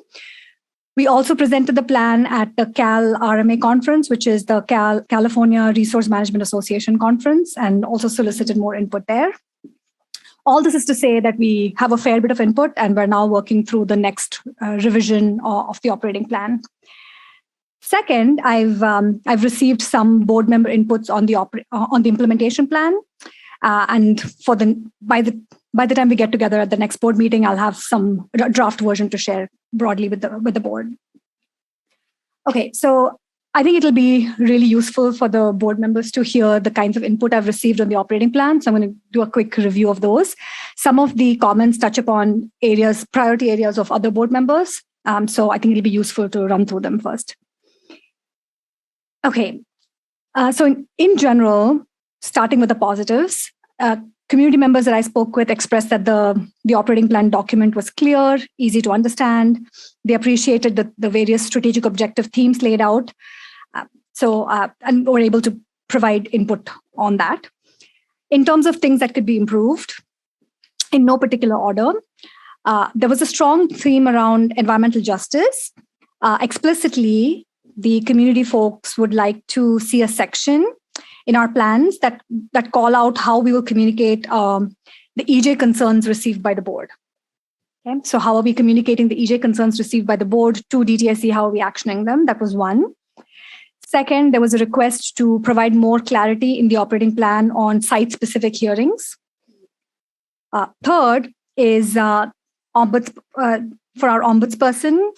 The comment was about how the community would like us to include within the operating plan language that talks about how the comments we receive from the public, the complaints we receive from the public, are being actioned. They'd like to see the status and the action of those outstanding complaints clearly laid out, ideally in our website. So that's the third thing, ombudsperson. Fourth, in general, there was a comment about building a stronger website that ties back to all the areas of focus we all have and linking relevant associated reports and such to make it easier for the community to navigate our website. So that's number 4. I know I'm going through a lot. Number 5, there was a comment about EJAC specifically. They would like us to find a way to have the EJAC provide input into the director of DTSC's performance. That's number 5. Theme number 6 was around public engagement. I think we've heard that come up earlier today as well. They would like to see some stronger language around how we as a board will drive clearer and more transparency and more accessibility across the top range of topics that DTSC engages with. They'd like us to work with DTSC to build a stronger public engagement process and cover that within our operating plan. Number 7 is around naming. There continues to be confusion on the naming of this document. There was, no jokes, there was some suggestions around strategic plan, for example, and some other topics. So I said I would bring this to the board. So that's number 7. In general, it seems like around the public engagement theme, there was a request to maybe adopt more inclusive guidelines for Zoom meetings, like enabling chat feature and things like that, which they felt like DTSC meetings are not often inclusive. So they'd like us to work with them to make that happen. So those are, yes. DTSC meetings? To make DTSC meetings more inclusive. So those are the kinds of themes that I've heard that relate to the operating plan language that's currently included.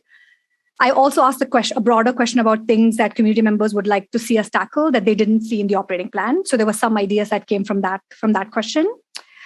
One suggestion was when we evaluate or assess DTSC's programs, there was a suggestion for us to also assess DTSC's balance of load or workloads across the various offices.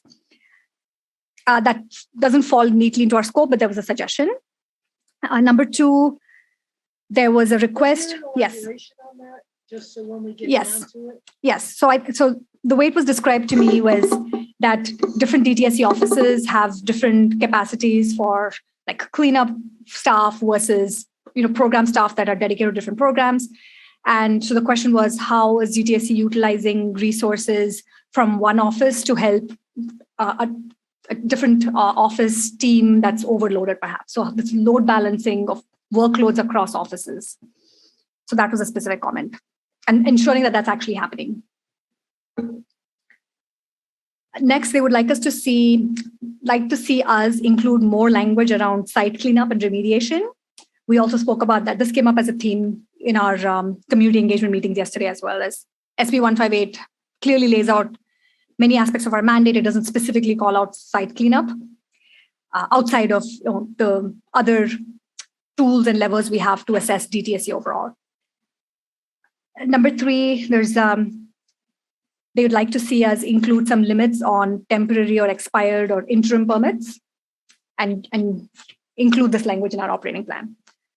So those are the kinds of things they'd like to see us do. I also want to call out the comment that Angela made yesterday about making sure we use more inclusive language around public engagement so that it's framed as a two-way feedback loop, and that we're weighing the science from community equitably and alongside science that DTSC may have. So that's that.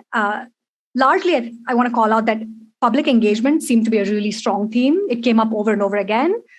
There was a question, I think a broad question that was asked, and I'm essentially asking all of us, is how do we ensure equitable engagement across stakeholder groups? So those are all of the comments that came up on the operating plan. Tactically speaking, by the time we get together as a board again in December, I'd like us to have another version that we all review and then bring to the public. But let me pause here and see if there are any questions. I do. Community engagement. So the comments came primarily from community, right? So it's obviously that's going to be a priority, as it should be. One of the things that I don't know how we're going to do this, but I know that there's a number of DTSC Cal EPA staff that are on our Zooms. We'd certainly encourage them to also comment. I don't know if you had any regulated communities respond to it, but one of the things when we're going through an evaluation process, one of the things that we need to think about that would go to understanding better how staff, the 1,000 or so, however many people there are at DTSC, how do they view us? Do they know us? I've run into staff that don't, right? Don't know what we're doing. So a formal solicitation of that group that is put out by DTSC leadership, asking them to be responsive, serves two purposes. Gives us some input. It reminds them we're here. We can communicate with them about what it is we're doing because there's just a number. Then across departments in the agency, bump into people all the time that don't know what our role is. So there's an opportunity in the operational plan to expand our reach and therefore the input that we get, right? The relationship that we get, whether it's with the Department of Pesticides or it's with OEHA, how do we start bringing more people's thinking into what we do and engaging them? Because that interdepartmental, the one Cal EPA thing, it's got to be made real for us if that really is a mantra, right? And if there's a one DTSC in this board, then I'm just trying to think our operational plan has to account for that somehow. Just been thinking more about that. So I hope we can think about that a little bit. Thanks. Any other comments for?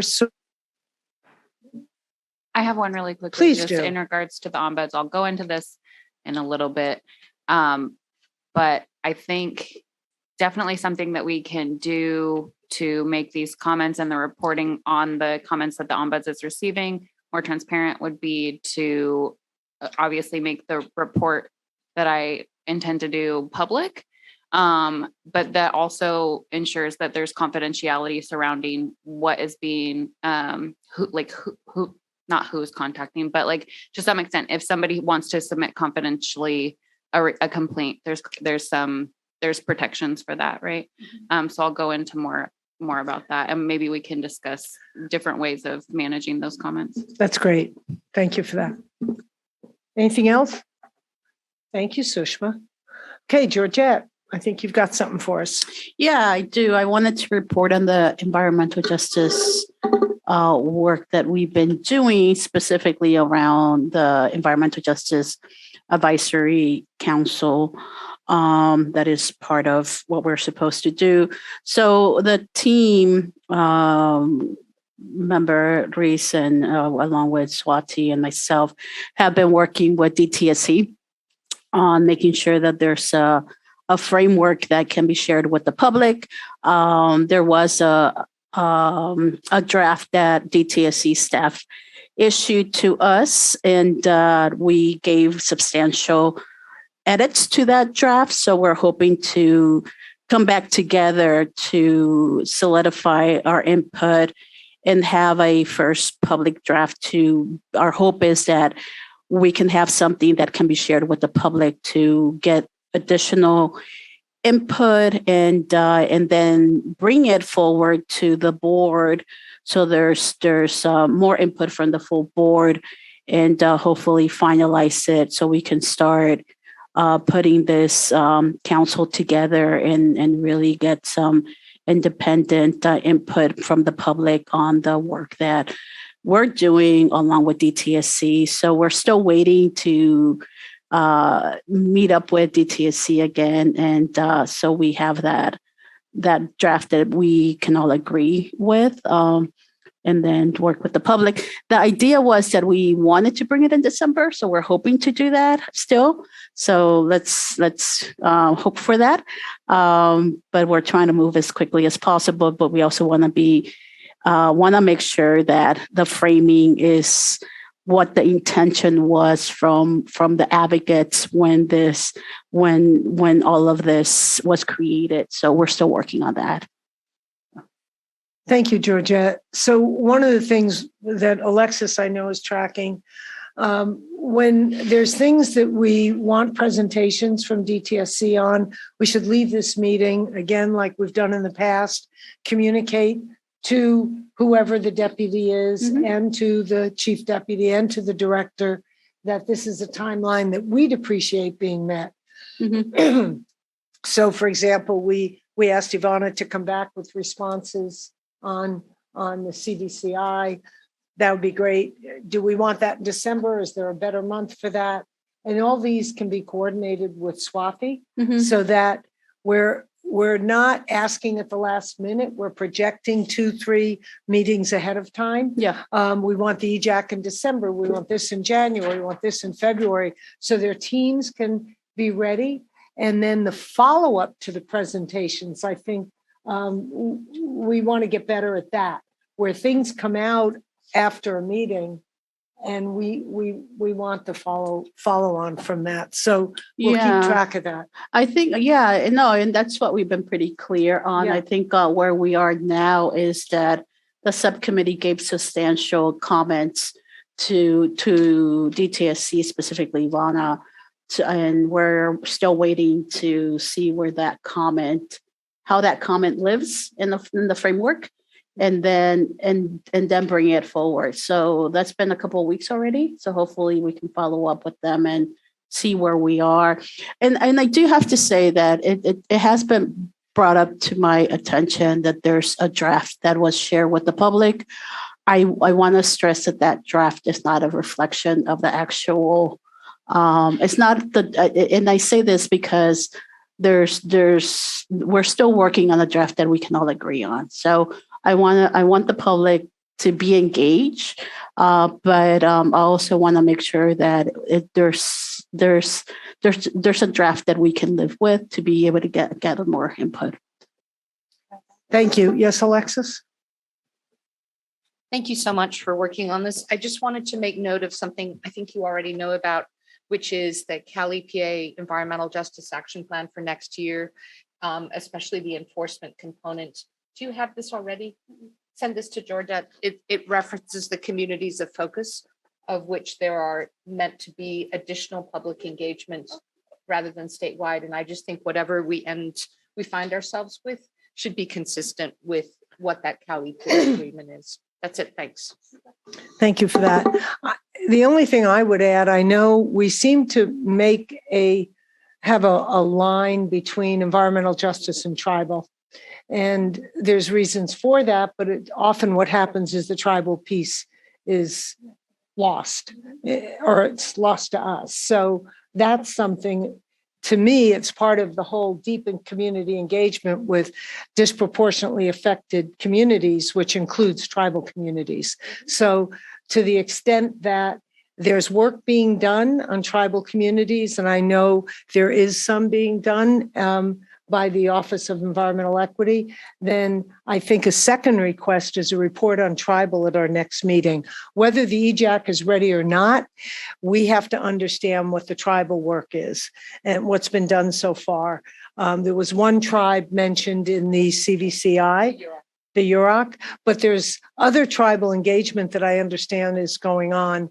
And I'll be totally transparent and say the tribal piece is very interesting to me. I'm very interested in it. I think it's really important. And I don't want us to lose it because it hasn't been brought to us. I think we have to go get it. So I just want to put that out there for that hardworking committee. Yeah. Sushma? Yes, thank you. So, Georgette and Lizette, one question that's come up for me is we often hear from the communities that they want more clarity on what it is that we are going to do as a board and how, and then what is what is it that DTSC will achieve and how are we going to drive accountability on DTSC's part? So as you're thinking about environmental justice, like thinking through the EJ component of our work, how are you thinking about the work that we will do as a board by ourselves versus like shaping and influencing what DTSC delivers? Thank you. Do any of the other board members want to comment on their priority area and give us a report? Thank you. This is Alexis. I am the liaison to the Department of Defense. A quick summary, October 14th, I joined a DTSC meeting with Department of Defense representatives, which included from DTSC, Diana Ballesteros and Wayne Lorenzen, Phil Blum from Permitting, Lori Koch, Rick Brausch, with Air Force and Navy, Ivana Cáceres as well. We discussed a number of permitting issues. For example, Vandenberg, they were interested in our work on the permit appeal process. I was interested in finding out whether some of the longstanding federal facility disputes to which DTSC was a party had been resolved. Edwards Air Force Base happily has been resolved, but the Oakland Army Base dispute remains to be resolved. But since there wasn't an Army rep at the meeting, they agreed to set up a future meeting for us to talk about that. There may have been a Navy-focused meeting on November 8th with DTSC and US EPA, but I think they forgot to invite me, and I'm planning on joining a December 15th Air Force-focused meeting that will be a Zoom meeting, not an in-person. So I'll have some more to report back. That's Great. Can we get the results of the Navy meeting? Did that have to do with Bayview or anything? Do we know what the Navy meeting was about? I'm going to follow up and try and find out. Okay. I think they're just not used to inviting me yet. I understand. Well, I'm sure you'll make them get used to you. Thank you. That, for those who don't know, the one mandated liaison relationship that the board has is with the Department of Defense, and the board voted Alexis to be our liaison to DOD. So just want to say that for those unfamiliar with the protocol. I just wanted to note that December 15th, we will have one additional workshop for the operating plan. It'll be a virtual workshop starting at 4 and we'll go until 6 p.m. and we will have more details about that. And this is another opportunity for anybody to give input on the BES operating plan. Thank you. What was the time, Kathy? 4 to 6 on December 15th.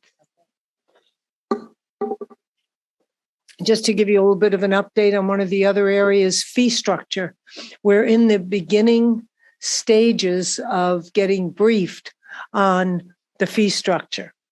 It's massive, unpacking it, understanding it, getting our understanding how it was done, why it was done, and we'll begin to be seeking input from the public and the regulated community, obviously, on the fee structure. We've already received a little bit in general comments, which is one side saying more and one side saying leave it. I'll let you pick. But I think, we've had questions that go to everything from why is it based on tonnage or strictly everything based on weight.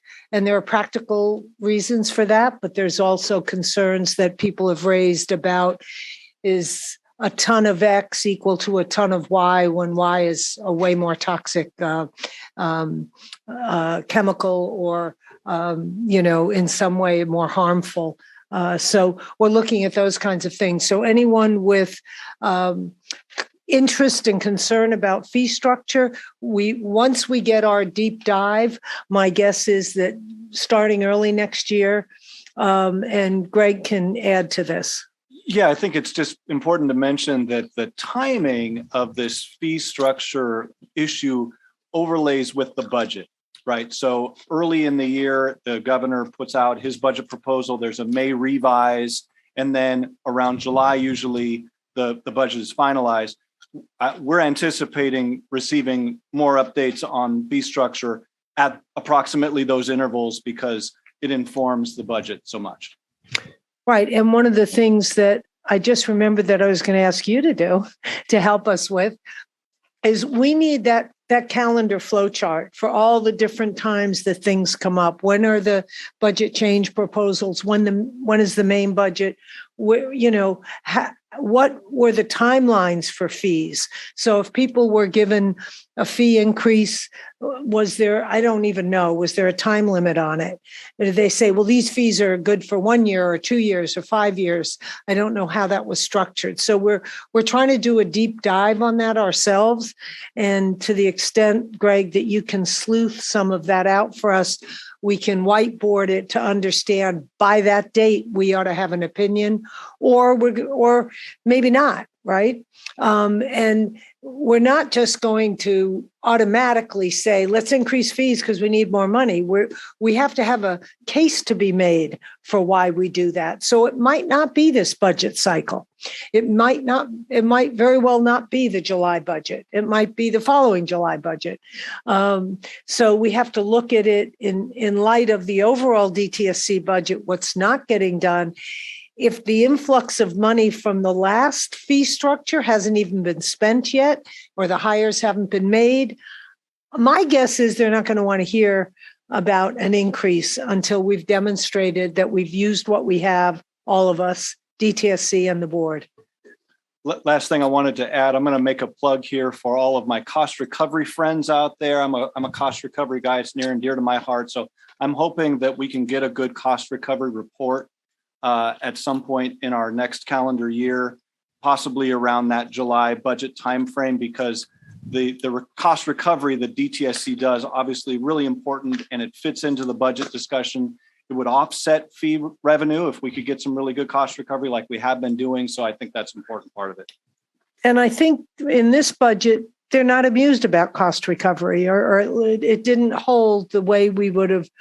When I say unamused, I mean the argument or the reasoning was there's a big investment for that, not that much of a return. Well, for the first year that you're making the effort, I mean, I think we can make the case that this was a first real aggressive year. And if 21 million came in and somebody in budget or finance doesn't feel that's a big enough return on investment, things sometimes take a few cycles. So we need to help analyze that so we can make the case if indeed they are not supporting that program in the same way. And since you know a lot about it, there's two things for Greg. Okay, thank you. I'll just add there, we do have a tentative calendar, and Greg and I will work on sharing it with the board members Great. as it relates to fee structures. Great. Well, see, one step ahead. Okay, are there any other priority areas that anybody wants to discuss? I have a priority area that I don't want to discuss, but I want to have a call to action for us. The last 2 times we got together, we talked very briefly about performance metrics and wanting to have DTSC come and present on their KPIs. They were going through some process of revising it and so on. Given that December is our last meeting for this year, is there a way to make that happen so that I think we'll be ready to tackle this topic? It's come up again as an area that the community is really interested in having us lean in. I think that's a really good reminder, and that's a Swati DeFrancesca, I believe. They were working on revising the KPIs, so we need to find out where that's at and get a presentation on it. Yes. Thank you. And at this point, we'll take whatever we can get so that we can make our progress versus I feel like there's some gating issue here of having them onboard us so that we can then deep dive. Thank you. Okay. Permit appeals? Permit appeals. Yes. So we're turning it over to Liz and Alexis, conducting the workshops on permit appeals, and after which we will have public comments or questions. So there you go. So board members, in the interest of time, I thought I would go ahead and take us through these slides. I'm going to summarize what you received in your board packets and then some of the more information that we gained yesterday. And then when I've gone through the slides, if I left anything out or if you all have questions, then I definitely encourage those questions and discussion. And I think that at that point, I probably won't have as much to say, but I'd like to just go ahead and take us through these just because I think I can kind of get this down to its essentials. So, Corin, if you could please advance. You did receive a report in the board packet that summarized the input that we received at different workshops that we've held so far this year. And I apologize, that report had the wrong date. So it said August 15th. Obviously, it's November 15th. But what that did is it summarized a lot of the comments that we received. We've had workshops now in August, September, October, and then yesterday. So 4 different workshops, and definitely had some good feedback. I will say, though, that this issue is really for us lawyers. I mean, a lot other than the folks that are in permitting, and we've had some former permitting experts that have weighed in, which has been very helpful. But other than that, it's really the lawyers that practice in this area. Next slide. So in our September workshop, we addressed the first 4 issues here that you see on the screen, which are really central to the start of an appeal, the timing and who gets to participate in these appeals, what issues can they raise, and then what standards are applied in addressing these appeals. Next slide. And then at our our October workshop, which was on Zoom, we also discussed some other related issues to permit appeals. First of all, who gets notice of these permits decisions? It's actually somewhat narrow. Who can participate in the appeals process? And then what goes into the administrative record? Of course, very important, because after all, what these appeals are really doing is looking at the permit decision and deciding, based upon the record in front of the permit decision maker, were there any errors and how can those be addressed? And then finally, we looked at opportunities for alternative dispute resolution or some kind of settlement conferences. Currently, that's not a feature of the appeal process. Next slide. So I'm going to go through these one by one. First of all, in terms of what is a timely appeal, under the current regulations, Sure. Okay. I just wanted to offer this context of Greg, Liz, and I giving you our recommendations on each of these 8 questions today. You've seen the text in your packet. Looking ahead, here's sort of how we scope out the next couple of months with you. If you would give us whatever direction you want to give us today, we will incorporate that into the report that you have with our recommendations and prepare a document that reflects your input and our recommendations in time for a proposed December 12th board meeting via Zoom. We would take additional comment from you that would be critical to us then going off to write both the regulation and the administrative procedures that accompany it. At this point, the regulation, as you know, could go forward at a future board meeting. If you were to see the regulation, change it, approve it, it could then go on to OAL, Office of Administrative Law, as an emergency regulation. And accompanying that would be a document we would write of administrative procedures that talks about other things that could simply be changed by a vote of the board, completely different than changing a reg, right?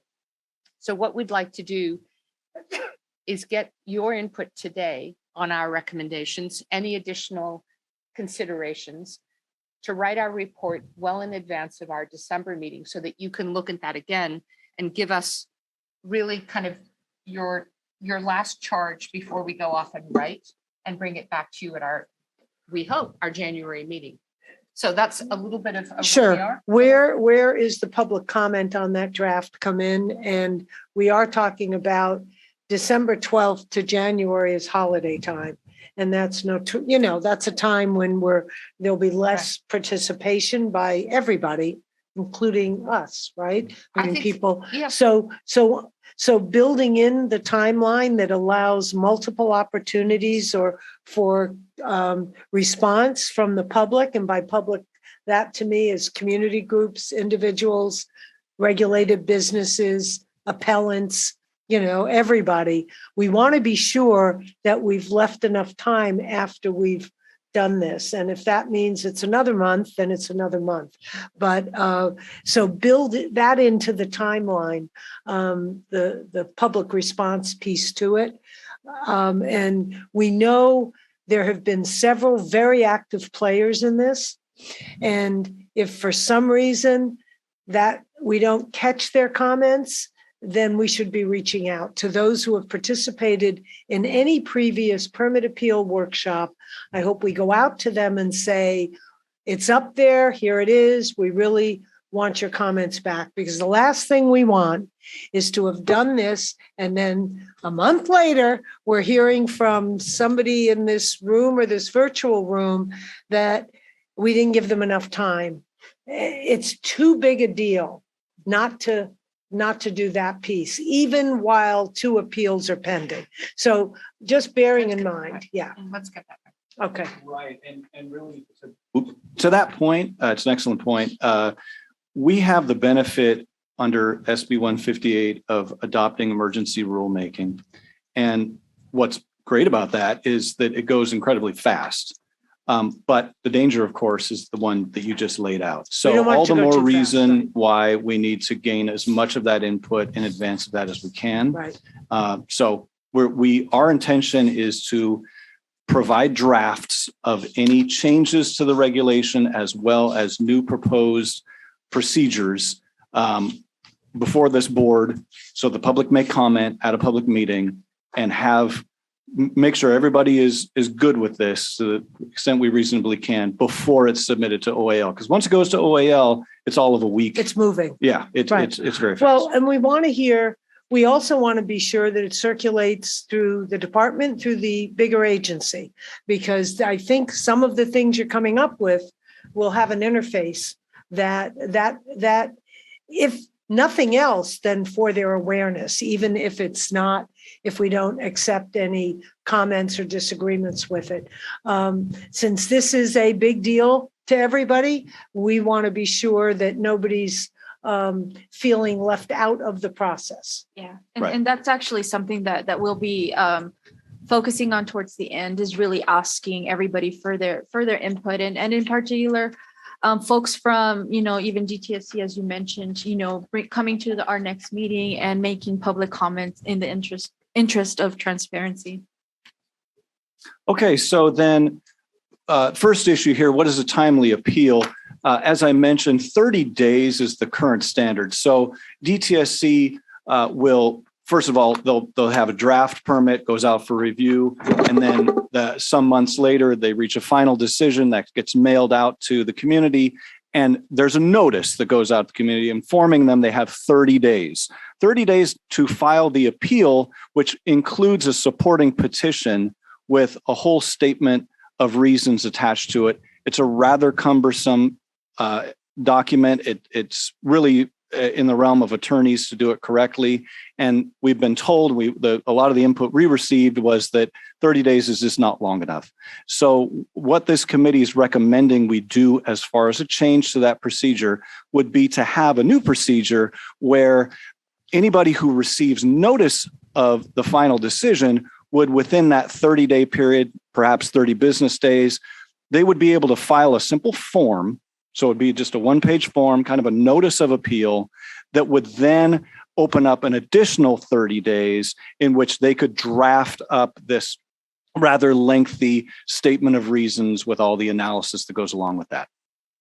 I had a question about that. So is that something potentially somebody can file multiple times, or is that a one-time 30-day? Well, so multiple people could file appeals, but only it would only be a one-time 30-day thing. Okay. I think is the way we're envisioning that. Okay, thank you.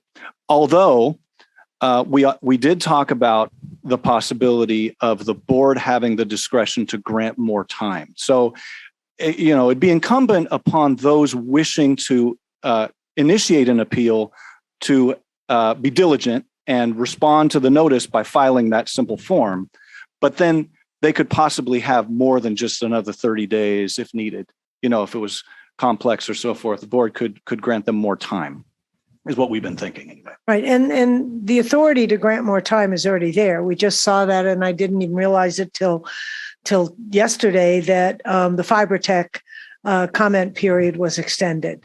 We thought that, so there's times when currently the department extends something. So there's authorities that it's just how we use them, right? Right. This would be similar. It'd be a little different because it's now after the final decision's been made. It's not during the comment period, but same idea. Same idea. Yeah. And okay, got it. Next slide. No. Oh, sorry. Let's take these one at a time and get board input if you want. Sure. Okay. Yeah.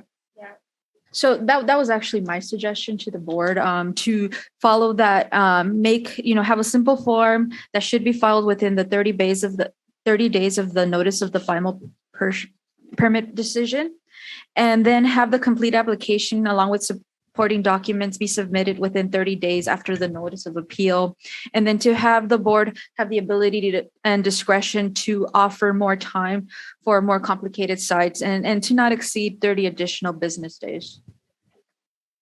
To supplement Liz's recommendation to you, there are things that we will recommend that DTSC do in terms of public engagement so that we can be assured that more outreach has occurred and that people don't fail to receive notice. We will come to that in the course of these 8 questions. So let's turn to question.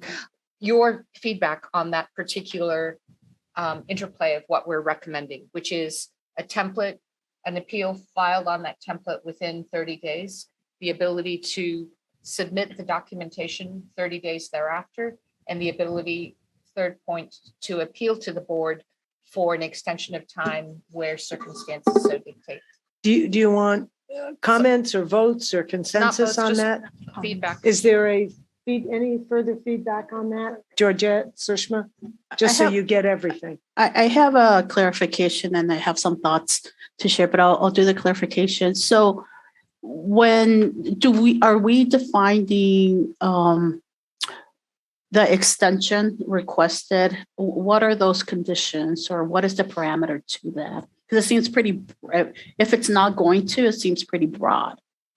We can come up with some and you could give us some suggestions. So you don't have to do that now, but we would make a proviso that an appeal to the board for additional time could be based on the following criteria. So if you guys want to let us know without running into a Bagley-Keene issue, if you could let us know what you think those should be, you could send them to Greg. Right. And my suggestion would be to call it good cause, right? That the individual, the petitioner that's seeking more time, they would have to show good cause. And what that entails, what constitutes good cause, I think we should somewhere provide some guidance there and provide some standards of what we think, it qualifies as good cause based on the complexity of the permit, based on the number of issues that are being raised, other issues, and we can define some of those, but ultimately it would be within the board's discretion. I think there's another one that I've heard, which is you're a local community group or nonprofit that is seeking attorney assistance, and it's taking you longer to get that. One, because the attorney's not available until X time, or you've been scrambling to raise the funds to have the attorney, or whatever it is. But so I think the ability to secure representation, professional representation, so that I think is an important, that's one that I would add to that. And I certainly want to hear from those people like Angela and others who've been on that side of it, how that fits in, because I know there've been times when, we can't take on one more now, we're doing this and this, and then everybody's scrambling. So the goal is to get it right and to allow for the appeals that need to be made. You could take a look at a distinction between a self-appeal and an external appeal. So if the appellant gets a permit that it doesn't like from DTSC and it appeals its own permit, they're probably better suited to meet the original timeline than an outside appellant would be. So I would just ask you to take a look at that and see if it applies equally. to a self-appeal or an external appeal. And I don't have the answer to that, but I think that's worth your putting some thought into. That's an excellent point. I That thought so. comes up in other places as well. So you're gonna find that distinction applies in more than just this one. Thank you. Board Member Gomez, you might have wanted to add to this. Yeah, let me, I'll give it to the mic to my colleague, Ms. Shushma, and get her input, and then I'll give you more input. I'm just gathering my thoughts right now. Oftentimes there's some trade-off or tension between efficiency and doing things thoroughly and well. So we've also heard that permitting can be slow and the community would like to see us speed it up. So my question is really a clarification question about step 3, which is the good cause appeals. The good cause appeals, are we suggesting then that the good cause appeals would then trigger an additional 30 days for the appealing party to submit the full package, because that would then kick us into 4 months? Or is the okay? We didn't specify, Okay. and we left it to the ability at this stage. We could, as a board, choose to specify what that additional time is, but someone may only need a week. And if someone only needs a week, let's not assume a month. So knowing that the tensions on this spectrum of moving it along at a certain clip are there, we may want to not specify, but if the board wants to give us direction, we will certainly incorporate that. And it could all be related to the language. So that's why I said, up to 30 days. So it doesn't necessarily mean, it could be at our discretion depending on the situation. Right. And I think the issues have been the lag time on the permits, which is another whole issue, as opposed to the lag time on the appeals, right? So right now we're dealing with appeals. We may wind up with recommendations about the permits when this is over. My guess is we're going to, or I'm assuming we're going to, but right now we're literally talking about whether they took too long or it was quick, there's an appeal. And so how are we dealing from that moment? And my reasoning behind this is because there were a lot of people that had concerns about, finding representation, or figuring out or needing more time to fully understand the permitting process, especially with more complicated sites, and just going through all the paperwork, the boxes, God knows how long, a lot of the information has accumulated and how detailed or complicated the permitting is. I would, of course, love to know how many permit appeals, how long it takes the average permit appeal to get resolved. Well, A long time. I've started, sorry, I didn't mean to speak over you, but I have started to compile, with Paul's help, I've started to compile a history of permit appeals. Very informative. I encourage you to look at those. It really helps to see how these have been treated in the past, what kinds of issues have been raised, how they've been raised. It's very enlightening, but we have that history. And I think in order for us to look at that, you'd have to bring it to the next board meeting. That's a great idea. We should do that. Or have a briefing of some kind about it. Yeah, Okay. we should do that. Sorry, I just had a question. I know that the permitting process is highly technical, but I keep hearing references to achieving council and things like that. So I'm wondering if there's any thought behind, or if there's been any comments behind having a permit appeals process that's more accessible, so that anyone can have an opportunity, that council doesn't have to be retained in order to go through the process.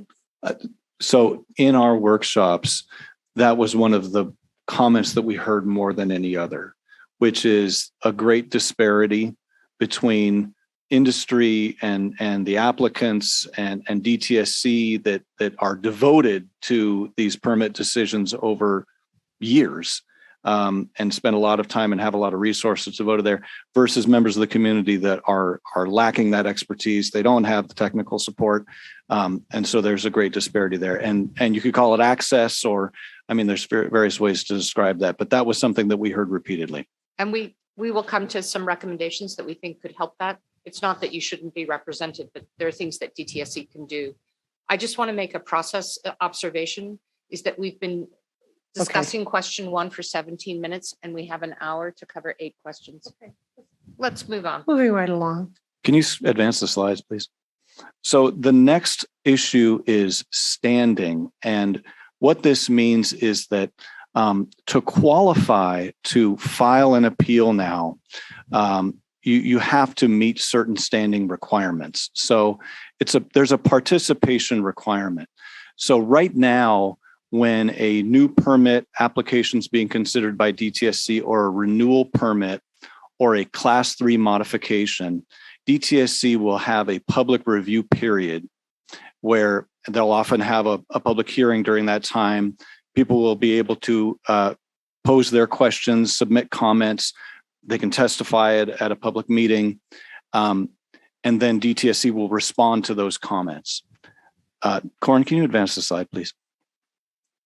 There are other permit decisions that are more narrow. The Class 2 modifications are more narrow in scope, and there's also temporary authorizations. There's a different public review period. It's not quite the same.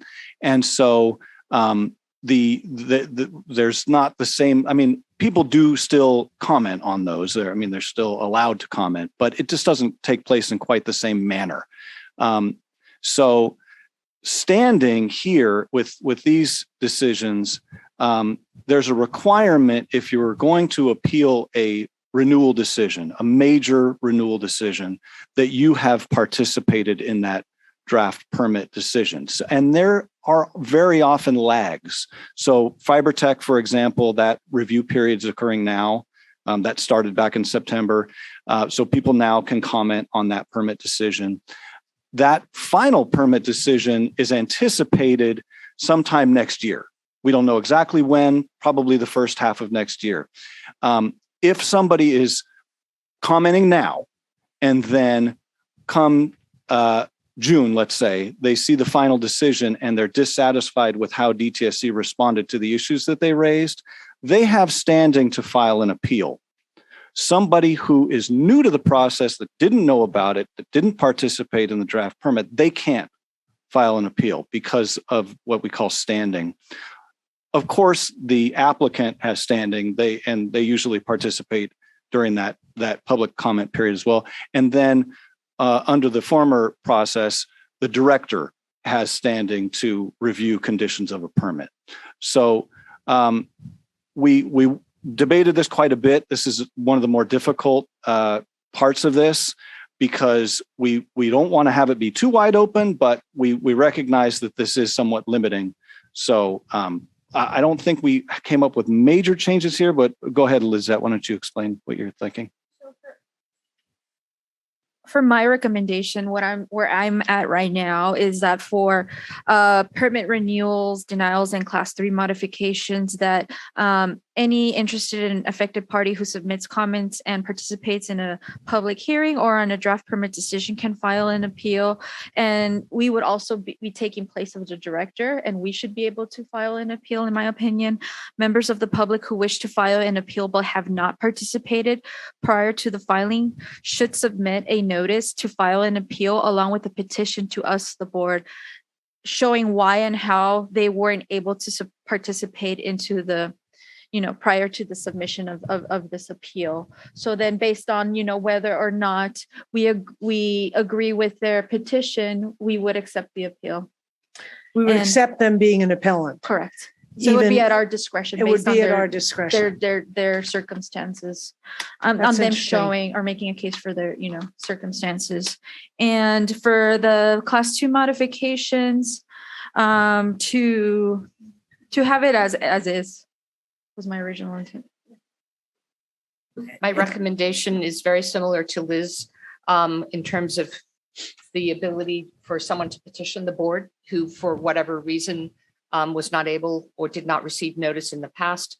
But for Class 2 modifications and temporary permit authorizations, in addition to those who are currently eligible, I felt that there should be some dispensation for those in the quote affected community, unquote. So we have almost the same recommendation to you, and we welcome any direction you want to give us at this point. Go ahead, Georgette. So a question on the recommendation. I just want to make sure I'm understanding it correctly. Currently, someone that is appealing the processes that they would have had to engage in the permitting process, right? And the recommendation is to eliminate that? No, Okay. no, our recommendation is to more or less keep it the same, and I can explain the rationale for that. Yeah, because I don't agree with that. It relates to the next issue, which is what issues can be raised in an appeal. We think that it is important to allow DTSC as the initial permit decision maker to resolve as many issues that are raised during the permitting process as possible. And by limiting standing to those who have already raised issues, it limits what the board then has to take on in terms of what they're looking at during these appeal processes. So we want to see in an appeal if an error was made in that decision. And to do that, we look at, was the issue raised? What was the response? How was that response done? Do we agree with the response or not? And our concern, and the concern that was raised in some of these workshops around this issue, was that if you do away with the standing requirement, then it tends to affect the permit decision itself, which often takes years, a significant amount of time. And I mean, some of these permit decisions, you're talking 5,000 comments that they get for some of these permit decisions. So I personally am very concerned that this could get really out of hand if it's left too wide open. I know it sounds limiting, but I think that by and large, there are enough opportunities to comment to retain essentially these limitations on it. And some of the comments that we received, regarding the, who should have standing were regarding how many people were even outreach to. And so we had that extensive discussion, and we feel like, if you weren't given notice, then that's definitely an issue. And I feel like that's definitely something that, can be raised if somebody, needs more time, or if they weren't able to participate because they weren't, given any sort of notice for the permitting process itself. Right. So that's where my concern starts.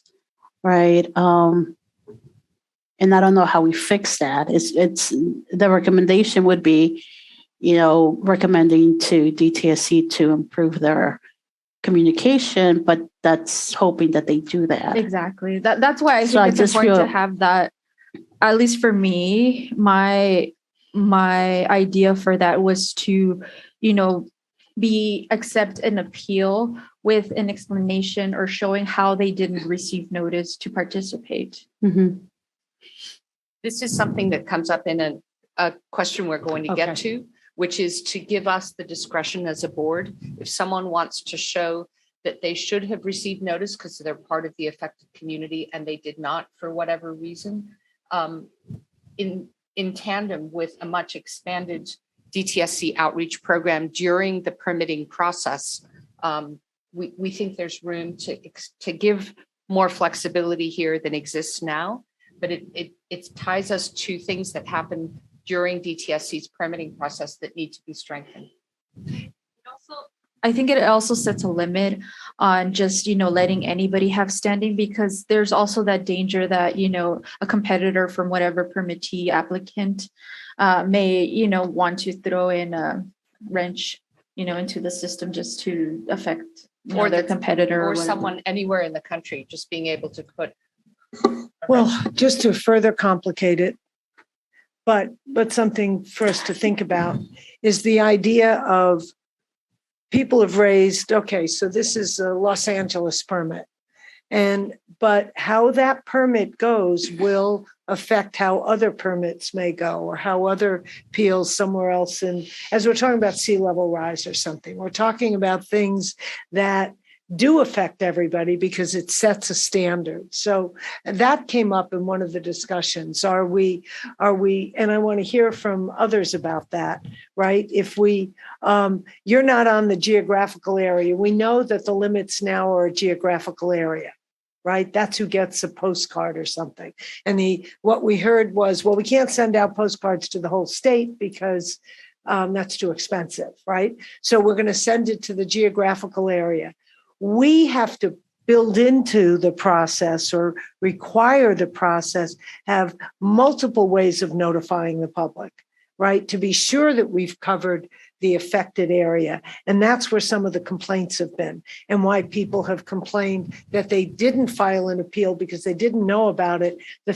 28 days were gone before they knew and they didn't get a postcard or they're a half a block outside, but they still feel affected. So, I mean, that may go to how we recommend the permitting process happens, but I think that is something that we're going to be grappling with that, you know, we may try and miss and try and fix, but I don't think we should lose sight of that. But that actually does, you know, Member Strauss mentioned right now that kind of is covered on question 5. Great. But it also does give us room to maybe perhaps have more flexible language that allows for the petitioner to show effect. Sure. I don't know. I don't know. Well, I mean, there's a geographic area, but the wind blows, you know, or there's something that causes something else. I mean, cumulative impact. I mean, that's something. Cumulative impact. Right. Right. And, you know, in this track 2 process that's part of SB 673, this issue, you know, the concern that we've heard about communities' ability to engage will be addressed according to the framework that's been floated. It's going to take some time. Okay. Moving. Okay, let's Go ahead. I'm going to keep this brief. Yeah. It's hard for me to have this conversation without thinking about what does good public engagement look like? Because if we have a framework, agreed upon framework, 673 might take a really long time, but what does good enough look like for us?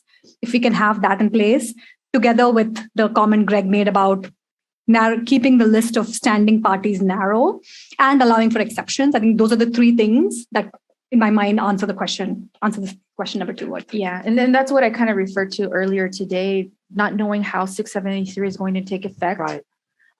Just keeping that in mind when the language comes through. Okay. Are we gating though? Are we saying that this is our decision or answer to this question is gating as in dependent on when 673 is solved? We can't. We can't. Exactly. Right. It might not be in our lifetime. Goodness. It better be, or it'll be in our death time. Yeah. Okay. Issue 3. Right. So the third issue is really at the heart of how these appeals go, because it really gets to the question of what issues can be raised in an appeal. And under the current language, the purpose of an appeal and the limitations of an appeal are to review any condition in the permit. It's a review of the conditions in a permit. And that's quite limited. And while a lot of the most important issues that affect community, that affect the environment are addressed in conditions, it is possible that people may raise issues that haven't been addressed in the conditions of a permit. And so there could be an omission or a gap or something missing. So one thing we've been thinking about is to modify this slightly so that if somebody in the community felt that there ought to be a condition to address a certain environmental impact, for example, that could be raised. And it's not clear under the current standards that it could be, because that would not be a condition. It would be the absence of a condition. Right. And so that's one part of it. Another part of it is procedural steps. Whether DTSC during its public comment period, for example, on the draft permit, followed the correct procedure, allowed the correct number of days, sent out the correct kinds of notices. Those kinds of procedural requirements and how those get reviewed, those are outside of permit conditions. It's not clear under the current standard that those can be reached in an appeal. And so we've also thought about including that as well. So what else did you want to add? Was that? that was pretty much it, to just specify or leave room to include a lot of those, the additional things that kind of fall under the procedural part of the appeal process, whether or not an adequate job was done. We did hear, at least for something that stood out to me personally, was how the permitting process currently, it's up to the company to engage with the community, to do some of the outreach, to conduct the presentation. And it doesn't always mean that somebody from DTSC is present to evaluate how effective that presentation is. And so that's something that, I believe is supposed to be fixed through 673. I don't know if it's going to be, but personally, I feel like that's something we should have recommendations after. And if the information isn't adequate, if the outreach isn't adequate, I believe it should be something that we should have the ability to assess during the permit appeals process. I agree with that. I mean, I think that's important. I have one question. Yeah. Is it, as we think about the criteria or the basis of the appeal, do we have enough information to come up with this new list versus leaving it completely open-ended? Sushma, rather than coming up with a list, what we've been endeavoring between Liz, Greg, and I is to give the board the flexibility to hear issues it considers germane to the appeal based on timely written submittals to the board. So I would rather give us that flexibility in the same way that in earlier questions, if someone were not able to have appealed, they can appeal to the board with their specific rationale. What we're trying to do here is devise a statewide permit appeal process that has such profound implications at the local level. And we cannot anticipate, I think, what all those conditions would be for some 85 or so operating permits. So that the challenge for us is to come up with some well expressed language that makes it our flexibility to hear something without throwing it completely wide open. And how do we balance that with potential capacity issues on our side, right? Because if we have now removed, or we are open to considering appeals from groups that may not be in standing, and then we're also saying there doesn't have to be this doesn't have to be part of a designated list of appeal criteria, then essentially the door is wide open for appeals to come in. I don't think that's our intention, though. It's just, is there something germane to this facility, to this permit that was omitted, as Greg said, or it was a condition that doesn't seem to address what we know about the facility? For example, we've heard a lot in the last 2 days about odors. If there were a persistent odor problem at the facility, and there were complaints to the local APCD or AQMD, and yet there was nothing in the permit that seemed to acknowledge that, we would find ourselves in an appeal context as a board discussing that. It's not that we could necessarily fix it, but we want to be able to give you that without making it everything on planet Earth. The thing that I hope we'll do at the other end is, once we do this, give it to a bunch of lawyers to tell us what they'd litigate us for, right? So, I mean, seriously, what we don't want to do is do something that is just ripe for a countersuit because we violated some basic fairness or right on the other side. So I think we have to flip it, get some people to flip it with us, to test, as a test, to see, would that open doors? I think DTSC tends to narrow. We're trying to expand. And the narrowing for a reason that I'm sure in part comes from legal review. So I just think we should add that to our process. The difficulty too, because I mean, one thing that was brought up and that, we've talked about is the importance of making note of notices violation issued by other regulatory agencies, and they are supposed to be included within the VSP, the VSP process. And, is it going to be how many of them are going? We're going to talk about that under VSP. So, yeah. All right. Can we have the next slide, please? We don't need to spend a ton of time on this next issue. It's really lawyerly. It's about the legal standard that applies. What I'll say here is that it's essentially a deferential standard because it presumes that DTSC, as the permit decision maker, has technical expertise to resolve technical scientific issues. And the board does not want to put itself in the place of having to reweigh evidence, reconsider all technical matters. These permits are incredibly complex, and that would not be, in our view, a very efficient use of the board's time. And so we're really recommending that we not change this, with one exception, and that would be to the extent that there is some procedural requirement that had to be followed in terms of the correct length of days of review or something like that, that's very narrow and very procedural. If that's not followed, then the board would be in a position to reverse that using what we would call independent review. It wouldn't be something that we would defer to DTSC on, but otherwise I think we generally would be our position. Okay, well, the standard of review, if that remains in place, then there'll be very few permit appeals that will overturn a permit. Or tell me why there wouldn't be. I think that, in fact, there have been some permits that have been reversed. And so I don't think that this is impossible to reach. I think that, is it a high bar? Possibly, yes. But it's not unreachable. I mean, these decisions are so long. I mean, there's so many issues that get raised that the possibility that DTSC was perfect with every single decision that it made in a permit, and that it's impossible for somebody like Angela, for example, to, show some kind of error. She's pretty good. I think she could do it.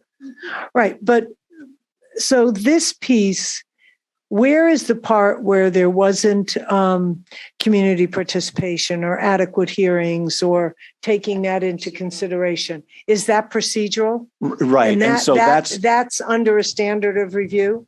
I just want to be sure that we're not losing one of the things that drove appeals to the board. Right. So what this, Can I give our recommendation? yeah, go ahead.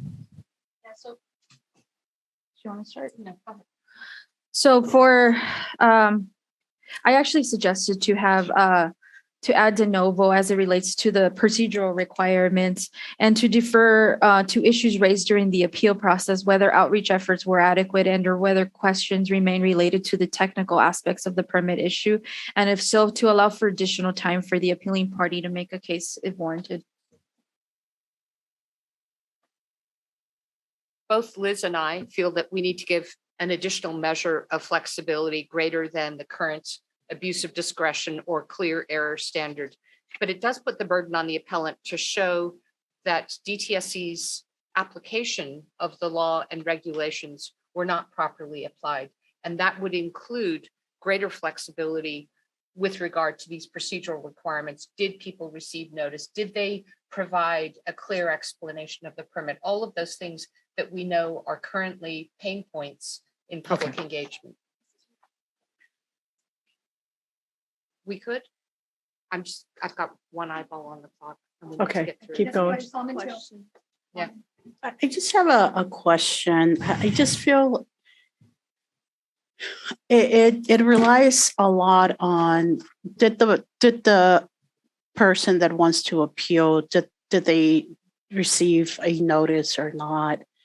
If DTSC says, yes, we notified them either via a mail piece or an email, but they never received it, how do you prove that at the other end? I would imagine that that person that feels they were not properly noticed would submit to the board in a timely way the request to join or to initiate an appeal because they didn't receive notice. I mean, would that be sufficient for us to accept it? They would have to show that, but but how do they show that if they're just saying they didn't? I didn't open my email on a timely manner. It went to. I know that I'm getting into this rabbit hole, but that's a reality. And I'll give you a perfect example. And I don't know how DTSC's notices look like, but I've been receiving APCD in San Diego has been sending letters to to the community, an impacted community, and I live in one of them. And they send this envelope that states APCD, and on the addressee aspect says resident, right?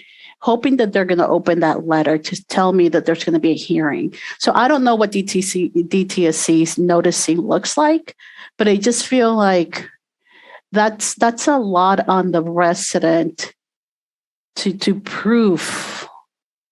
I'm just having conflictions here. Yeah, and I agree. And I think that issues. junk mail is something we all abhor.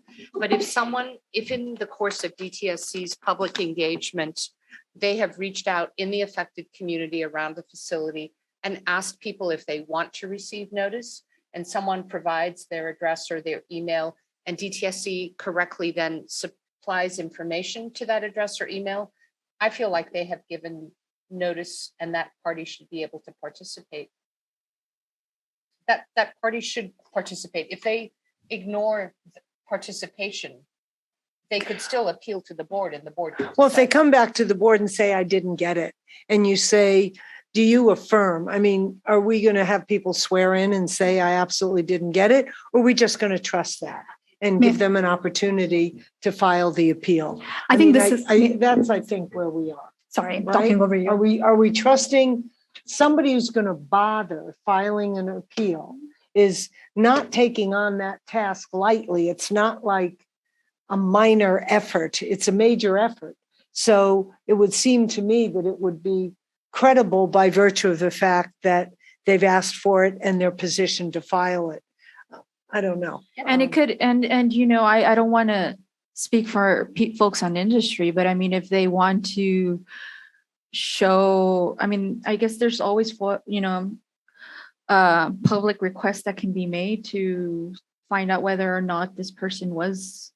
Well, even if they were outreach mailed to. it, you're going to either trust and believe that somebody affirms that they didn't receive notice and that they want to appeal, and they're in a position to appeal. Appealing isn't like a nothing activity. You need lawyers, you need a whole thing. So if somebody's going that far with it and they're in the impacted community geography, we could spend time trying to unpack that, but if they really if they get an attorney to represent them and they're in the impacted community and they said they didn't get notice, I don't know, that feels like enough to me. But that's so really quickly, that's about like the standing, right? And this is about the standard of review. It's the next issue, actually. Yeah. We went Yeah. kind of jumped ahead. Corin, can you advance the Hold slide? on, Sushma had a comment.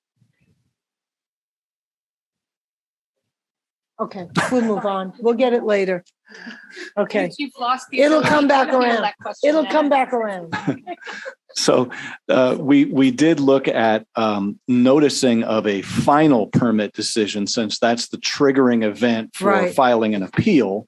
And I will say that what DTSC does is, yes, they have a certain geographic area for noticing, but they also take in people who ask to be informed and that ask to be put on a list, and they will email out and mail out. They also go to radio, they go to on Envirostore. So they do have some outreach methods now. We think there are some ways to improve those. And so I'll let Lizette and Alexis explain. Okay. So this is one of the key areas for more robust DTSC engagement with the affected community. It goes back further than where we have just been, which is well in advance of the draft permit decision, by soliciting and building an extensive email or other contact list, and by on DTSC's website and kept current the upcoming timing of draft and final permit decisions. Even if they have to change, which is something we just discussed yesterday, it needs to be out there that in the next couple of months, we foresee putting out these draft permit decisions. We foresee issuing these final permit decisions. We also think that there has to be an expanded, clear, detailed summary of the permit to aid public understanding, so that, as Liz had noted, you don't have to go through boxes of permit documents to try and find out what you're most interested in. We could take the information that DTSC would ideally put on its website about upcoming draft permits, upcoming final permits. We could announce that in our board meetings, and we could put that on our board website. We could make mention of it in our outreach to electeds or in our correspondence. And we could do more purposeful external communication through radio, print, and social media, as I was reminded, so that we could call attention to this and other board activity. And then my only addition would be to have to really reach out to local governments to notify their residents within the community. Some local governments have a text system that they can send their residents text with information, and even have provide notice at the local library, as is done with a couple of the Superfund brownfield sites. They have their own repository, so we can instead of having a physical repository, have send out an informational sheet to the local librarian with the applicable information related to the permit, and maybe a how-to sheet on how to access that information for any interested party. I get notifications on Nextdoor. I mean, of things coming up that are relevant. I mean, there's a lot of ways that people get their information, and I think we have to be willing to go into those trenches. And at some point, we will have to be creating a relationship with local governments. We haven't talked about the procedural part of this, but I mean, our hope would be to start aligning our board meetings perhaps with some of these hearings. Next. Any comments? No. Okay. Corin? So the next issue then is around participation. The parties to the appeal currently, obviously the applicant can file an appeal. Persons who qualify for standing to file appeals, we call petitioners. And then there's DTSC, or in our case, it would be the board that could bring up an appeal. We raised this in our workshops to try and get some input on whether there ought to be other ways to participate, other persons to participate. And it does go into a bit on how we might hear appeals. Are we going to have all 5 board members hear appeals? Would that be the case all the time, or how would we manage that? So we have some different ideas. I think what I'd like to see done there is to give the board the flexibility to decide in let's say there's a spectrum, and at one end of the spectrum, a very narrow appeal might be between the applicant and DTSC. Maybe in that situation, it's a different approach perhaps than it would be for a very large, very controversial facility that's got, thousands of comments and hundreds of people following it. I think that you might want to provide a different approach within that. And then the other part of this is there's 2 different issues here. One is who actually is the participant, and then in terms of filing an appeal, raising issues.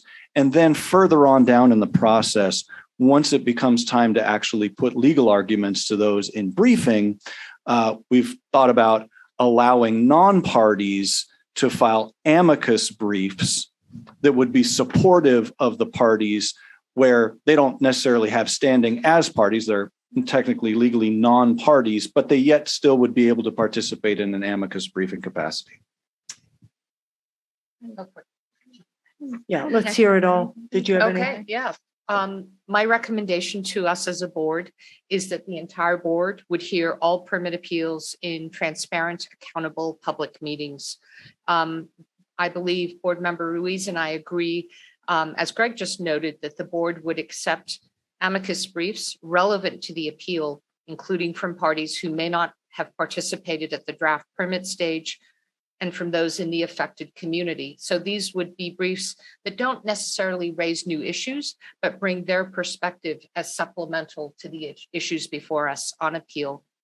And then lastly, the board would establish administrative procedures for conducting permit appeals, including, and we need to come back to this in December, how do we want to accept public comment from those other than parties to the appeal during that permit appeal set of hearings? So until we I think it's important that the whole board, at least initially, that be our initial. I understand the flexibility. We may come to a place where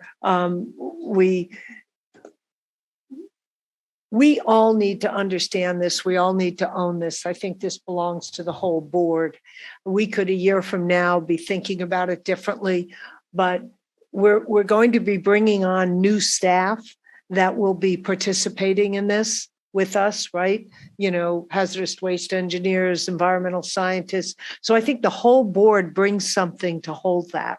Now, somewhere down the line, we may find that we don't need it that way, but I think it gives it more currency and there's less targeting. So if two people are doing it, then it's their fault. You know, if the whole board's doing it, there's an opportunity for staff and board together to be having these discussions and perspectives being raised. And I think given that we're new at it, at least at the outset, I believe it, I would feel important that the whole board be part of it because we have to represent that. And each one of us has to. And when we're not part of it, then it's like, oh, talk to Lizette or, oh, talk, you know, and that gets squirrely. Then we're not owning it. So I'm for the ownership.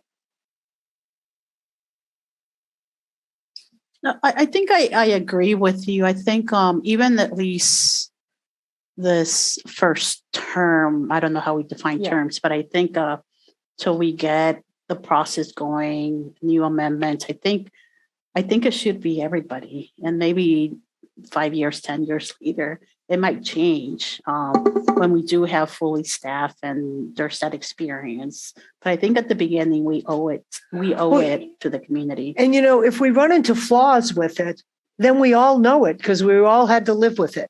And so if we have to come back and modify something, it won't be one or two of us complaining. It'll be all of us knowing. And I think that's the most open and transparent process is to rise and fall together. So, yeah. Thumbs up on that? Okay. Next. Corin, we're ready. So this is broken into two slides. I won't read through all of this. The administrative record is very lengthy in these cases. It's often hundreds, possibly thousands of pages because it takes a long time. There's a lot of paperwork that gets generated. SQL analysis is part of that. And there's, you know, a lot of technical documents. Corin, can you just advance one more for me? Obviously, there's correspondence between the parties in the administrative record, the comments that get raised, the responses to comments, et cetera. So that all has to be organized. It has to be made available. Our only recommendation here, or I think what we really want to insist upon here, is that this administrative record be available timely and be accessible, because it's very hard for somebody to file an appeal if they don't have access to the administrative record. Generally speaking, these documents are on EnviroStore, and so we don't see it as being terribly burdensome to really insist upon this being available at the outset of when that final decision's made. So Liz and I are very closely aligned on this, and we recommend that at the time DTSC, this is one of those recommendations that goes back to DTSC side of the house, but that at the time DTSC issues its final permit decision, it does so because the administrative record is complete, including things, as was brought up in our workshop yesterday, where there may be staff correspondence or discussions that have to be captured about the changes from draft to final permit, things that happened in the final weeks leading to final permit issue. One thing that I'm recommending to the board is that not only is there a clear and detailed summary, which is vital to public understanding, but that I would like to suggest that our board staff would compile a roster of inspection and compliance actions from local, regional, state, and federal agencies who have jurisdiction over the subject facility, because I think it would be important for us to know what issues arose in terms of public complaints or inspections from other entities that have jurisdiction that we might not otherwise know of from the DTSC administrative record. So we would just prepare that. We wouldn't be making compliance determinations ourselves, We would just be looking at a compilation of what is on the record. Let me ask, were those documents taken into consideration in the permitting process? I don't know. It depends on the permit. Right. So if we're asking for something additional that wasn't part of the record of the permit, would we be acting on information that's different than information that drove the permit? And that's the piece that I think we need the lawyer people, right, to let us know. Generally in appeals, you're just looking at the record, whatever it is happened in the case, in the permit. So now if we're going to add something, it could very well be that this gets put in the bucket of recommendations for the permitting process. I don't know if we can include it. I'm not saying yes or no to it. I'm asking how that works. I have a follow-up and because I kind of wonder if it's something that should have been included within BSP but was omitted, whether then it kind of gives us some sort of standing to file our own appeal. If there was an error and it's supposed to be included, that's what I'm asking. Is that something that's ordinarily required in the permitting process? If it's not and we're adding it, then I think we run into, you can't do that. You can't bring in things that didn't go into the permit. You can only look at the record. But if it's supposed to be and it wasn't, then of course we'd want to identify that as an error. I'll follow up with our permitting staff before our December meeting and get back to you about this. My understanding of it is that with the track 1 regulation changes under SB 673, that something along these lines was added and is now a feature of permits, but I think it's only violations. And I think what Member Hacker is asking about is more than that. It'd be more like a compliance history. I'm going to take a minute to give you my concern because I'm going to fight to the end on this particular. I want you to fight. For example, a DTSC inspector goes out to a facility, finds an array of violations. The facility in due course, which should not be 673 days, settles the matter with DTSC in an administrative complaint and has, a year or so to bring those conditions into compliance. From my present understanding, that nullifies those being counted as violations. At the same time, we could be hearing a permit appeal on conditions at the facility. And so at present, given the situation that we have with VSP, my understanding is twofold. One, that violations that are captured within an administrative settlement do not count as violations and the facility is not admitting to them as violations. But two, I'm trying to think of how best simply to explain it, and we're running out of time, that DTSC puts forward in the permit record matters which it has in its file. It does not actually go to reach out and ask the local CUPA, the air district. It doesn't ask the water board. It doesn't ask US EPA. Have you interacted with this facility? Can I just make a roster of that? So all I'm asking for is not a compliance determination, just a roster of contacts, practically in what context. So that's where I am, fighting to the end on this one. But you would be using that roster in your decision making. That's the point I'm trying. Yeah. Whether or not we can do that. Indeed. So that's a Greg task. That's a Greg task. Okay. Bingo. Yes. So comment. We talked through the many discussions around operating plan about the importance of collaborating across state agencies, and we heard from the communities about the importance of considering cumulative impacts in decision making.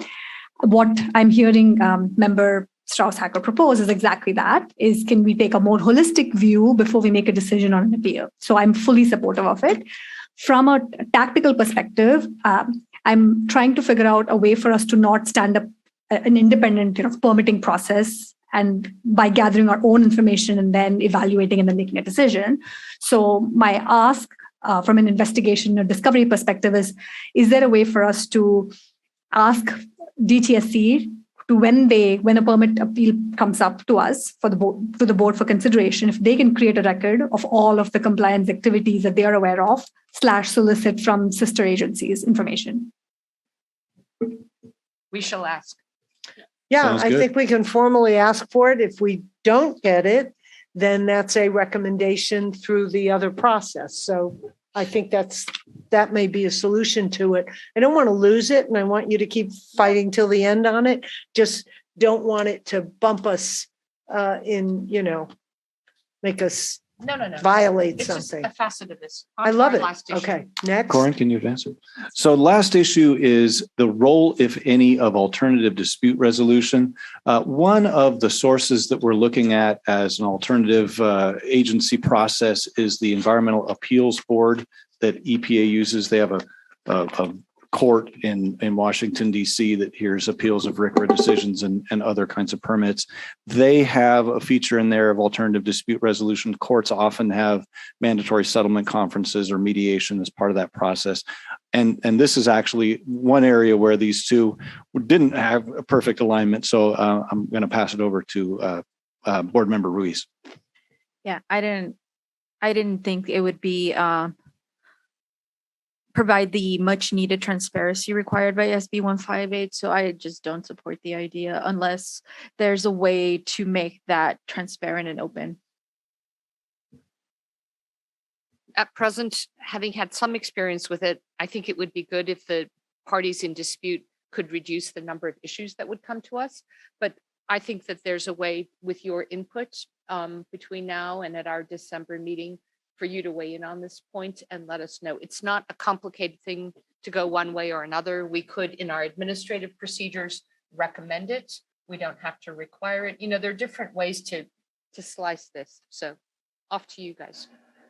Well, I want to ask, I would hope that in the permitting process, those issues raised by the very people who could become appellants have raised those issues, right? They've raised those in the public discourse and the public comments.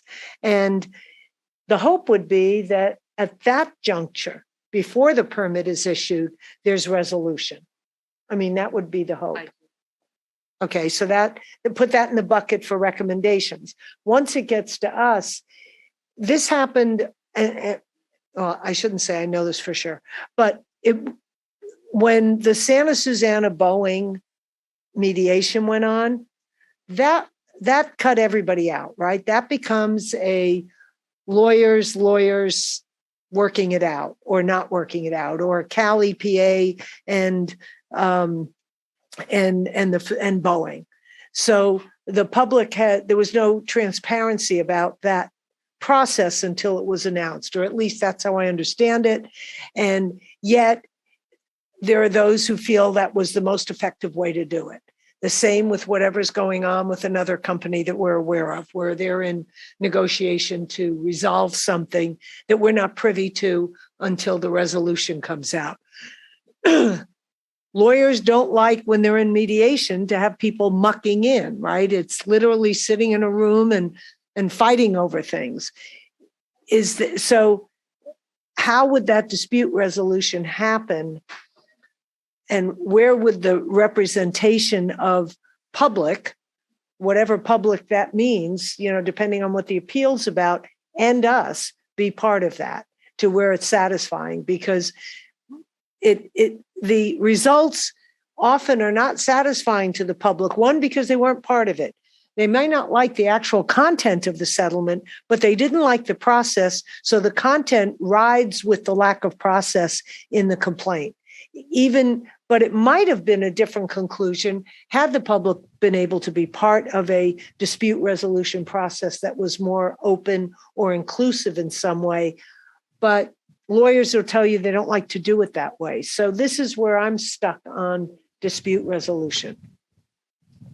Well, I can tell you that as a lawyer that's been involved with resolving disputes, what have you heard? 99% of cases don't proceed to trial. I mean, it's done. It's part of the court system. And there's another saying that you hear that, you have a settlement when both sides are unhappy, right? And that often It's like happens. a divorce, right? Yeah. And I can see community members being very dissatisfied with a resolution that way, but it remains a feature, not in this process, but more generally speaking, because it is efficient and it does clear the system. Well, I would think as long as the appellant attorney is there representing whatever the community group is, as opposed to the agency lawyers with the facility. That's where it's not transparent to the public. But quite possibly, just because Angela, you're here, I certainly would like to have your thoughts on that at some point. But if the attorney for the appellant is sitting in the room with doing this, then they are representing the community interest. They know what that is. They're the lawyer for. Then I feel a little more open to the idea, but I think we need to understand that more deeply. Yeah, lawyers, when they go into these negotiations, have authorization from their client. Right. So, that enables them to then reach a satisfactory. And they represent one client or one organization that appealed, and not necessarily everybody who had an interest. So I don't know what happens with that, right? You represented X organization, but Y organization doesn't like what you just did. So I think we don't want it to get so squirrely that we're in the same situation we're in now. And so, yeah.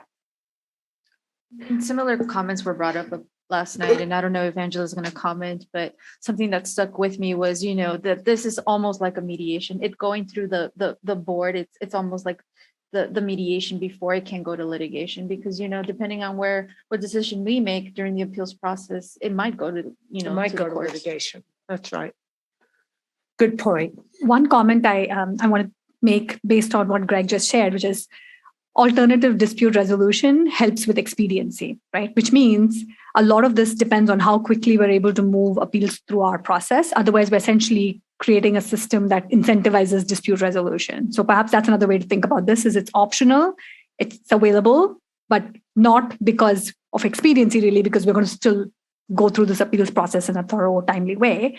But it's because the appellant truly believes that there's an opportunity to work with the permit participant party to figure out a better process, a path forward. Yeah.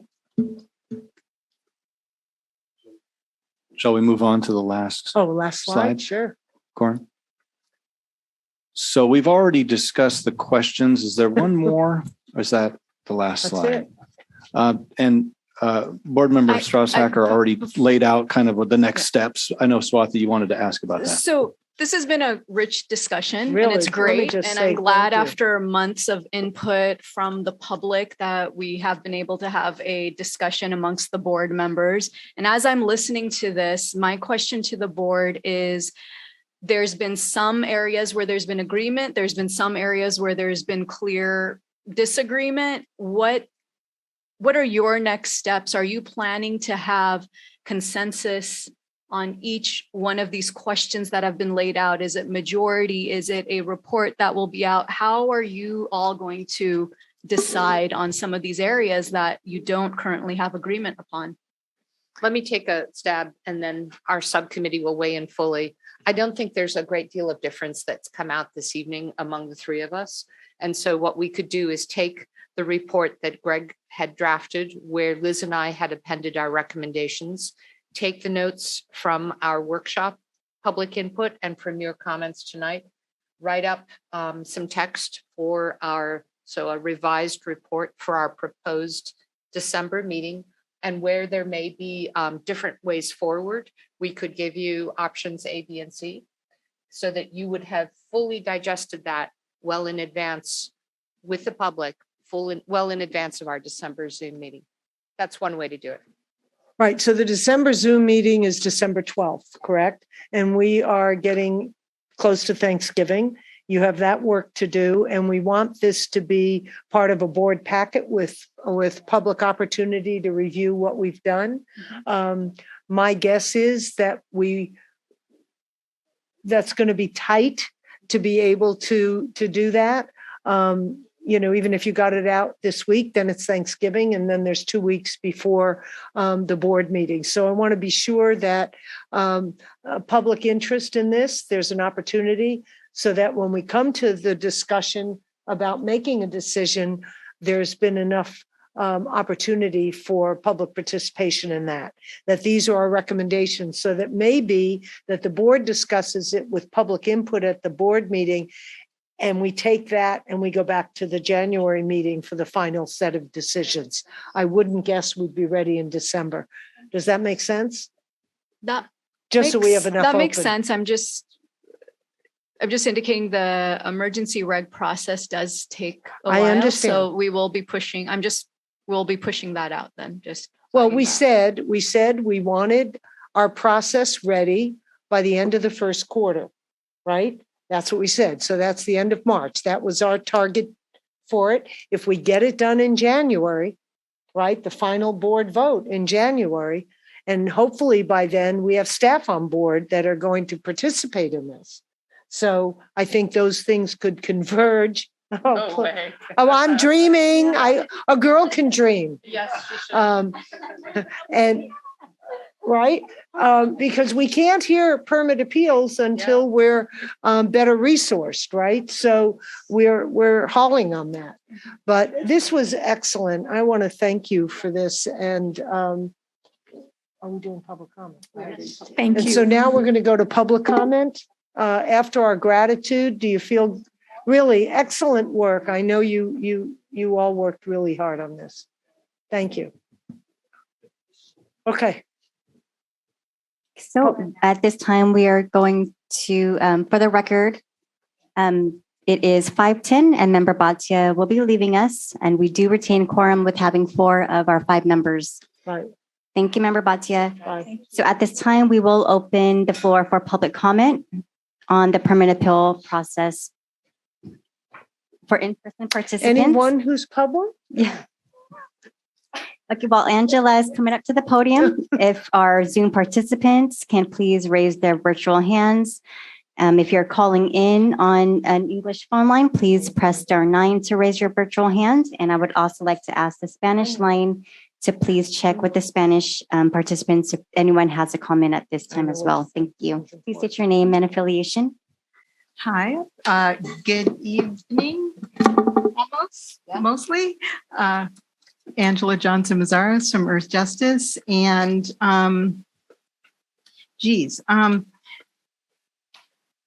so that was a very rich conversation.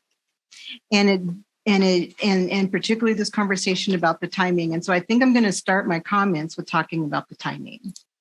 So I understand that there is lots to do, and that lots depends on getting in place some structures that allow other things to go forward, because you have to do one thing and then the next thing.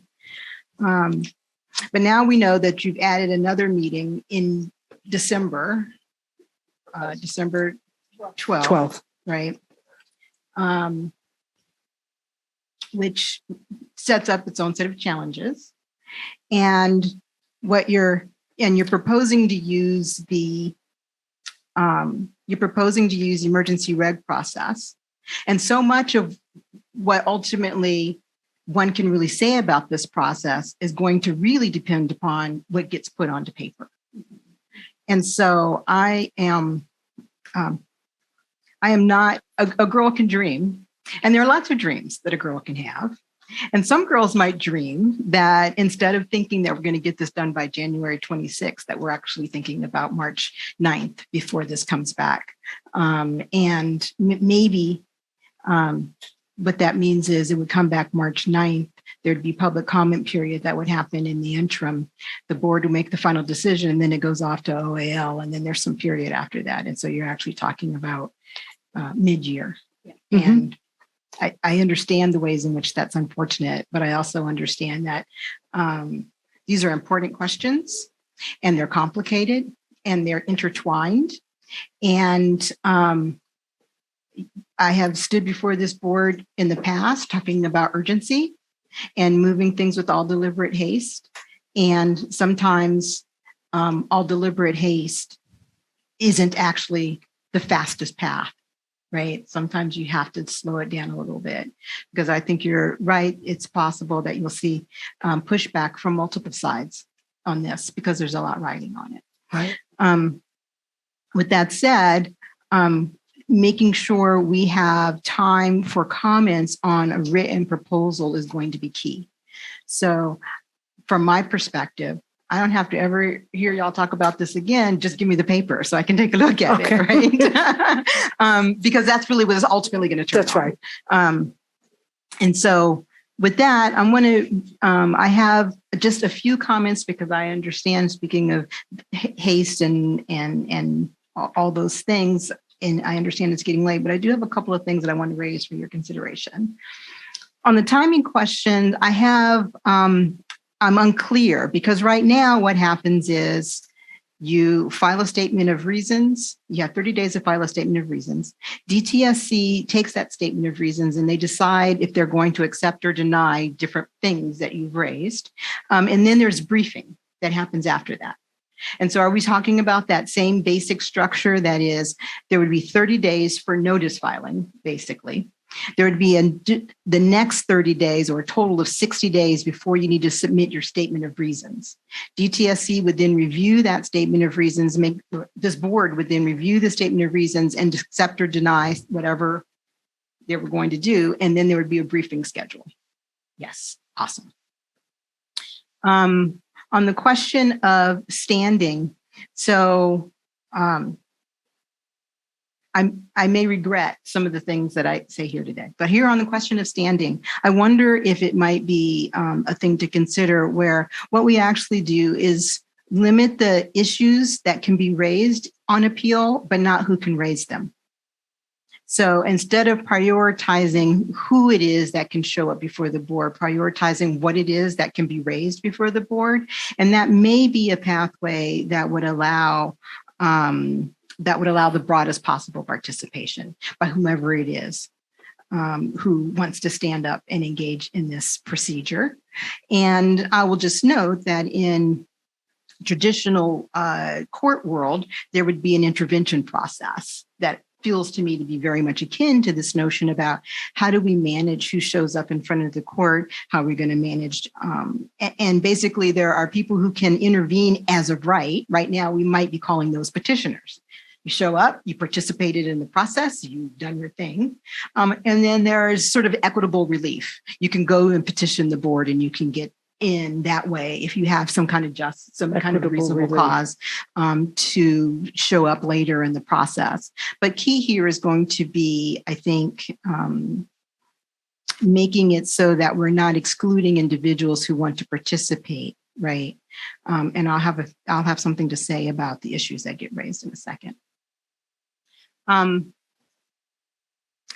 So on this question about what's the basis for appeal, I heard the conversation about how we think the process currently works and about how you can only appeal conditions. And I just want to say again, and even Matthew Williamson commented last night that I believe very strongly that the current language that currently exists, what y'all now call the past regulations, allows you to raise issues that are not about conditions, that the procedural steps and all kinds of things are already included in that. And so I would want us to just be careful about that as we think about how we talk about what one can or cannot appeal, even though we're changing to set up a new structure. Okay. I just want to be clear. I think that we can use the current, even under the current rules, you're allowed to raise other issues. But one thing that has been unclear has been whether or not the appeal process accommodates CEQA challenges. So my view is that the regulation set out a process that is an exhaustion of administrative remedies, and those you have to go through that before you can get to a court, and that would include raising your CEQA claims. When I raise CEQA claims in past appeals, the DTSC staff has told me, "Oh, we don't hear CEQA claims," and there's consequences for that, because what that means is kind of like I've got 30 days to go to the court with my CEQA issues, but I can't get to the court with the rest of my issues that go along with that matter until after I've gone through the administrative process. It's not practical. And so we should just clarify, get clear direction about the CEQA, whether or not CEQA questions are part of the appeal.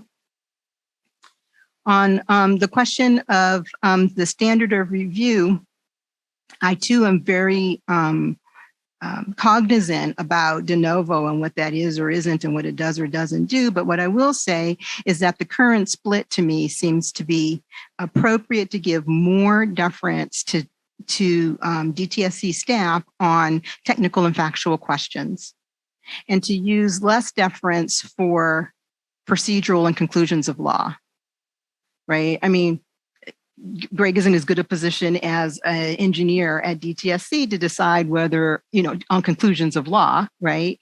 And I don't know why we would give deference to DTSC staff necessarily on conclusions of law, but on technical issues and actual factual questions, it does make sense to me for the staff to have more deference on that. So we might want to think about that when we think about when we think about standard of review. On the notice questions, I have said many things about notice. Y'all know where we stand on that and how important it is. I will just note that these questions about having sort of third-party notice vectors, local agencies, libraries, and the like, come with a whole set of challenges. And I will just note that in an issue that we've raised in previous appeals is the use of the repository, which is required right now. So in the permitting process, there has to be a repository and it's got to be local. And so often DTSC staff uses the library. Well, the libraries hate that because they don't get any resources for facilitating this repository, right? And then our experience was there was information that went to the repository, but no one ever updated it, right? And so I'm certainly not opposed to local repositories, and I'm certainly not opposed to the libraries. I love libraries. I'm not opposed to the libraries being a site for those. But I do think if we're going to think about third-party notice sites, it makes sense to consider resource constraints also, and what that looks like in order for it to be an actual, real notice site as compared to something that is not as helpful, although people point to and say, well, why did you go to the library? So it starts to be problematic. On the parties to the appeal issue, I'm having a little bit of trouble sort of understanding. I appreciate the desire to pull in non-party participants. And I imagine that the major difference between a party and a non-party is who gets to go off to court if they're unsatisfied with the outcome from the board. But I suspect there's not much else. And so if y'all think that there is some other difference between parties and non-parties, it would be helpful to spin. Okay, awesome. Just wanted to make sure I was tracking that. And I will also suggest that y'all consider a hearing officer. Because essentially what's happening in this appeal process, and I mentioned this before in a little bit different context yesterday, what we're doing is trying to get our issues resolved in, a way that makes sense. But ultimately, we're also, I would be remiss to not recognize as I'm doing the work before the board, that my clients have an avenue to court. And what you're doing is creating your record for court. And so we need to have that handled in a way that allows us to then go into a traditional legal process and not be at a disadvantage. And I'm assuming that the regulated community will similarly feel the same way. And so I just want us to make sure we think about how do we handle the process. And I appreciate the willingness of this board to hash this out all in public. And I also think that one of the learning on the job pieces we might want to pull out for the things that people are then going to take out to go to court. So we just might want to think a little bit more about how do we handle those appeals? What is your decision going to look like? Right? How does all that get documented? How does that stand the parties in a position that allows them to move forward if there are still things that need to be resolved by the courts? On the administrative record piece, there's been these comments about the lengthy record. So having been through a couple of administrative records that have been related with permits, I will have to note, sadly, that the records are not that lengthy.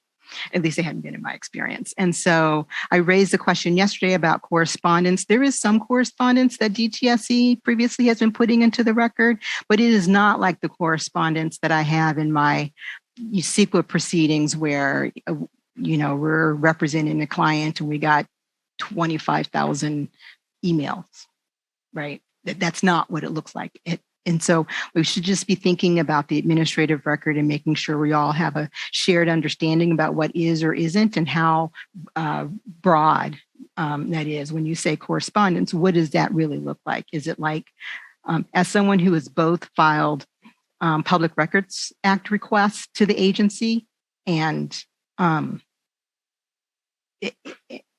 met some challenges getting documents received to those, and someone who has participated in the appeals process and been through administrative records, there is still some work to be done with the permitting staff about what those records look like. And I'll just note that in the city of Los Angeles, they have what I think is a really, I'll just say, interesting process, which can have cut multiple ways, but they have the ability. They have in their zoning process, you do your things before the zoning administrator. They give you a decision. You can appeal that to an elected board. An appointed board. And when you appeal it to the appointed board, they allow you to create a whole new record for appeal. You can add whatever you want.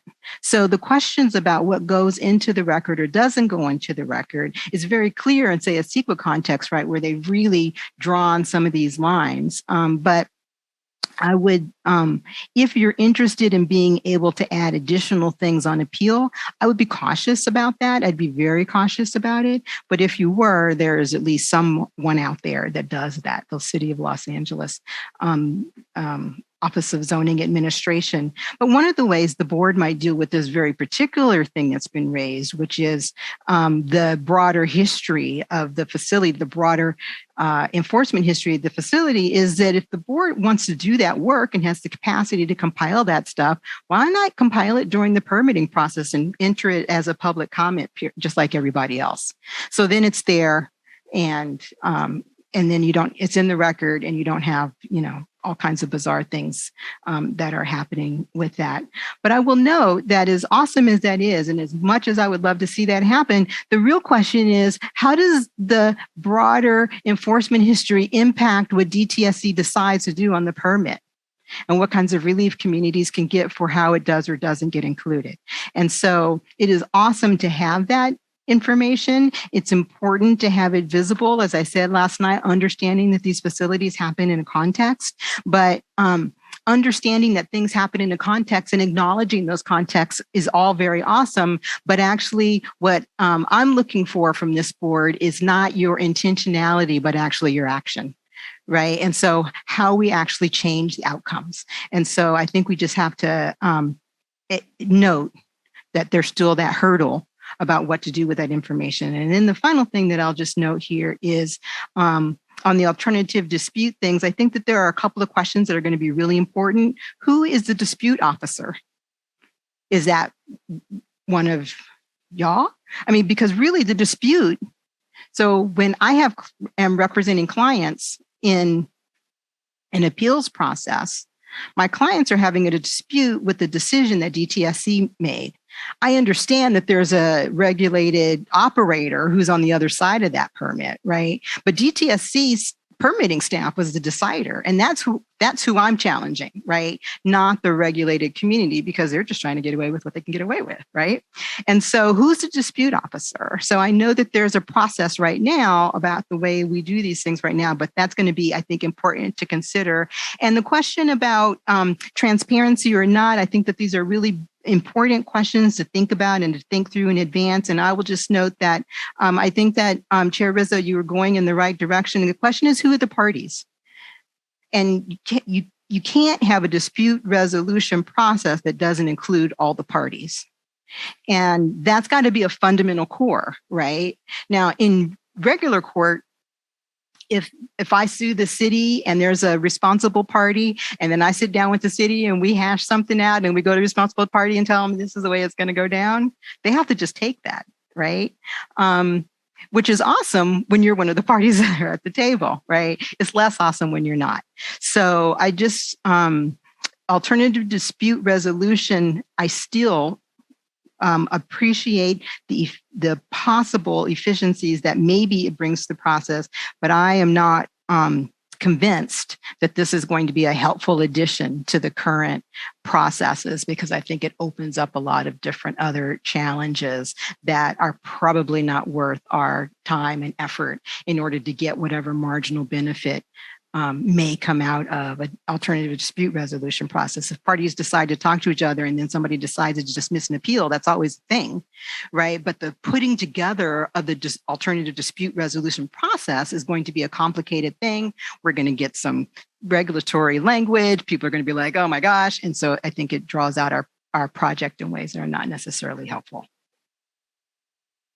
Would be to take care of the permit appeals process, look at alternative dispute resolution possibility later, or other, or not necessary, or not. Yeah. Right. Okay. Yeah. So I just want to get clarity on that. Yes, that's Okay. right. So I don't know that it's adding it to this process, given. all the I other think what challenges. prompted that was we have a self-appellant, right? A business appealing a permit that they got. That one, so to me, just sit down and work that out, right? Yeah. I mean, that's like, maybe not. Well, they're totally welcome to go to staff. Right. And be like, let's talk about this, Right. because we're willing to do some things and see what staff is willing Right, to say. exactly. Right. And then they can decide to dismiss an appeal if they're able to give Right. staff to give them enough to Right. make it worth their while. Right. But the reason why people end up in front of this board in this context is because they couldn't agree. Because they couldn't agree. And let me ask one other question. I know you have a train to catch, and we will take really good notes for you. So go. Okay. Go. Don't miss your train. It's too important. Thank you. I'm sure nobody feels disrespected. Thank you. Are there ever more than one appeals to the same permit? Has anybody run into that? I literally don't know. Just multiple parties appealing Multiple the same parties permit. appealing the same permit. Have you seen that? In the permits, in the permit appeal processes that I have been in, there have been multiple. There's been some folks that I've represented and other folks who are self-represented. And so that's something we have to understand how you deal with that, because they might be being appealed on different bases. Exactly. And they were raising different questions. Then you have to decide the order, or you have, so if you hear one and say, fine, but you have to then hear multiple ones. I mean, that's just interesting. Yeah, you have to hear them all. You have to hear from all the parties, right? And that's why. Can you consolidate? Well, not necessarily. So the way that it just depends on what structure you want to have. So you can consolidate. I'm not a fan of consolidating because I guess it depends on what consolidating means. Right. So if what you mean by consolidating, which in a court context would be, if my matter was consolidated, then all of us on one side of the V would get a certain number of pages and we'd have to hash it out with ourselves, and we'd submit a single brief. And so your thing gets consolidated. But there's also a way where you can have multiple parties who are all heard at the same time. They get their time, we get our time, the other folks get their time. And so that also happens too. And then you would rule on all the issues, no matter who it was that brought it to you. And that reminds me that I was also going to just raise for your attention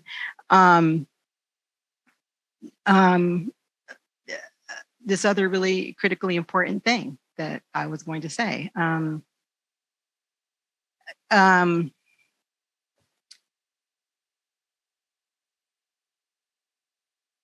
a second. I don't remember. Would you, we have another comment, raised hand, and then we can come back. Okay. Yeah, so we do have a raised hand on Zoom. Just FYI, Sheena had to catch a train, and so I will be taking over facilitation for the remainder of the meeting. So Ingrid, you had your comment, you had your hand raised. I don't see you anymore. Yeah. Oh, there yes, you are. I'm still here. I'm driving, and hopefully I'm in a okay enough space for you to hear me. I just wanted to raise just two issues. The first is the idea of what issues are before the board. I took that to be issue exhaustion, which I find very problematic for some of the reasons talked about in terms of, just the unequal access, the need for attorneys and whatnot.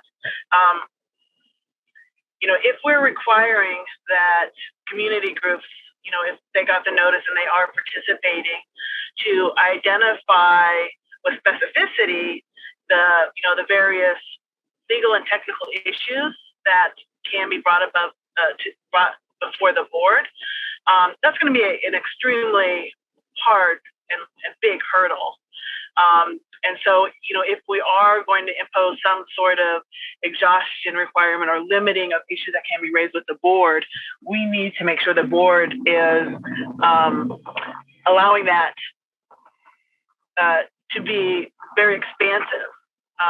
So in terms of, you didn't raise the legal or technical issues, but you raise your concern about, cumulative impacts, or, this facility is, harming my community or polluting my community, without, specifying the exact routes and arguments that you would want to make in front of the board. So I just wanted to be very careful. I think the rationale largely, is to avoid the kind of gotcha moment where, potential litigants will hide from the deciding body or the agency, their legal arguments until you're in court.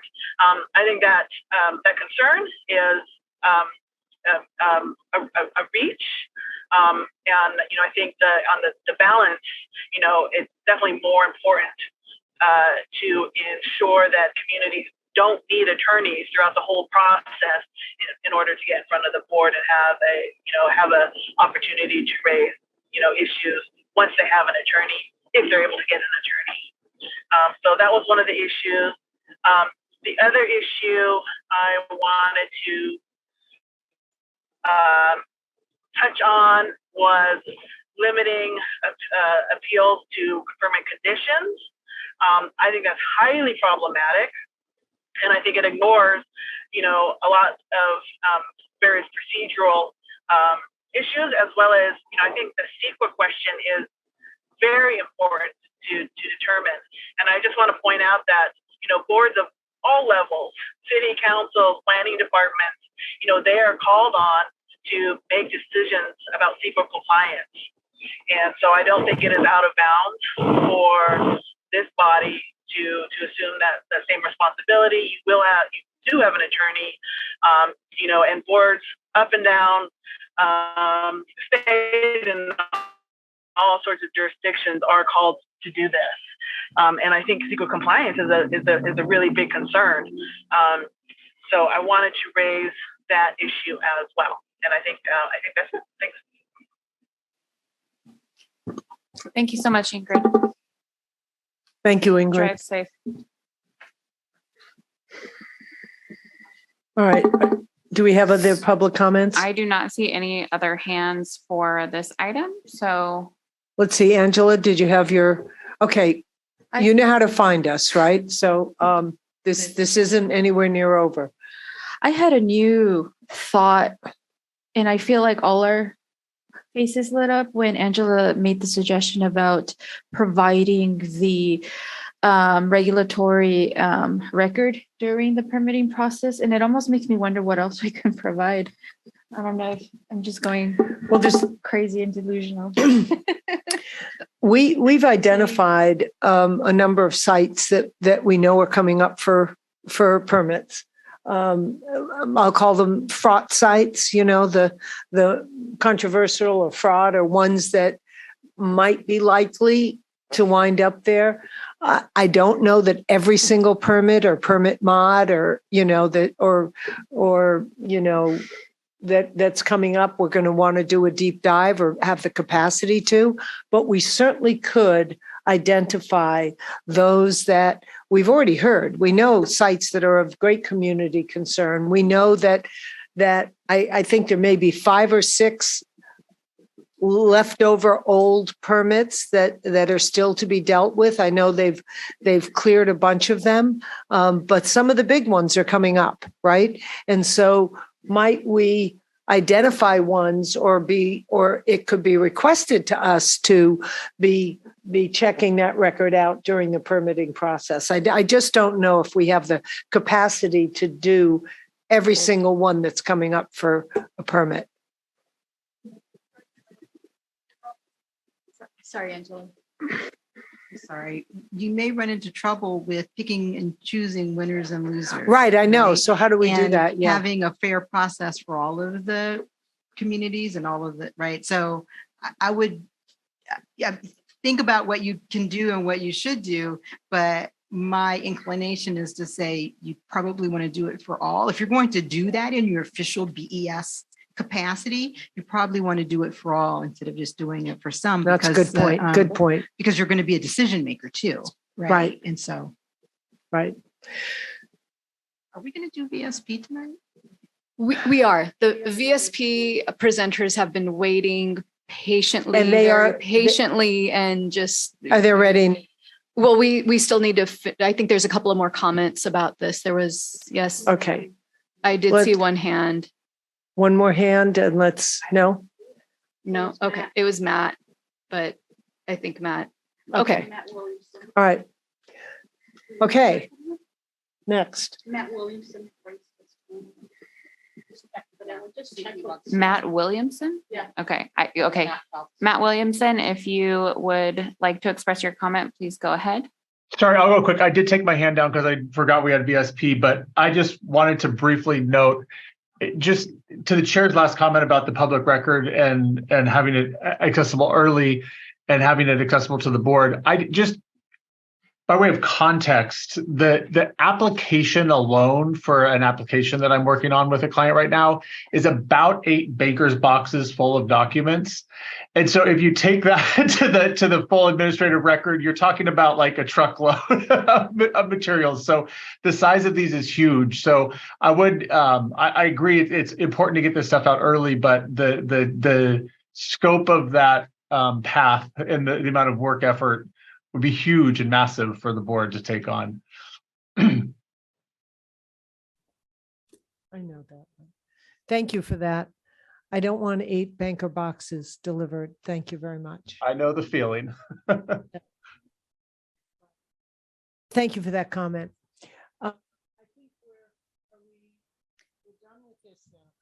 Yeah, I just suggest we just stand up for 2 minutes before we move on for VSP and just stand up, stretch, because this will be another.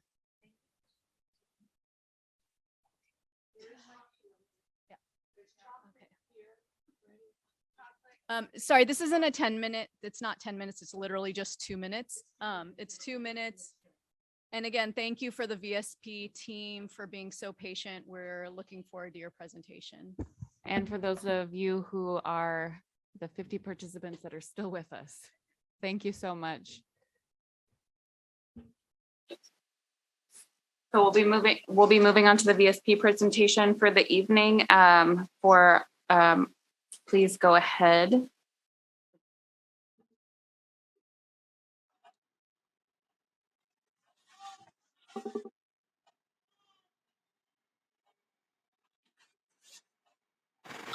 Ramesh, if you're speaking right now, it is. I'm speaking right just now. Oh, okay, great. Can you hear me? Yes. Yes. Thank you. Let's go to the next slide, please. Good evening, everyone. Ramesh, your sound is very loud. Is there any way to like pull your microphone away? Okay, let me try. What about this? It's fine. All right, sounds good. Thank you so much. Good evening, everyone. My name is Ramesh Kafle, and I'm from the Department of Toxic Substances Control, DTSC.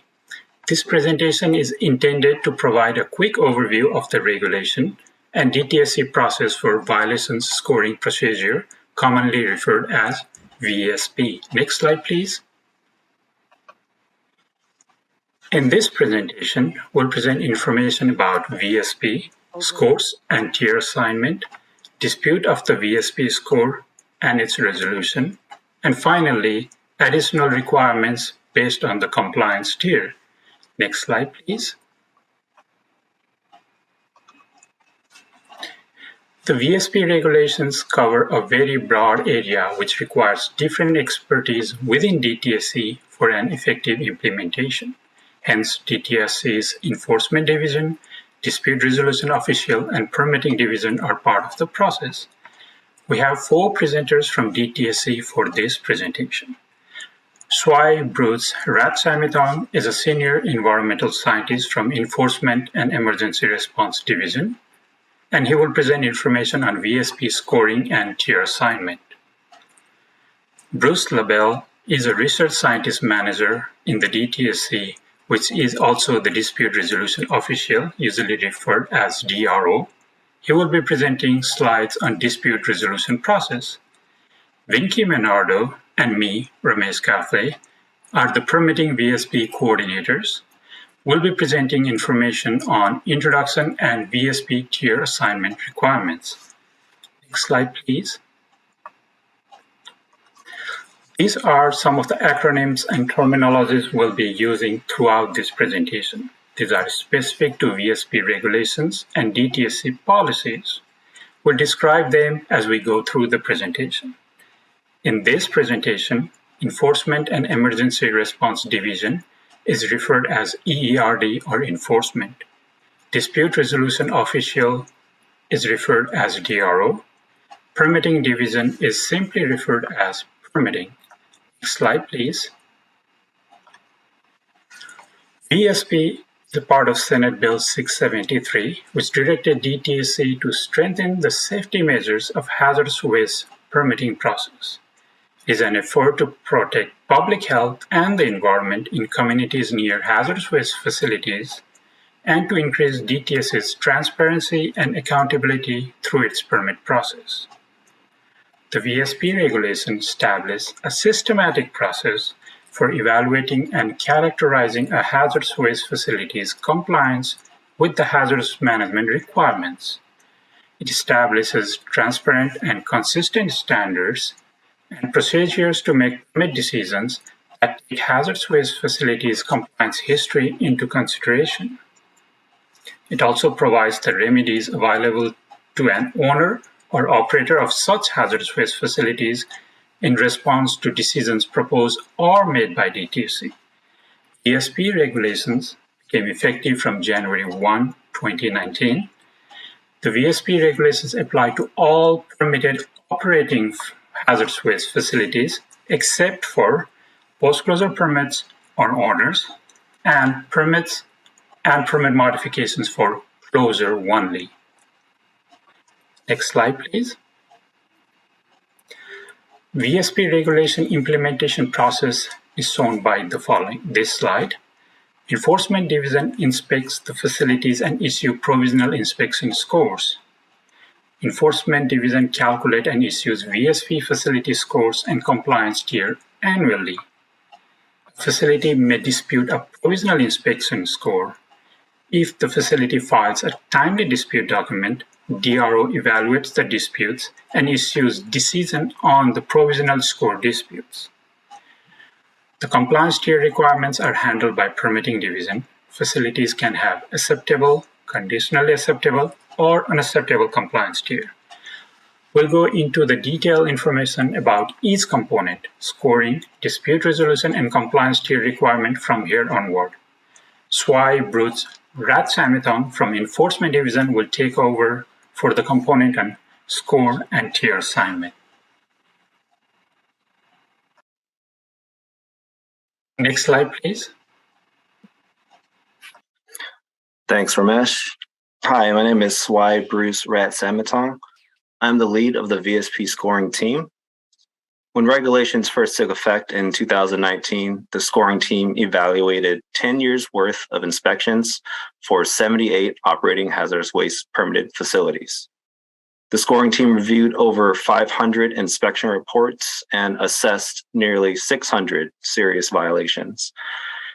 In a very short time frame, we established the scoring team, processes, templates, and administrative record for each facility regarding scoring, and created a website to publish scores as well as made scoring related documents publicly available on EnviroStore. The scoring team is currently comprised of 5 staff, including legal. Because scoring consistency and legal defensibility is paramount, the scoring team scores independently pursuant to the VSP regulations, then comes together to review, collaborate, and reach a consensus on the score. Today, I will be going over the scoring component of the VSP regulations. Next slide, please. This is a general overview of scoring broken up into 3 boxes. We have the inspection score, which feeds into the facility score. Based on the facility score, the facility is assigned to a compliance tier, which dictates permitting consequences. I will go through each box in greater detail, starting with the inspection score. Next slide, please. The process is enforcement conducts an inspection, cites violations, if any, then completes an inspection report. Class 1 violations cited during an inspection are scored. The sum of all violation scores equals the inspection score for that inspection. The inspection score may go through a dispute process before becoming final, and I will explain how the scoring team conducts the scoring in the next few slides. Next slide, please.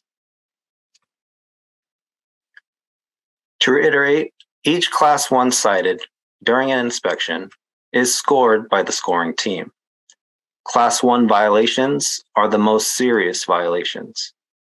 How does the scoring team assess the score? Next slide, please. Per regulation, to assess the score, the scoring team uses a scoring matrix, shown in this slide here. The scoring team must account for potential for harm and extent of deviation to determine if the violation is designated major, moderate, or minimal based on regulatory definitions, which I will go over on the next slide, please. In determining the degree for potential for harm, the following factors are considered. A, the characteristic of the hazardous waste involved. So what is it? Do we have used oil or do we have cyanide? B, the amount of the hazardous waste involved. Do we have a 5-gallon bucket or a 20,000-gallon tank? C through F, the extent to which human life is threatened, animal life is threatened, the environment or potable water supplies are threatened. The scoring team looks at all of these factors to determine harm. Next slide, please. Extent of deviation is the extent to which the facility's actions deviates from the applicable requirements. A minimal extent of deviation would mean that the requirement functioned nearly as intended. A moderate extent of deviation would mean that the requirement functioned to some extent. And a major extent of deviation would mean that the requirement was completely ignored and none of its provisions were complied with. Next slide, please. So for example, if we designated a major potential for harm and a major extent of deviation, the initial violation score would be 25 according to the matrix. The next step is to adjust the initial score for any repeat violations. Next slide, please. If a violation is a repeat violation within the prior 3 years or last 3 inspections, whichever period is longer, then an adjustment is made. The adjustment factor for repeat violations is an upward adjustment of 25%, 50%, and 100% for each instance. The scoring team goes through this entire process for each violation cited to calculate the violation score. Next slide, please.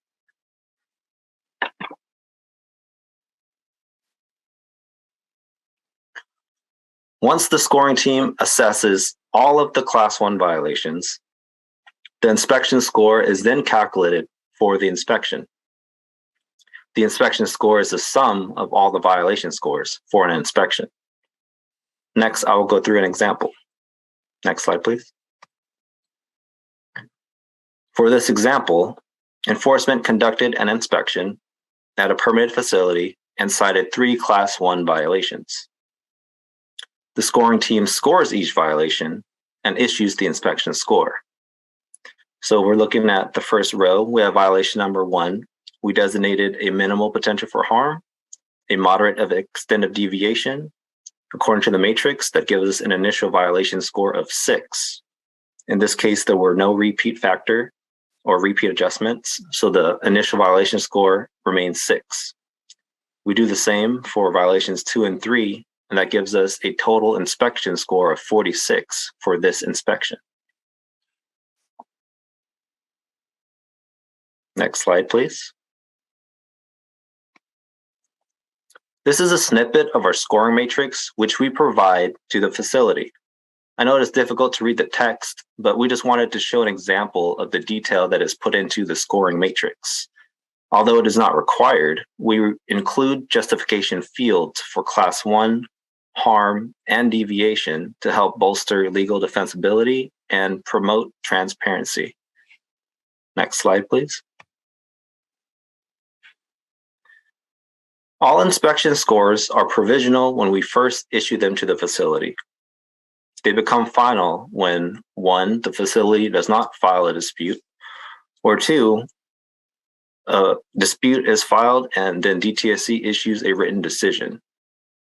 If the dispute decision results in a lower score for the facility, then the scoring team incorporates that change into the final score. Bruce LaBelle, the DRO, will go over the dispute process later in this presentation. Next slide, please. I will now talk about the facility score, which informs the tier assignment for each facility. Next slide, please. The facility score is the sum of the inspection scores for each inspection conducted during the preceding 10-year period, divided by the number of inspections. The facility score must be issued by September 30th for the previous 10 calendar years. So for example, the 2022 facility scores were issued last September and would include any inspection that took place from 2012 to 2021. Next slide, please. I'll now go over an example of how a facility score is calculated. In this example, there were 6 inspections conducted during the preceding 10 calendar years. All 6 inspections were given an inspection score. The sum of the inspection score for those 6 inspections equals 90. We then divide by the total number of inspections, which is 6. 90 divided by 6 gives us a facility score of 15 for this facility. Again, per regulation, we are required to issue facility scores and compliance tiers by September 30th, as well as post them to the VSP website by December 31st. Next slide, please.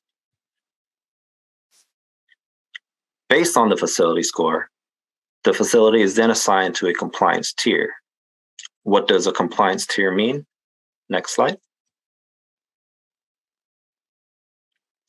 If the facility score was less than 20, the facility is assigned to an acceptable compliance tier. If the facility score is 20 to less than 40, they are assigned to the conditionally acceptable compliance tier. And if the facility score is 40 or greater, they are assigned to the unacceptable compliance tier.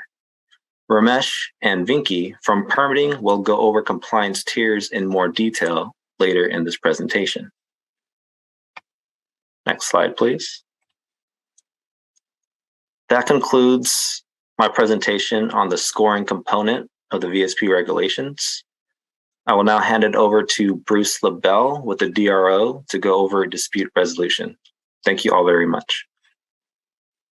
Hi, I'm Bruce LaBelle. I'm chief of the DTSC's Environmental Chemistry Lab, and I was designated by Director Meredith Williams to act as the dispute resolution official for disputes of provisional inspection violation scores. Go to the next slide, please. There's really three takeaways I'll provide you with regarding the dispute resolution process. The first is that it's really an administrative function that's independent review from the other DTSC programs, enforcement or permitting that are involved in the VSP process. The next point is that it's really a limited scope. When it's the DRO's role is when a facility disputes a specific provisional inspection violation score, then the DRO assesses the dispute and renders a decision.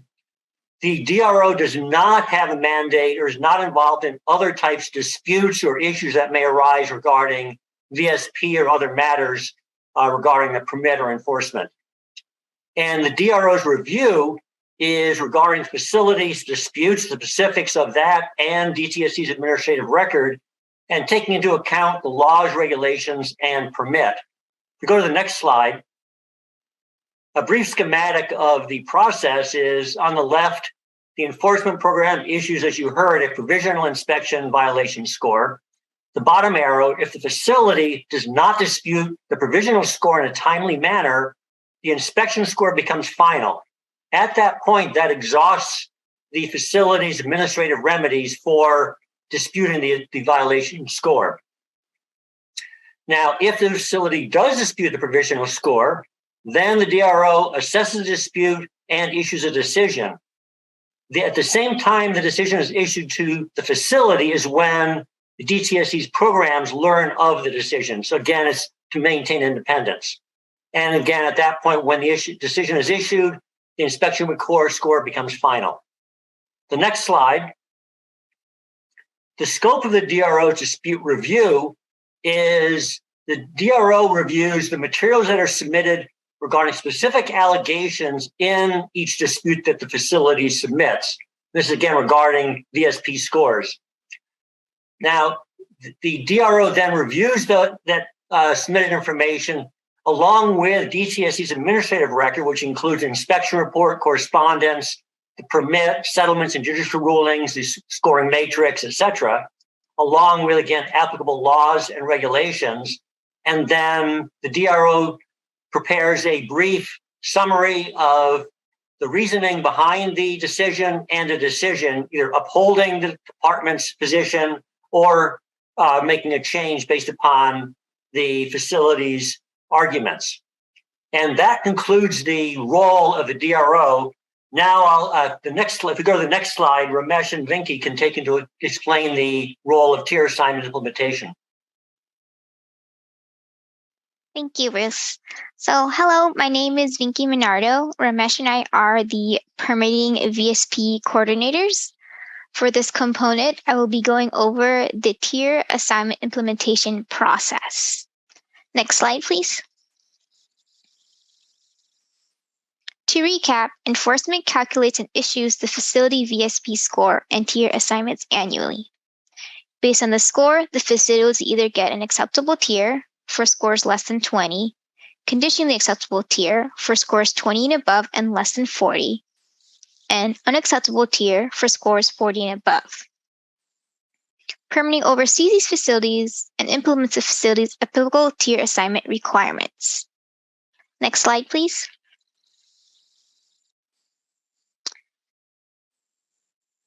The first tier is acceptable. There are no additional VSP requirements for this facility under this tier. However, permitting still conducts usual oversight and maintenance activities for these facilities. For example, the permitting project manager would process the facility's permit modifications if any were submitted. Next slide. Now, with facilities with a VSP score between 20 to 40 are in the conditionally acceptable tier. This tier has 4 different requirements. These 4 requirements include obtaining a qualified third-party auditor, audit reports, compliance implementation plans, and consideration of the VSP results for permit conditions. I'll go into detail on what each of these requirements means in the following slides. The first requirement is the facility must obtain a qualified third-party auditor to conduct 2 audits at their facility. The regulations outline a selection process and the minimum qualifications. Specifically, the facility must submit 3 proposed qualified third-party auditors within 60 days of receiving their conditionally acceptable tier assignment. And then Permity either approves or rejects the auditor within 15 days. Following the approval of an auditor or auditors, the facility is then responsible for retaining the approved third-party auditor services. Next slide, please. After the facility obtains the approved auditor services, the facility is then expected to submit 2 audit reports prepared by the approved third-party auditor. The first audit report must be submitted within 270 days of receiving their conditionally acceptable tier assignment. The second audit report must be submitted no earlier than 180 days and no later than 1 year of the first audit report submittal.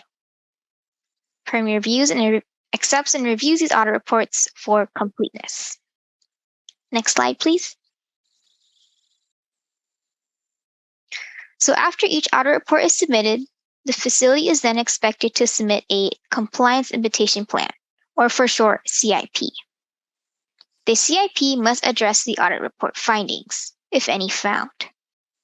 For example, if an auditor cited a facility for mislabeling a container, the facility CIP can propose a better employee training plan to prevent that violation from reoccurring. Permity reviews and approves the CIP and can require revisions if deemed necessary. Additionally, the CIP are enforceable commitments. Thus, the facility can be cited for not following through their approved CIP. Next slide, please.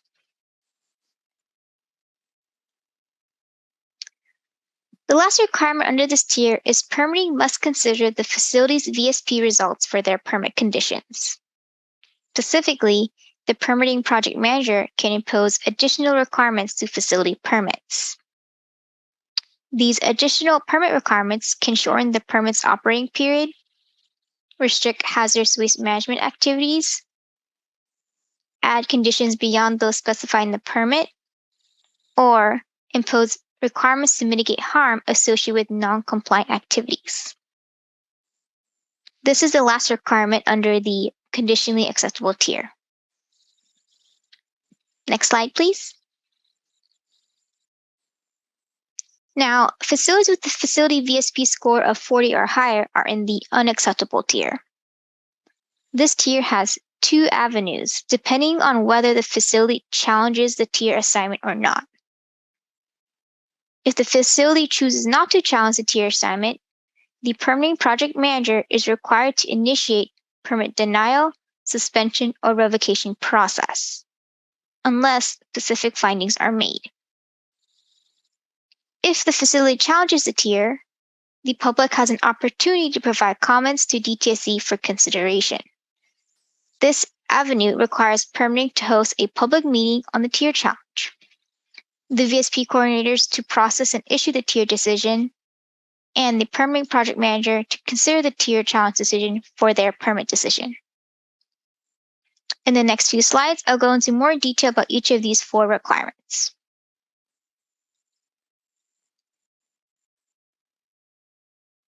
As said previously, if the facility doesn't challenge the tier assignment, permitting will initiate a permit denial, suspension, or revocation process. However, permit can also grant a permit or permit modification under this tier assignment, only if written findings show that the facility operations are not a threat to the public health or safety or the environment. Specifically, findings must illustrate that the facility has made enforceable improvements to prevent future violations, and that the operations provide substantial and overriding benefits to the state of California. Next slide, please. So if the facility does challenge a tier, permitting is responsible for hosting the public meeting. Permitting notifies the public meeting date and time within 60 days of the tier challenge receipt.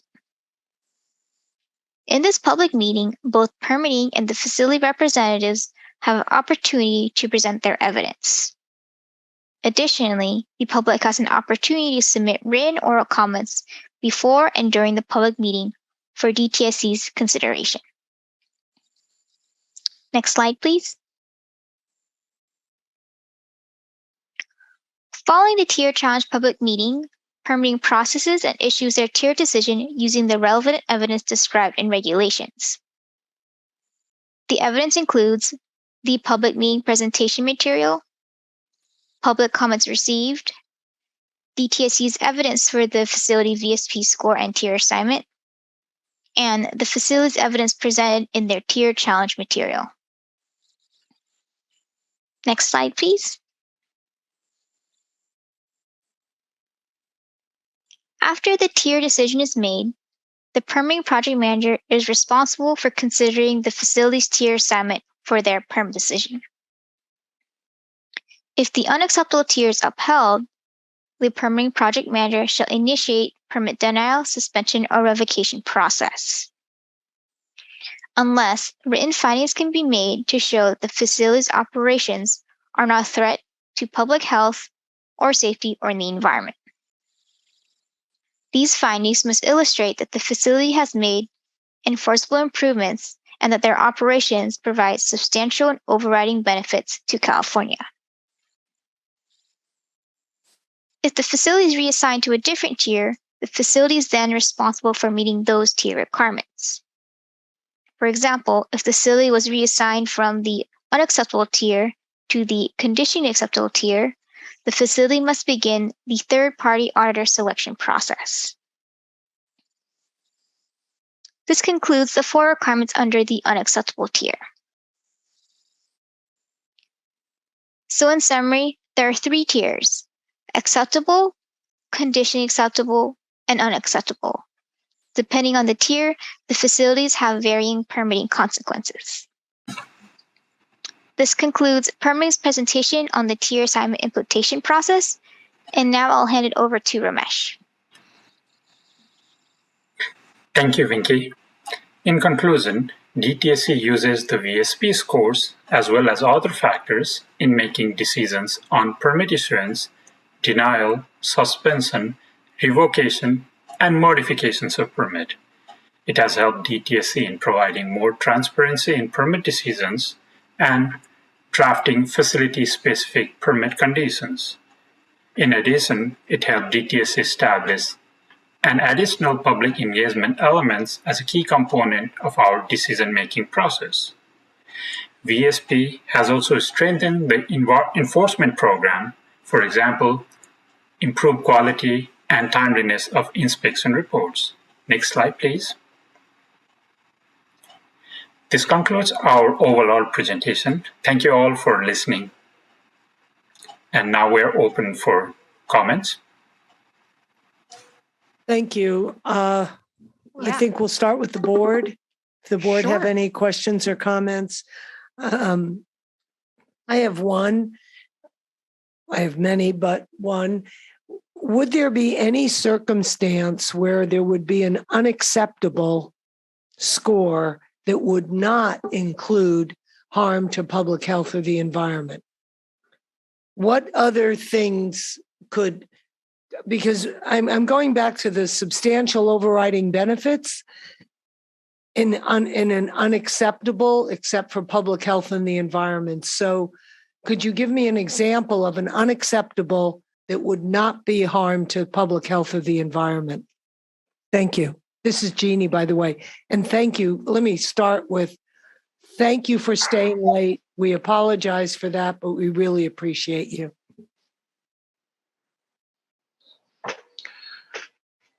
Hi, Jeannie. This is Wayne. I can take that question if Maria's not on, but I wanted to give Maria the opportunity if she is on.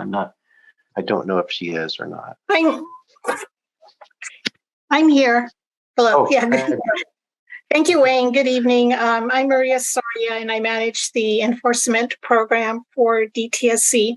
That's a really good question that you pose. Essentially, we score all Class 1 violations. So Class 1 violations tend to have a harm component to them. So at this point, I cannot recall a situation or a violation that would not have a harm component to it. We do, when we cite class 1 violations, we do follow the definition that is found in statute and in our regulations, which also speaks to human health or safety in the environment. But there's a second component to that definition that is applicable to a class 1 violation, and that's that it is significant enough that it could result in a failure to accomplish the following. For example, the hazardous waste doesn't get to its destination facility, or there's inadequate financial resources. So I suppose that having inadequate financial resources could be an example, but there's also a harm component to that if there are insufficient funds for the facility when it closes. Thank you. So in that instance, what would be a substantial overriding benefit that would change your calculation or your decision that facility can't continue to operate or has to go into some major enforcement? How do you balance those two issues? Or who balances those? How's that done? I can take that. Permitting takes that piece. And it's the obligation is on the permittee to provide that demonstration. There are no criteria set for it. The complete obligation to provide that information is on the applicant or the permittee. I understand they would make their case. I'm trying to understand what would be considered. What are some of the elements that are considered substantial overriding benefits?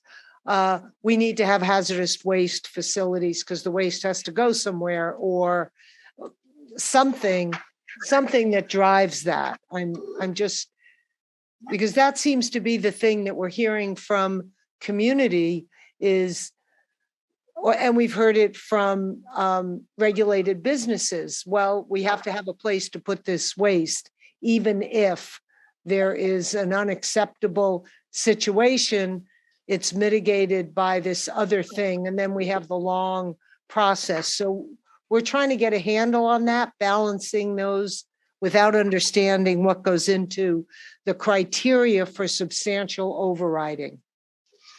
Yeah, so we don't have experience with that yet because we haven't run across this situation yet. However, I would just add that, to get to that point where a facility has to, or a permittee has to submit a demonstration, they would have already gotten past the step where DTSC rejects their tier assignment challenge. So they keep them in the same tier. So the opportunity is probably easier to change their tier assignment than it would be to go down that route. If we didn't change their tier assignment, we kept them in an unacceptable tier, I can't think of a valid reason why we would issue a permit to a facility. So, right. But like I said, we haven't had that experience yet. We don't know. Right. That's logical to me. What you're saying now is logical. So I just wonder why that caveat is in there. What the thinking was, and, in the instance where that could be used, or maybe, I don't know. It just feels like if it's not something that we can imagine, what would be so overriding that we even have that. Right. I mean, I think of it as a safety valve that we haven't had the opportunity to, we haven't had the experience to go through it yet. Okay, thanks for that. I'm sure there are other questions from board and public. Please. This is Alexis. I also appreciate you staying late. When I looked at the earlier slides with the examples of multiple years scores, and in that hypothetical example, in one particular year, you had a score of 40, and in the next year, a score of 0. Since DTSC is now in the position of putting out a score every year, I wasn't clear on why you would take multiple years and then divide by the number of years. If you, in a given year, had a score of 40, that should, in and of itself, perhaps, in my little mind, trigger the consequences that you laid out for a score of 40. I don't understand why one wouldn't act on that in the year in which those class 1 violations were tallied up. Right. Yeah, good question. And it's the subject. I'm sure many questions are going to come in about that. That's the way it's set up in the regulations now. This was part of SB 673. We took care of 5 of the elements with track 1. We're going to take care of the other 2 in track 2. But that was one of the pieces that made its way into regulations. That's the current scenario now. There's been a proposal, and we've had a lot of input about removing the divisor and coming up with different scoring mechanisms. We had a couple workshops last year where we solicited input, and we had a lot of good comments through that. We're not in a position now to talk about what we would be proposing in the future, but we are going to change the regs in some fashion. You'll probably see it around summer of 2023. That will include minor revisions about clarifications about what constitutes an inspection and things like that. And it will also consider the comments that we received about removing the divisor from the scoring mechanism. But we have multiple briefings still to do. We don't have concurrence within DTSC yet on the path. So we still have briefings to consider, and I'm not able to share like a DTSC perspective on that today. So, but it is something that we're considering. We know that there's a lot of interest in doing that, and we will include it in the decision in the summer. Well, thanks for the explanation. It does seem like making it more simple would be in DTSC and the facility and public interest, but we will see what comes out next summer, and I appreciate your explanation. Thank you. Yeah. Lizette? And I would also like to thank you guys for staying this late with us. I actually had a similar question to Member Strauss related to the number of inspections and any clarification on what does currently constitute an inspection, whether follow-up inspections are included within that number. And also, I have a question around the violation score, whether it's only active violations that are included, because I believe my understanding is that anything that has been resolved isn't included, and I just wanted to verify that as well. Thank you. I'll turn this over to Swai. Actually, before that, and my other question had to do regarding the challenges to the tiers, whether that's something that community members can bring up as well.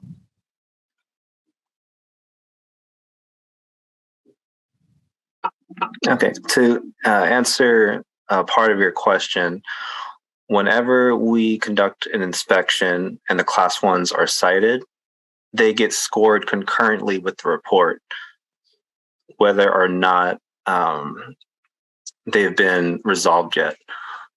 Once, if the inspection goes to enforcement and the case is resolved and the enforcement is settled, and let's say, for the example, there's 3 class 1s, right? Let's say only 2 proceeded forward, and then the third one was withdrawn due to the administrative procedure, then we would update the score to not include that third violation that was dropped.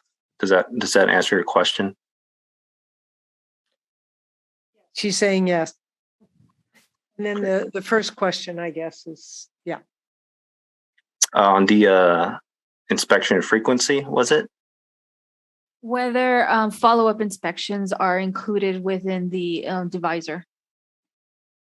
So the way the current regulation is written, it wasn't clear what a compliance evaluation inspection or what inspection really means. And as Wayne mentioned, that is what we're currently working on to help clarify. At the moment, if we go out and do an inspection and an inspection report is issued, then we consider that a single inspection. So if there was a follow-up inspection to an inspection regarding to see if they correct a violation or not, it would not be a separate inspection because it's following up to something that was already written. If we go out and do, let's say, an inspection that was over a span of a couple of days, if that inspection is all included into one report, then we'll count it as a single inspection. And then another component would be a financial record review. If we go out and do an inspection, the financial record review portion might come later because our financial assurance unit does that. Even though that financial report comes later, it is not considered a separate inspection. We still consider that to be a part of the compliance evaluation inspection that enforcement initially conducted. So your follow-up inspections usually do not get counted as a separate inspection. Thank you for that. Any And other then to your last, questions before we go to the public? oh, I wanted to answer your last question about the inclusion of the public in the process for the tier assignment challenge. So that is something that we do when we receive a challenge to a tier assignment. We public notice it. We maintain a mailing list associated with a permittee. So we know who's interested in the site. We let them know about the tier assignment challenge meeting and invite them to provide comments at the meeting for input into our decision. So we do include the public in those. Are they able to bring up a challenge? You mean the public challenge a facility tier assignment? Correct. So I couldn't imagine somebody doing that. But so the way it works is it's the permitted facility that gets the score, right? And if they're in an unacceptable tier, most likely they're going to try to challenge that tier assignment. I couldn't imagine where a member of the community would challenge it, but I don't know. Maybe we don't have a lot of experience with VSP, so we may see that. That's what I'm wondering if this information would be available, with enough notice to have the public, make a challenge, along with when the so yeah. So the only benefit to challenging the tier assignment is to actually lower the score. That's the benefit to the challenge. So I don't think that anyone but the affected permitted facility representatives are able to challenge that score. I don't think anyone can challenge the score and petition for it to be higher, for instance. That's not written into the regulations because it's so prescriptive about the scoring elements. A challenge can only result in a lower score or a lower tier assignment, if that makes sense. I think what has come up and what we've heard is if a score is given that public thinks should be higher. So the public is interested, feeling like this is a repeat offender or their experience, the community experience around the facility is not adequately captured in the score. Petitioning for it to be higher. That's, I think, where it's come to our attention. Okay, so I know it's late, but I want to talk about SB 673 resulted in much more than VSP. There's a little section in there. It's in part of the regulations that commits permitting to reviewing 12 elements, one of which being VSP, right? So the other ones are the compliance issues not associated with VSP, because VSP only considers Class 1 violations. There's 12 elements in the review of a permit application. So it's at that time that we would accept public input on anything associated with the facility to inform our decision for the draft permit decision. That's where the public input piece goes with that. It's not associated with the VSP tier because the regulations are pretty prescriptive about the score and the process for lowering the tier. But there's definitely opportunity for anyone to weigh in on the permit decision itself. Thank you for that clarification, Wayne. I think, do we have some public comments? Just check board members. Yeah, do we have any other? No, I did. Okay. Okay, so we do have some hands raised on the Zoom, as well as, do we have any in-person public comment? Which one do you want to handle first? Okay, Angela, please come on down. State your Sheena, name and just- affiliation Could you for the just record. remind folks if how they can make comments? Sure, yes. Just go through the slides. So since it's been a while. as shown on the slide, you can raise your virtual hand by using your Zoom toolbar, or for those who have joined our English call-in line, you can press *9. Those joining our Spanish call-in line can please wait for the interpreter's instructions.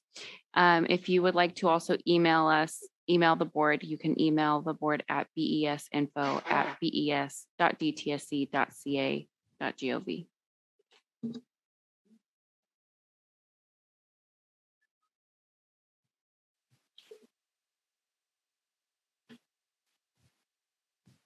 Okay. All right. Thank you, Angela. Good evening. I have so many notes and so many things to say. I'm going to try to stay concise, however, and build my comments around three notions. Sorry, Angela, I know that you had shared a slide. Yes. Would you like us to Not put yet. that? Not yet? Okay, Not let yet, us know. But there'll be a moment. I'm like, Okay. bring it up there. All right, let us Okay. just keep us posted. We'll be ready. I'm going to build my comments around three notions here. So the first one is this question that y'all just been talking about who gets to raise a dispute. And so my first general comment is in terms of the VSP and the regulations that DTSC wrote. So I noted with interest the passive language that's being used about the regulations. So those regulations were written by DTSC, right? So it's not like they received regulations from on high, but they in fact constructed these regulations for VSP out of in an effort to comply with SB 673. And I'm going to call my first category of things I want to comment on various kinds of get out of jail free cards. The second thing I'm going to talk about is the much ballyhooed divisor. And then the last thing I want to talk about is information availability, compliance data, that bucket of things. So in terms of the various get out of jail free cards that are built into VSP, one of them is who gets to challenge the score that's given. And yes, this notion that maybe the score should be higher. In fact, my client started, my client working on these issues has been the Clean Air Coalition for North Whittier and Avocado Heights. And my client started challenging the VSP score for a facility at the very first opportunity, the very first time that a VSP score was issued. In fact, before DTSC issued its first VSP score for this facility, we submitted a letter where we did the scoring. We looked at the regulations. We looked at the violations as they existed in the notices of the statements of violation. And we offered up our analysis about what the scoring should look like. And that was not the score that DTSC staff ultimately provided the facility. That's even with the use of the divisor. So we are not able to challenge the decisions that the staff made about how they're going to categorize any particular kind of violation. Is it minimal? Is it moderate? Is it major? You know, those are questions that involve some kind of a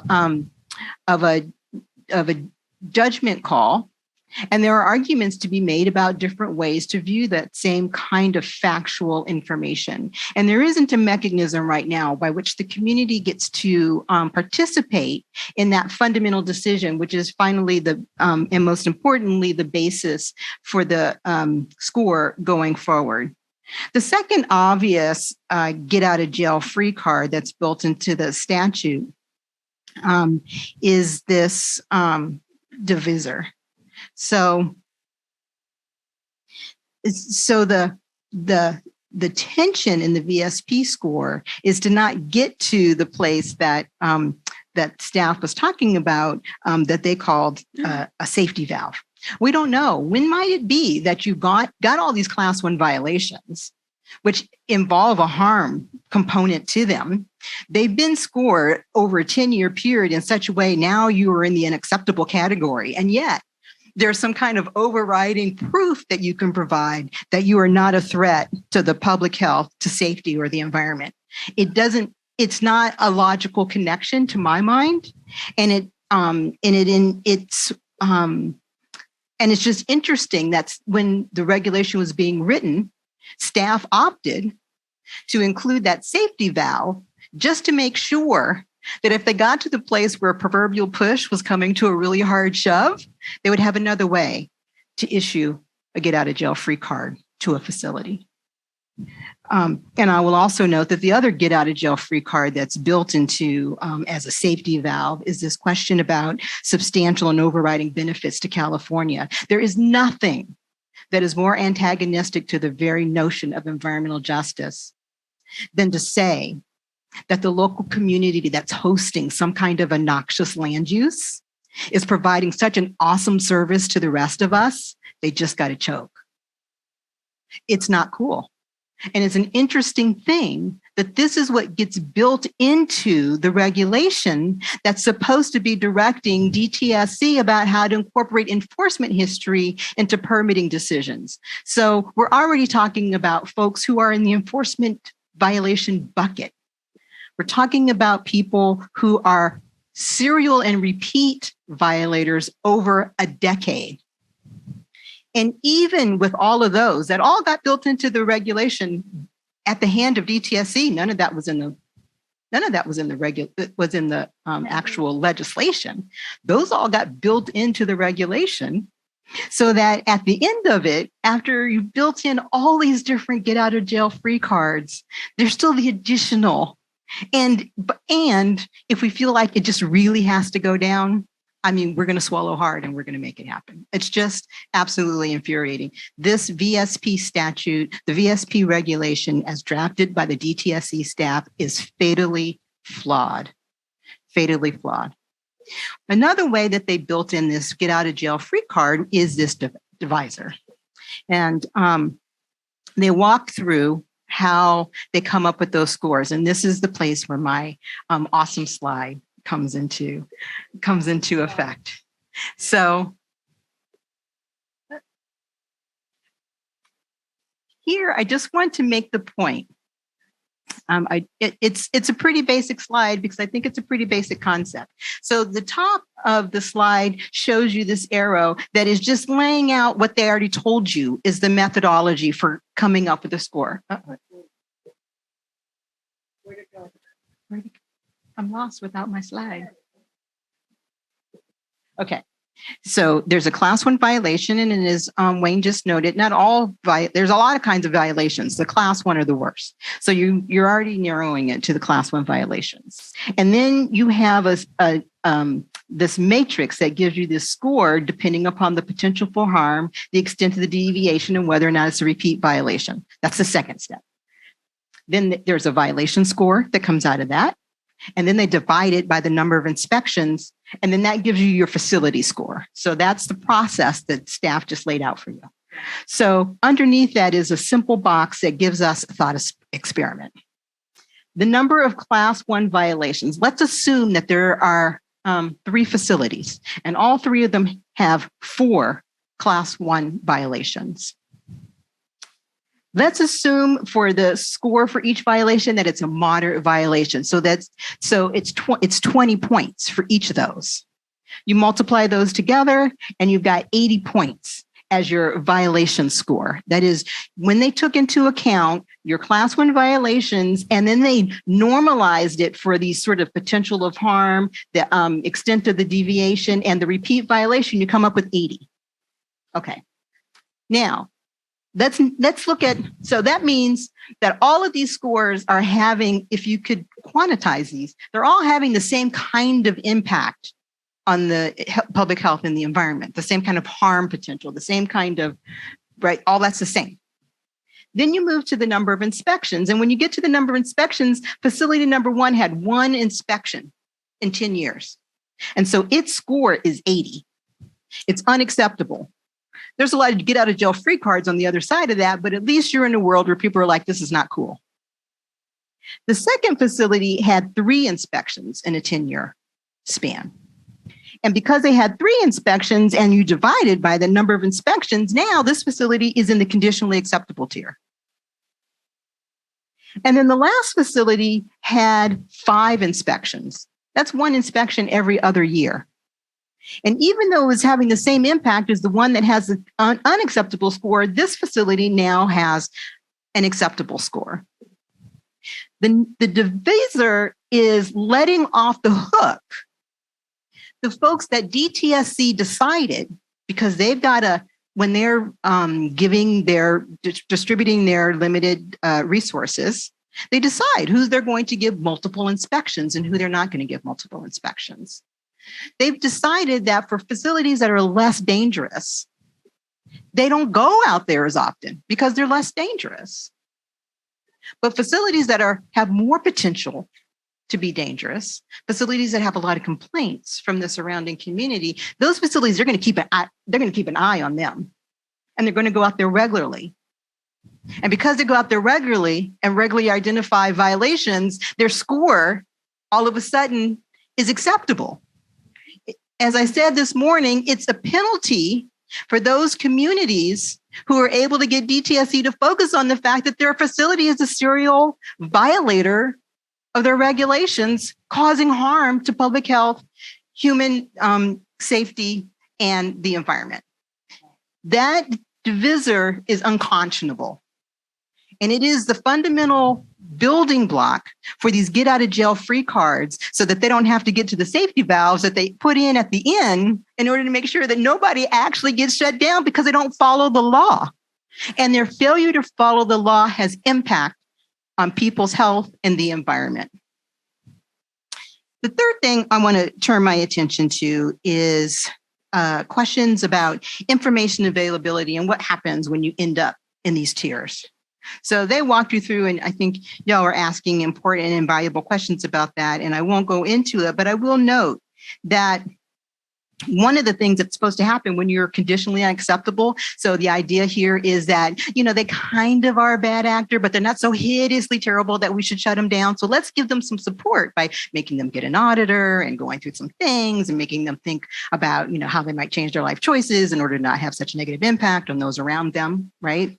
And so then they're supposed to go out and do these audits. And I will tell you that, and we submitted letters to DTSC and shared them with this board about this on November the 3rd, as we've been watching this process be implemented. And what we noted there was that information about auditing reports and who's doing them and what they look like, you can't find it. EnviroStore may be lots of things that are really wonderful, but what it's not is an easy way to navigate complicated information spread out across multiple facilities. It just isn't. And DTSC's staff, despite their, I'm sure, best intentions and best efforts, have not figured out a way to live up to the expectations of clearly presented information. In fact, they've gone backwards. When they first started putting up VSP scores, they had the website. You could click on a link. It would show you the document. It would show you the other documents that showed their VSP score. You could just go there and click on it and look at it and see it. now they've given you this map, and I guess it's all very cool. And I understand that because I know people who like think that maps are cool and they put it on a map and you've got to find the dot and you've got to click through and then it takes you to this generalized place and then you got to find it. It's a mess. So even if it weren't a mess, the stuff isn't there. We've already pointed that out in our letter. But even worse than it just not being available, there's a facility that we focus on. They got an audit report done finally. And what it said was there's a limitation to the audit report. It says a limitation of the audit is that the auditor was not currently certified for a respirator use under Cal OSHA regulations. And therefore, they weren't able to visit the core operating parts of the facility. The places where the actual hazardous waste activity is happening was off limits to the auditor because they weren't certified to wear a mask. Okay, so I don't know. I'm just somebody's mom with a degree in philosophy. So I get it. There's a lot of stuff that I don't understand. But this here is this is completely ridiculous. What auditor didn't know that when you got to the site that was doing the thing that was creating the emissions that you would have to go in and see shows up there without the certification for, I just don't understand. I don't understand how that's a thing. I don't understand how that's a thing. I don't understand how that's a thing that somebody then wrote into a report and then they put on the internet. And nobody said, hey, wait a second. That's not compliance. And it was accepted. Am I correct from what I'm hearing from Wayne and others that, and in the regs, that they have to submit 3 potential auditors? They have to submit some number of auditors. The auditor has to be approved, correct? That's my understanding. And so the auditor approval would include their ability to fully audit. And there's 270 days, there's however many days. And I don't know if the staff is still on to be able to help us with that. So Yes, I would love to take that question. And I appreciate you, Angela, but you've left out key pieces of that story. I really do appreciate you and your input, but I have to advocate for the staff here at this point. I mean, there's been a lot of discussions about staff asleep at the wheel, and I want to paint a very different picture for the board about the staff at DTSC. The staff at DTSC devoted their lives to coming in because they care about the communities that they serve, and they wanted to use their education in the communities that they want to protect. In this case that Angela is talking about, that audit was not accepted by DTSC. So to provide a picture that DTSC is blindly just falling asleep at the wheel from these audits is a very inaccurate picture of what goes on at DTSC. We're very aware of that audit report and we are following up with it. We've sent a letter to the permittee to address the inadequate audit. So I appreciate you, Angela, but I have to push back on you on this. You did not portray that in an accurate light for DTSC. And I want to appreciate you, Wayne, and your staff, because I understand that folks with the kind of skills and training that end up in places like DTSC and undertaking these important jobs had other choices. I'm assuming that anyone on your team and anyone at the agency can go and get a job in industry and make a ton more money and have a lot more resources available and not have people like me, somebody's mom with a philosophy degree, showing up at a podium to talk trash about you. I think that that's absolutely positively the true case fact. And I understand that, and I appreciate that folks have made the determination that this is the place, this agency is the place where they wanted to use their energy and effort and their experiences and their intellect to make a difference. I completely respect that. I really do. And I don't, and I cannot be more serious than the praise that I feel for folks who make that decision. I really can't. And from we sent the letter on November the 3rd, where we talked about this and we raised this, and the information is just not clearly available. And so what happens is, regardless of what people's intents and desires and all of those things that I believe are true and authentic, because if they weren't, you know what I wouldn't be doing? Standing at 7 o'clock in Bakersfield talking with y'all about this. But we don't have access to the information. This 673 was supposed to be about transparency, and left with a lack of information, with incomplete information, with information that's scattered and fractured, we are left to make our own determinations about what's happening. Because the only thing worse than the idea that y'all didn't catch this when it was happening would be that I didn't catch it when it was happening. So I'm perfectly happy to take that correction, Wayne, on behalf of your staff and your efforts here. And I would just urge us to remember that we are just trying to understand what's happening to people in their communities, and the structures of the rules and how they get applied and how they don't get applied, and questions around urgency and the like. So thank you for stepping in with that explanation, Wayne. I appreciate it. I would like to offer my apologies if my words were offensive to the hardworking staff at DTSC and the commitment that they have to these issues. I appreciate that and take that correction, and urge us to see that there are multiple ways to look at information that's available. And the more complete it is, the higher likelihood of success that everybody's on the same page. So what I will say to just wrap up my comments here is just, I want to look at one particular facility. And that facility currently has a VSP score of 39.33. We know that in the VSP regulation, 40 is the magic number where you get into this world and there's safety valves, but 40 is the number. So they're at 39.33. Their number has been edging up every year, a little bit. In 2020, they had 2 inspections. One was for the compliance evaluation inspection, and the other one was financial records review. And I took great interest that staff noted that if those kinds of things happen, they get combined as one inspection.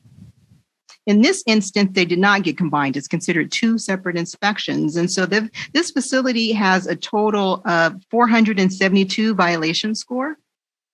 But when you divide that number by 12 inspections, you end up with 39.33. If, however, you divide that number by 11, that is, you combine the 2 inspections that happened in 2020, then their number is 42.91. It cannot be the case that an adequate regulatory structure results in these kinds of outcomes. This regulation is fatally flawed and must be changed immediately. Thank you.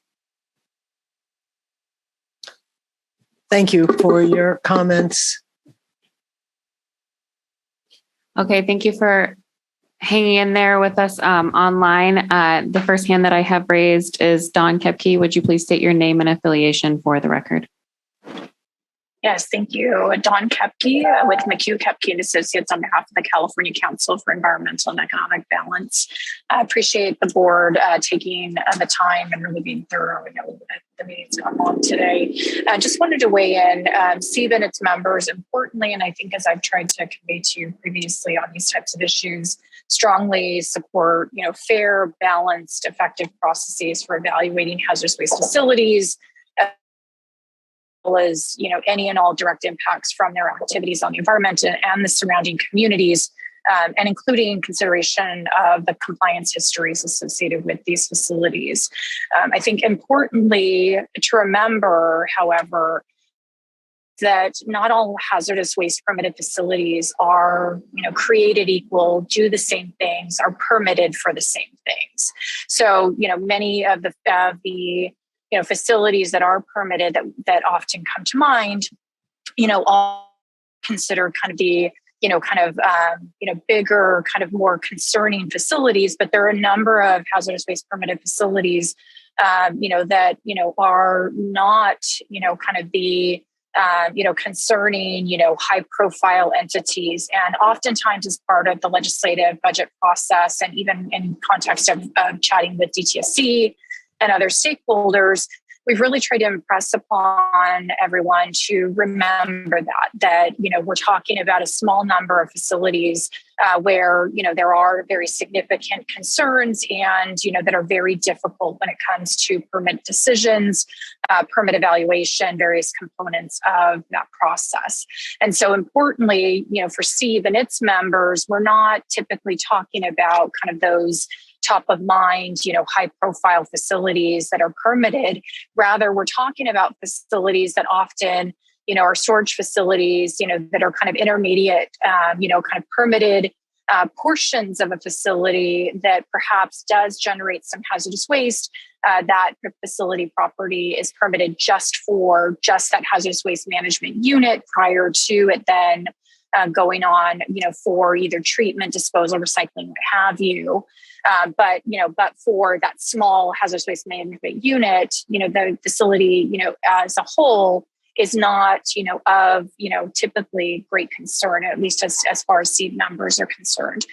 Other SEEB members also are involved and have hazardous waste permits for the purposes of recycling hazardous waste materials and repurposing that. So when we talk about earlier in the meeting about pollution prevention, really our folks are taking that, to heart and focusing on how can we take hazardous waste, recycle and repurpose that so that it is not kind of an ongoing burden, but rather is a new product for which, there is kind of additional life that can, reduce the need for disposal, but at the same time, serving a purpose for kind of everyday living. And so I think it's important that the board remember that not all permitted facilities are created equal, doing the same things, are kind of those high profile, concerning, facilities that may come to top of mind. And so important in that regard.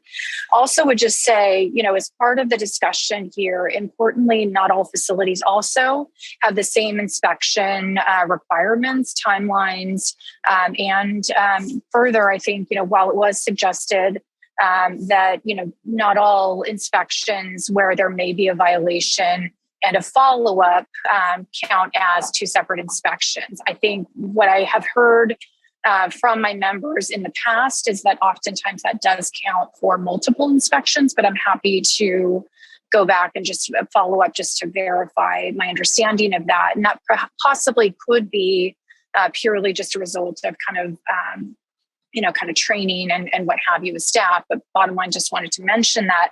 But at the core of the issue really comes down to facilities are inspected at various intervals for a number of different reasons based on the differences in what those facilities are undertaking. And so that's important, particularly when it comes to the VSP's process that's set out for kind of averaging, because understanding that a facility that may, have, many inspections, a number of violations could, have more egregious violations or less egregious violations, but that averaging nature helps to kind of understand that, you could have one facility with one major violation that is a small recycler and that, perhaps is not as egregious in terms of the actual class 1 as compared to another facility that has multiple violations over kind of, a number of inspections. And so we think, we've had this conversation not only, as part of the VSP regulatory process and kind of work through those issues with the department, with the stakeholders through that process, but even have vetted this as part of a conversation in the legislative process under legislation Senate Bill 575 that the legislature opted to not advance given kind of some of those appreciation for some of those issues and some of the complexities associated with number of inspections, much less the, relative risk associated with those violations, what have you. So really, I think it's important to keep all of that in mind. And further, as I think was noted, the VSP is but just one element in, the decision that the department undertakes for the purposes of not only just, permit approval or denial, but also permit conditions if approved.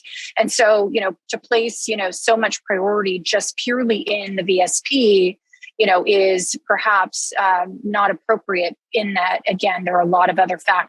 I think was stated 11 other factors beyond just the VSP that goes into that incorporated under SB 673.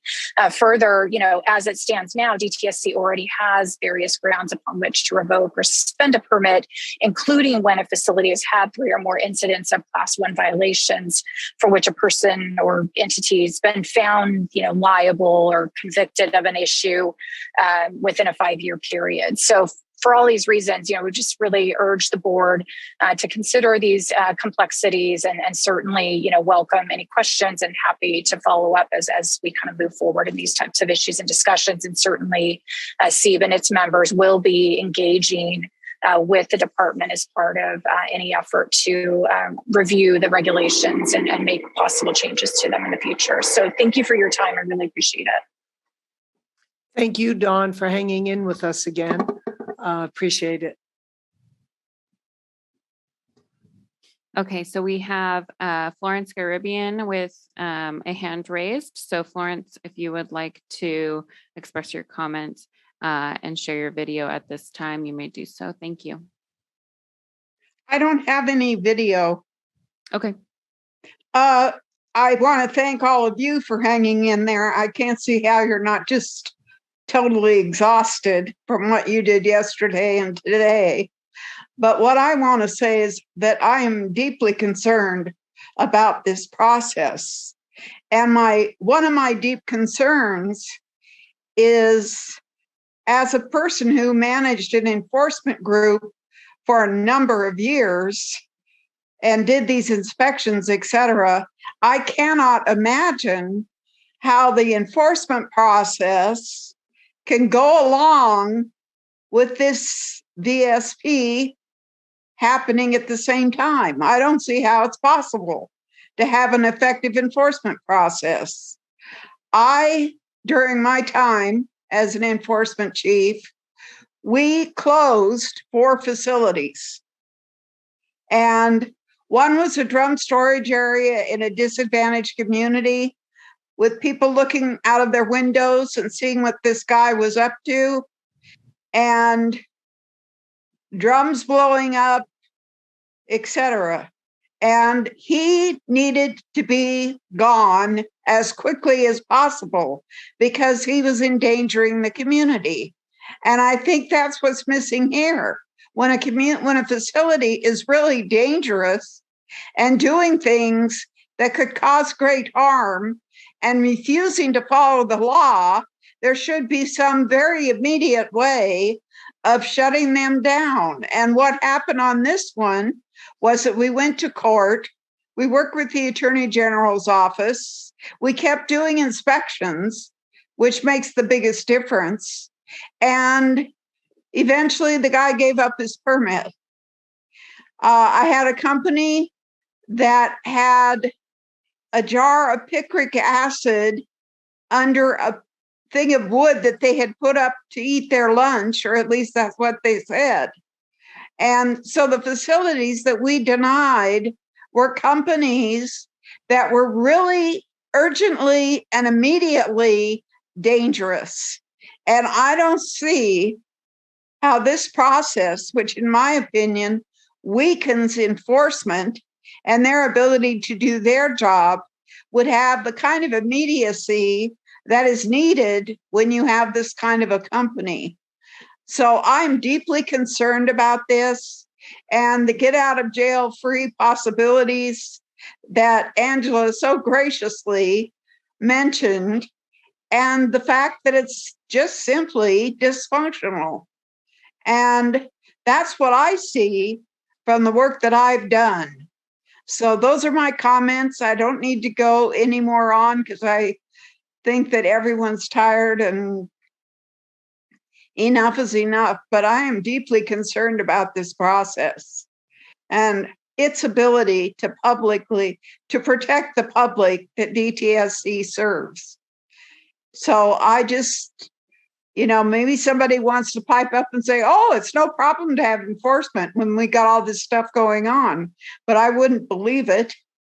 So thank you very much for your time and patience. Thank you, Florence. Appreciate you hanging in with us. And yes, I think everyone is tired, but fueled by the importance of this. So I think we're all very attentive to it. We don't want to leave until we've heard it all. So thank you. Okay, thank you so much. So now we will move to the public forum, second public forum portion of the, Were there any more comments on this agenda item? I had a quick comment regarding the, just to reiterate something that I've mentioned before, the need to really make sure we post documents online, and I'm not really sure what gets posted when regarding VSP, but I think in this situation, once the permittee posted their auditor's report, if there was correspondence from DTSC, that should be made public, and in this instance would have been helpful to the community. I feel like something like that, it would have been a valuable situation to have that posted publicly. I know that that's something that's regularly done at the water board level, and I feel like it would definitely benefit the community at this point. So before we wrap this section, I want to thank again the DTSC staff and ask if there are any closing comments or responses that you want to make to what you've heard, Wayne and the rest of the team. Before we let you go have dinner, anybody?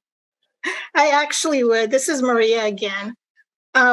Just to respond to Florence's comments, Florence, we've come a long way since you left DTSC, and we've actually improved a lot. But I specifically just want to state that we have a team of inspectors that score the inspections, that score the class ones. They're led by SWI. They have years of experience conducting inspections. And so that in itself is extremely valuable. The approach is consistency in how violation information is analyzed and scored. The scoring process is very detailed and extremely time consuming, with, of course, the end goal of providing an inspection score. So I just want to lay that out there, that our team that scores the inspections, they're very dedicated. They really pour their heart out. They want to do the right thing. They do the right thing. They follow up. They ask questions. They're doing their job. And so, I just want to make sure that people understand that this is not an easy process for DTSC at all. But this is what we are asked to do, and we do it well. Thank you for that. Thank you for that. Close. Do we have one other person? Wayne? I think Wayne was. Yeah, Thank you, Wayne. I'd just like to quickly add, VSP has had a tremendous positive effect on DTSC. It's introduced transparency in permit decisions. Before this, we wouldn't be talking about compliance scores and tiers. It wouldn't be known. We would be talking about, everyone would be relatively left in the dark about how different facilities compared with each other. It's had tremendous effects for DTSC on our transparency in the permit decisions, the stronger enforcement program, all of that. I think, there are some changes that we have to make in summer of next year to clarify things and make it even better. But overall, I think VSP has had a positive impact on the communities that we serve. And I also wanted to just advocate again for our staff. I don't work with anyone at DTSC who doesn't care for the communities that we work in. I don't work with anyone who is flippant about their job. I don't work with anyone who, makes decisions that are wrong for communities. All of us work together, and we all have, that's our common bond, is working in communities to protect people. That is what we all strive for, and that's the community that we have within DTSC. So I just wanted to end with that. Thank you, Wayne, and thank you to the DTSC staff. I'm sure we'll have a lot of follow-up as we go through the process for permit appeals, understanding the permitting process, the violation scoring, all the things that go into the record that we will have as we address permit appeals.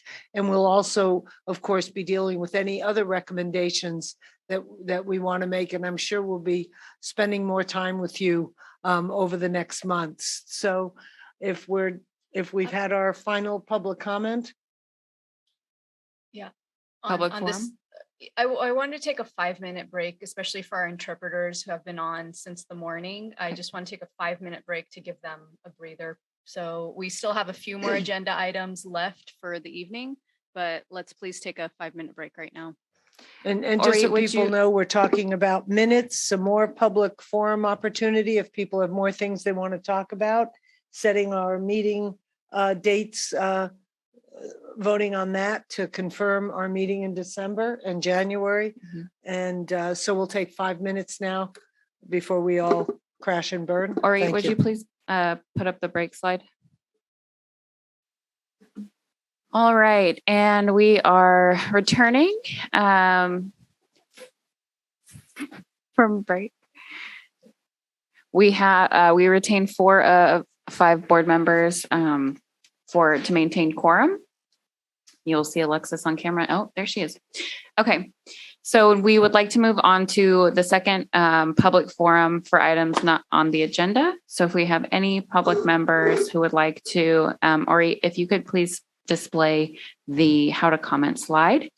And for anyone who has joined us for this second public comment for items not on the agenda, you can raise your virtual hand in the Zoom toolbar. If you have joined on the English line, English call-in line, you can press *9.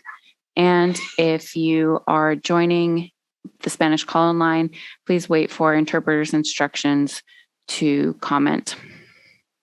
So I do not see any hands raised for public comment.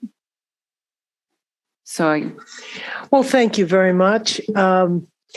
I think we wore everybody out, but we have whoever's still on Zoom. Thank you for hanging in there with us. We have some more business now. The next item on our agenda is to hear from Jessica Swan, who is going to walk through a presentation on the Ombuds program. Thank you, Jessica. that I am. Ori, would you please put up the Ombuds presentation? Turn on the mic. Oh, is it not? Am I? There we go. I got to put it in the right spot for my face. Okay.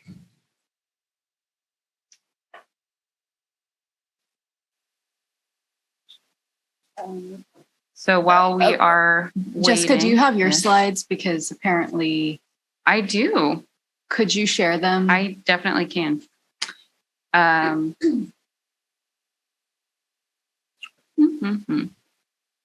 Yep. And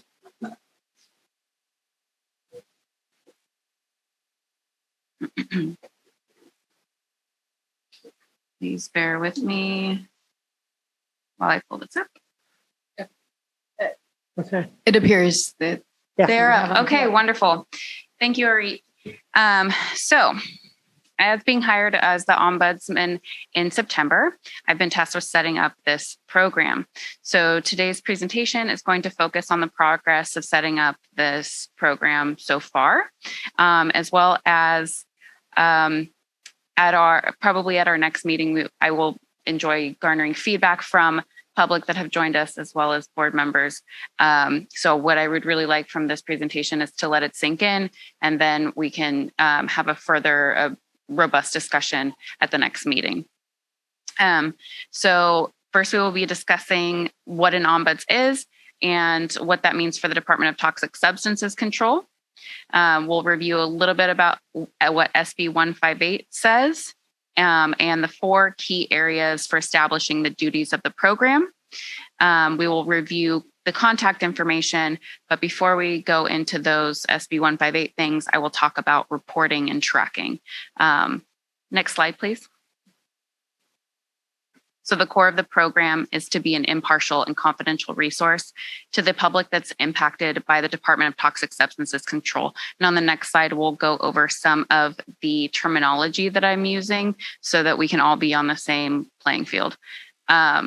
So the program, myself,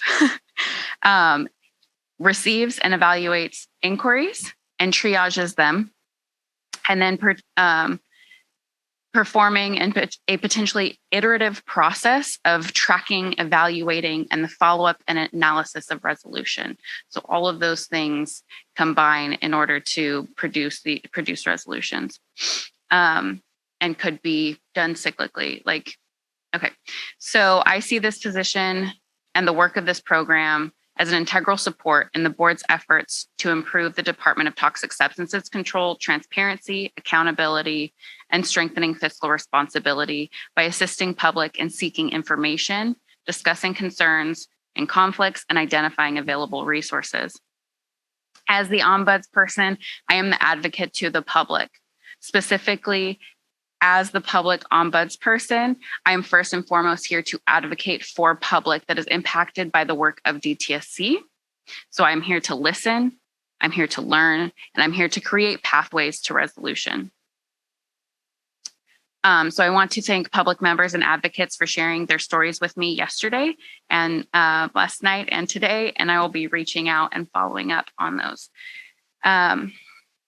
So lastly, just to tie it all in to as what the ombuds person is, what this program does, it reports to the Board of Environmental Safety at regular intervals, which we will discuss what those regular intervals are in just a moment. And again, to bring it all around, BES is the governance board for DTSC. So that is how that all interplays. Next slide, please. So these are the terms that we've been going over. An inquiry is just a combination of the words complaint and suggestion into one word to make it easier. The matter is any DTSC site, facility, program, action, anything that you can think of that involves the work of DTSC. Again, the definition of ombuds. So public are individuals, community organizations, industry groups, related entities, interested stakeholders and groups, and DTSC employees. All of those things are included in public. And so when we talk about public, it is a very inclusive and broad term. And so then the work of DTSC, again, is any matter under the jurisdiction of DTSC. Next slide, please. Where am I? So I want to talk about tracking. So I am working with OEIM to develop a database that will track all of these, all of the inquiries that are received. Currently, we're working off of a spreadsheet, but this database and even the spreadsheet includes tracking items for the matter, the region that it's in, prioritization, response tracking, and status, so that the program I will be able to produce reports that are going to be effective to the board so that I can make recommendations based on this information, as well as you guys will be able to see where this information is coming from and how it's being tracked. So, so the tracking, again, is going to be used for inquiries and analyzing trends so that we can give that information to the board. Next slide, please. So reporting. The reports to the board will be at board meetings, at at regular intervals, depending on how you guys see fit. And it will be trends of what the program has received, as well as the analysis and potentially recommendations. There may be briefings of individual board members that are done based on different priorities that each board member already has listed as is public. And so there's a scoping meeting that happens weekly, and that is between Jeannie, myself, Chair Jeannie Rizzo, myself, Executive Officer Swati Sharma, and member Georgette Gomez. And so this is the scoping of the ombuds position, as well as where report backs will happen on all of the complaints that are received. Additionally, the ombuds program will generate annual reports and recommendations that are given to the board that are recommendations of to DTSC. So this may be done at a more frequent interval and may be associated with things like Senate hearings or budgets. So we will determine the frequency of these or when they are actually going to occur as we move forward. Next slide, please. So specifically, the language in SB 158 is that the board shall establish procedures governing the exercise of the ombudsperson's duties, including all of the following. So in a summary, these four items are definitely what the legislature set out for the board to establish for the ombuds program. So we'll go through how these have been set up so far. So next slide, please. So working towards website updates for BES, DTSC, and Cal EPA. I am very pleased to say that this morning, Kathleen Calvert, who is one of the webmasters for DTSC, was able to produce and post the daughter page for the ombuds. So it is now active on the BES website. So thank you so much for getting that up for us. So there have been updates to the DTSC website as well. And then I will be working with the Cal EPA webmaster to include contact information for the ombuds program on their ombuds person specific page. So in addition for methods for encouraging submission, the attendance of community events, listening sessions, and then encouraging our board members to refer folks to the ombudsperson as they see fit based on what the information that they're receiving. Next slide, please. So forms of submission, we have a phone number, an email address, a very confidential online intake form. You can either put in your information or your contact information, or you don't have to. That is available if you would like to submit confidentially, completely confidentially. And I will also be accepting or reviewing comments that have been made at public meetings and all meetings going forward, including this one, to see if there are any spaces where the ombuds could provide some resolution to things that are being discussed. So again, we have an 800 number, an email address, and the online intake form, and we will take items address items that are addressed at public meetings. Next slide, please. So the criteria for prioritization, I want to review emergencies last because it's probably the trickiest. So inquiries will be addressed essentially in the order received. And then matters that are ongoing where resolution has not been completed, those ones will have additional layers to them, and we will continue to follow up again in that iterative process to gain resolution there. And then another one would be non-DTSC matters. So BES, or if they're contacting us because they've reached out in other places and, they're not sure what specifically who has jurisdiction. So we don't want to make it incumbent upon this person to find out who has jurisdiction. We would direct them. And then so emergencies. If an emergency includes reports of releases or potential releases of hazardous substances. So that is what the category of emergency is. So if an inquirer would be encouraged to contact either local law enforcement or the Cal EPA hotline. So if local law enforcement is not something that the person is comfortable with, Cal EPA does have a hotline. I do have contacts within DTSC to be able to access that Cal EPA hotline. So what happens is the information will go in, it'll get triaged, and then one of the BDOs will take it upon themselves to assign it to themselves. So then I will be able to track it based on the branch chiefs that work in the emergency response unit. That's how emergencies work. Next slide, please. So access to information in general. So the program will can access DTSC specific information and resources to improve the understanding of DTSC activities and opportunities for involvement in the DTSC regulatory process. So resources include staff documentations and briefings. So all of these are available to improve the knowledge and understanding of the program. Last slide, please. Again, I just wanted to post the contact information for the ombuds. So if you would like to submit an inquiry, you can do so one of these 4 methods. And that is any questions?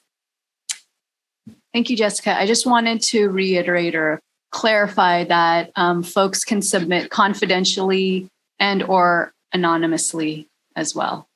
And the most confidential or anonymous form that you can submit is by using the online intake form. So there is options to put your information in. However, it's not a required field. So again, if you want to submit completely anonymously, that means I will not be able to follow up with you. However, if you feel strongly about remaining anonymous, please do submit a comment using the online intake form. Thank you, Jessica. And I want to make a special compliment to your navigating the challenges of this being an SB 158 designed one way, and yet how we're having to hold it is differently. And you're solo on this. So for now, yeah. And we appreciate that. And we appreciate your longstanding involvement with us from when you were with public participation, and now you're our staff. So welcome and thank you for that. Thank you. I'm sure we'll have more discussion at the next meeting. Thank you. Oh, okay. So is there any board discussion? I guess just quickly, just to make a note about us when we receive public comments that, you are following up with us on following up with the commenters. So I appreciate that part of it and you're reaching out to us. Yeah. Right. And if there's something in particular that you want to hear the outcome, then flag that for Jessica. So, there are things that we'll pass on that she'll deal with, and we'll be waiting for monthly, quarterly, or whatever reporting. And we'll probably stratify it. Really hot button issues will be reported out more frequently. But if any of us want to know the outcome of a follow-up, then we should flag that for Jessica so that in her database, she knows, I need to get back to Lizette or Georgette or whoever it is. So, she'll create a really elaborate database thing that is above my pay grade. So thank you, Jessica. Just checking to see if there's any public comments. I do see one hand up, virtual hand up. Jenny Knack, you can unmute yourself. This is super short. I'm just wondering, is one person going to be able to handle this for all DTSC sites in California?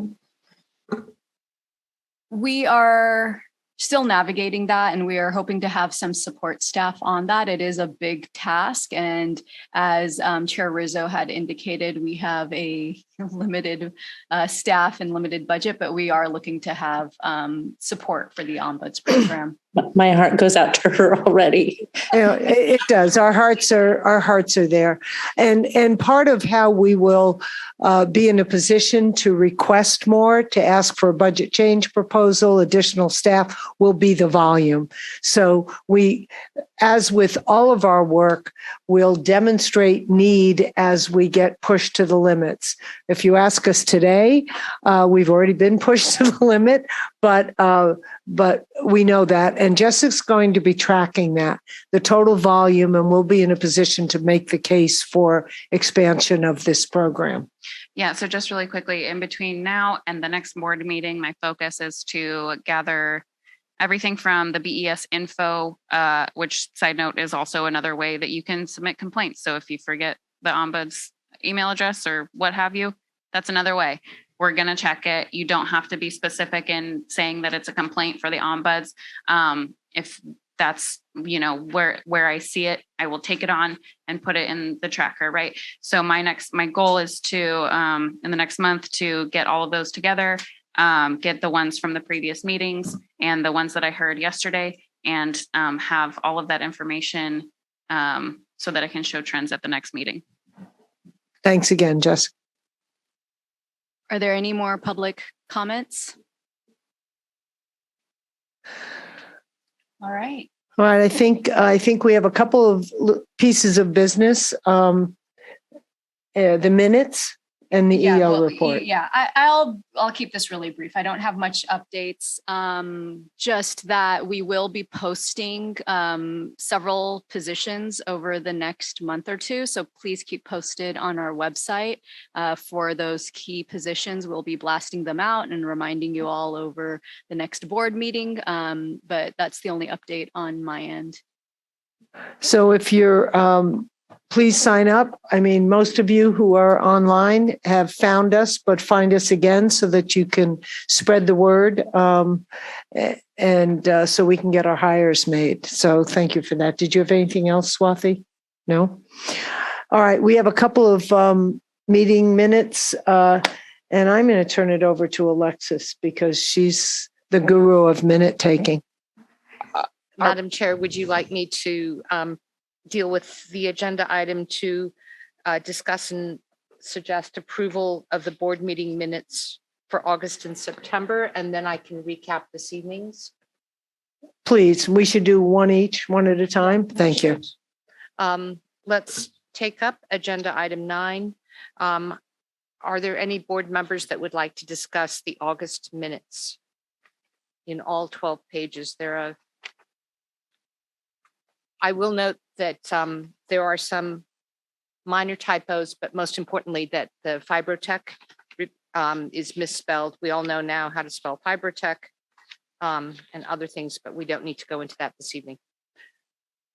Would you like to authorize staff to make minor edits and then approve them? Yeah, we can put that into the motion. Yeah, I'll go ahead and make the motion to go ahead and approve the minutes and basically fix the grammatical errors. I'll second.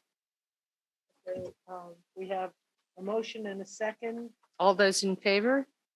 Aye. Aye. Motion is passed. Let's take up the September. Just really quickly, for the record, member Georgette Gomez motioned and member Lizette Ruiz seconded. And the motion carried. Okay, let's take up the September minutes. Is there any board discussion of the September minutes? I did want to bring up that it was brought to my attention that there were some errors in the notes, especially with the Richmond Shoreline Alliance CAG that Debbie Bayer, not Mayor, and is a co-chair. And so we will edit those changes yeah. So just move as corrected. Yes, I so move. So member Ruiz, motions, do I, and member Gomez seconds. My apologies for misspelling the name. All those in favor say aye. Aye. Any opposed? Any abstentions? Motion is carried. Oh, there would be one absentee. So I'm sorry, Yeah. for both of these votes, there Yeah. is one Yeah. absentee. Yeah, that's my point. Okay, we have to make a motion for the December 12th virtual board meeting. I'll go ahead and make the motion to schedule hopefully the last, before the new year comes on December 12th. I Our BES second. meeting. Any discussion? Call the vote. Okay, can we call the vote? All those in favor? Aye. Aye. Any opposed? And one member- absence. One member absent. Okay, Okay. and what else was there? All right, Madam Chair, if you'd like, I can whiz through our action items. Whiz away. All righty. Thank you, everyone, for your indulgence. Here we go. Oh, my goodness. First, thank you to the 28 people who are still with us here. Okay, my first action item derives from our board member reports. When Board Member Gomez was discussing the EJ Advisory Council, she and you or Sushma,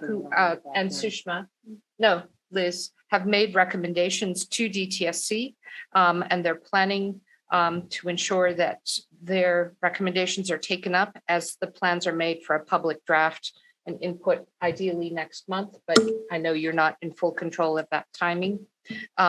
Secondly, in that same context, our chair suggested that we keep tribes as our priority. Let's ask for what's been done and what other engagement is forthcoming, what BES may do, including what we will need to do. For example, as we go forward with our permit appeal regs, we're going to need to do a tribal consultation letter. Next, I'm announcing Board Member Bhatia's plan for a December 15th operating plan workshop, where she will be soliciting public input between 4 and 6 p.m. Also, in the board member reports, the chair asked our attorney, Greg Forrest, and our executive officer to share the calendar with the board of the key budget and legislative dates for the coming year. In this, lastly, Board Member Bhatia recommended that DTSC present their KPIs at an upcoming meeting, and our executive officer will check in with the chief deputy on how soon that can be scheduled. Moving to permit appeals, there are 5 quick action items. Our chair wanted us to make sure that all participants to date are noticed as we move forward with different languages and things coming to the board. That secondly, we ensure full DTSC awareness of what it is that we are going to be proposing. Our attorney will bring to the next board meeting, our December meeting, the history of appeals that he has compiled. And our chair prompted him to have legal scrutiny of what are some of the unintended consequences, for example, of what our new process could yield. We talked about whether we could use a compliance roster on appeal or whether there were alternate paths. For example, we could ask DTSC to do this during the permit process, and we will explore that further. Leaping ahead to the Ombuds presentation, we are going to schedule a robust discussion with board members and the public based on the materials that our Ombuds presented this evening. We adopted minutes and we scheduled December 12th as our next meeting. It will be a Zoom-based meeting. We have set aside a calendar of 2023 meetings. And Madam Chair, that's the sum total of our action items. We do have the dates for the 2023, and I do want to just make it known that we will be posting the locations soon, and we are open for, as Board Chair Rizzo has expressed, that 3 of the meetings are out of headquarters, are in community. So if there's any requests, please make it known. We'll be making that calendar for the next year known soon over the next few weeks, so that everybody's aware of the various locations, and or if it's remote only, if it's in Sacramento or elsewhere in California. We also invited site visit recommendations to us for next year, just generally not date specific, but communities that would like us to either have a site specific hearing or a tour of the geographic area. So we'll welcome those recommendations. And just in general, to reiterate, when we are meeting and the subject comes up with any permitted site that might undergo permit appeals that we will, shut down the conversation if there is any chance for a permit to go to the appeals process. Right. With that, Madam Chair, may I move to adjourn? Please do. Is there a second? Second. All those in favor? Aye. Any opposed? No. And So one abstention. I want to thank everyone for hanging in, and those of you who have had us hopefully not on mute for the last 7 hours, but all of you online, we really appreciate you. And we want to thank Kern Council of Government for letting us use the space. We appreciate you. Helio, our and our interpreters. Thank you all. This was a marathon meeting, but we accomplished everything on the agenda, and we appreciate you all very much. Thank you. Thank you.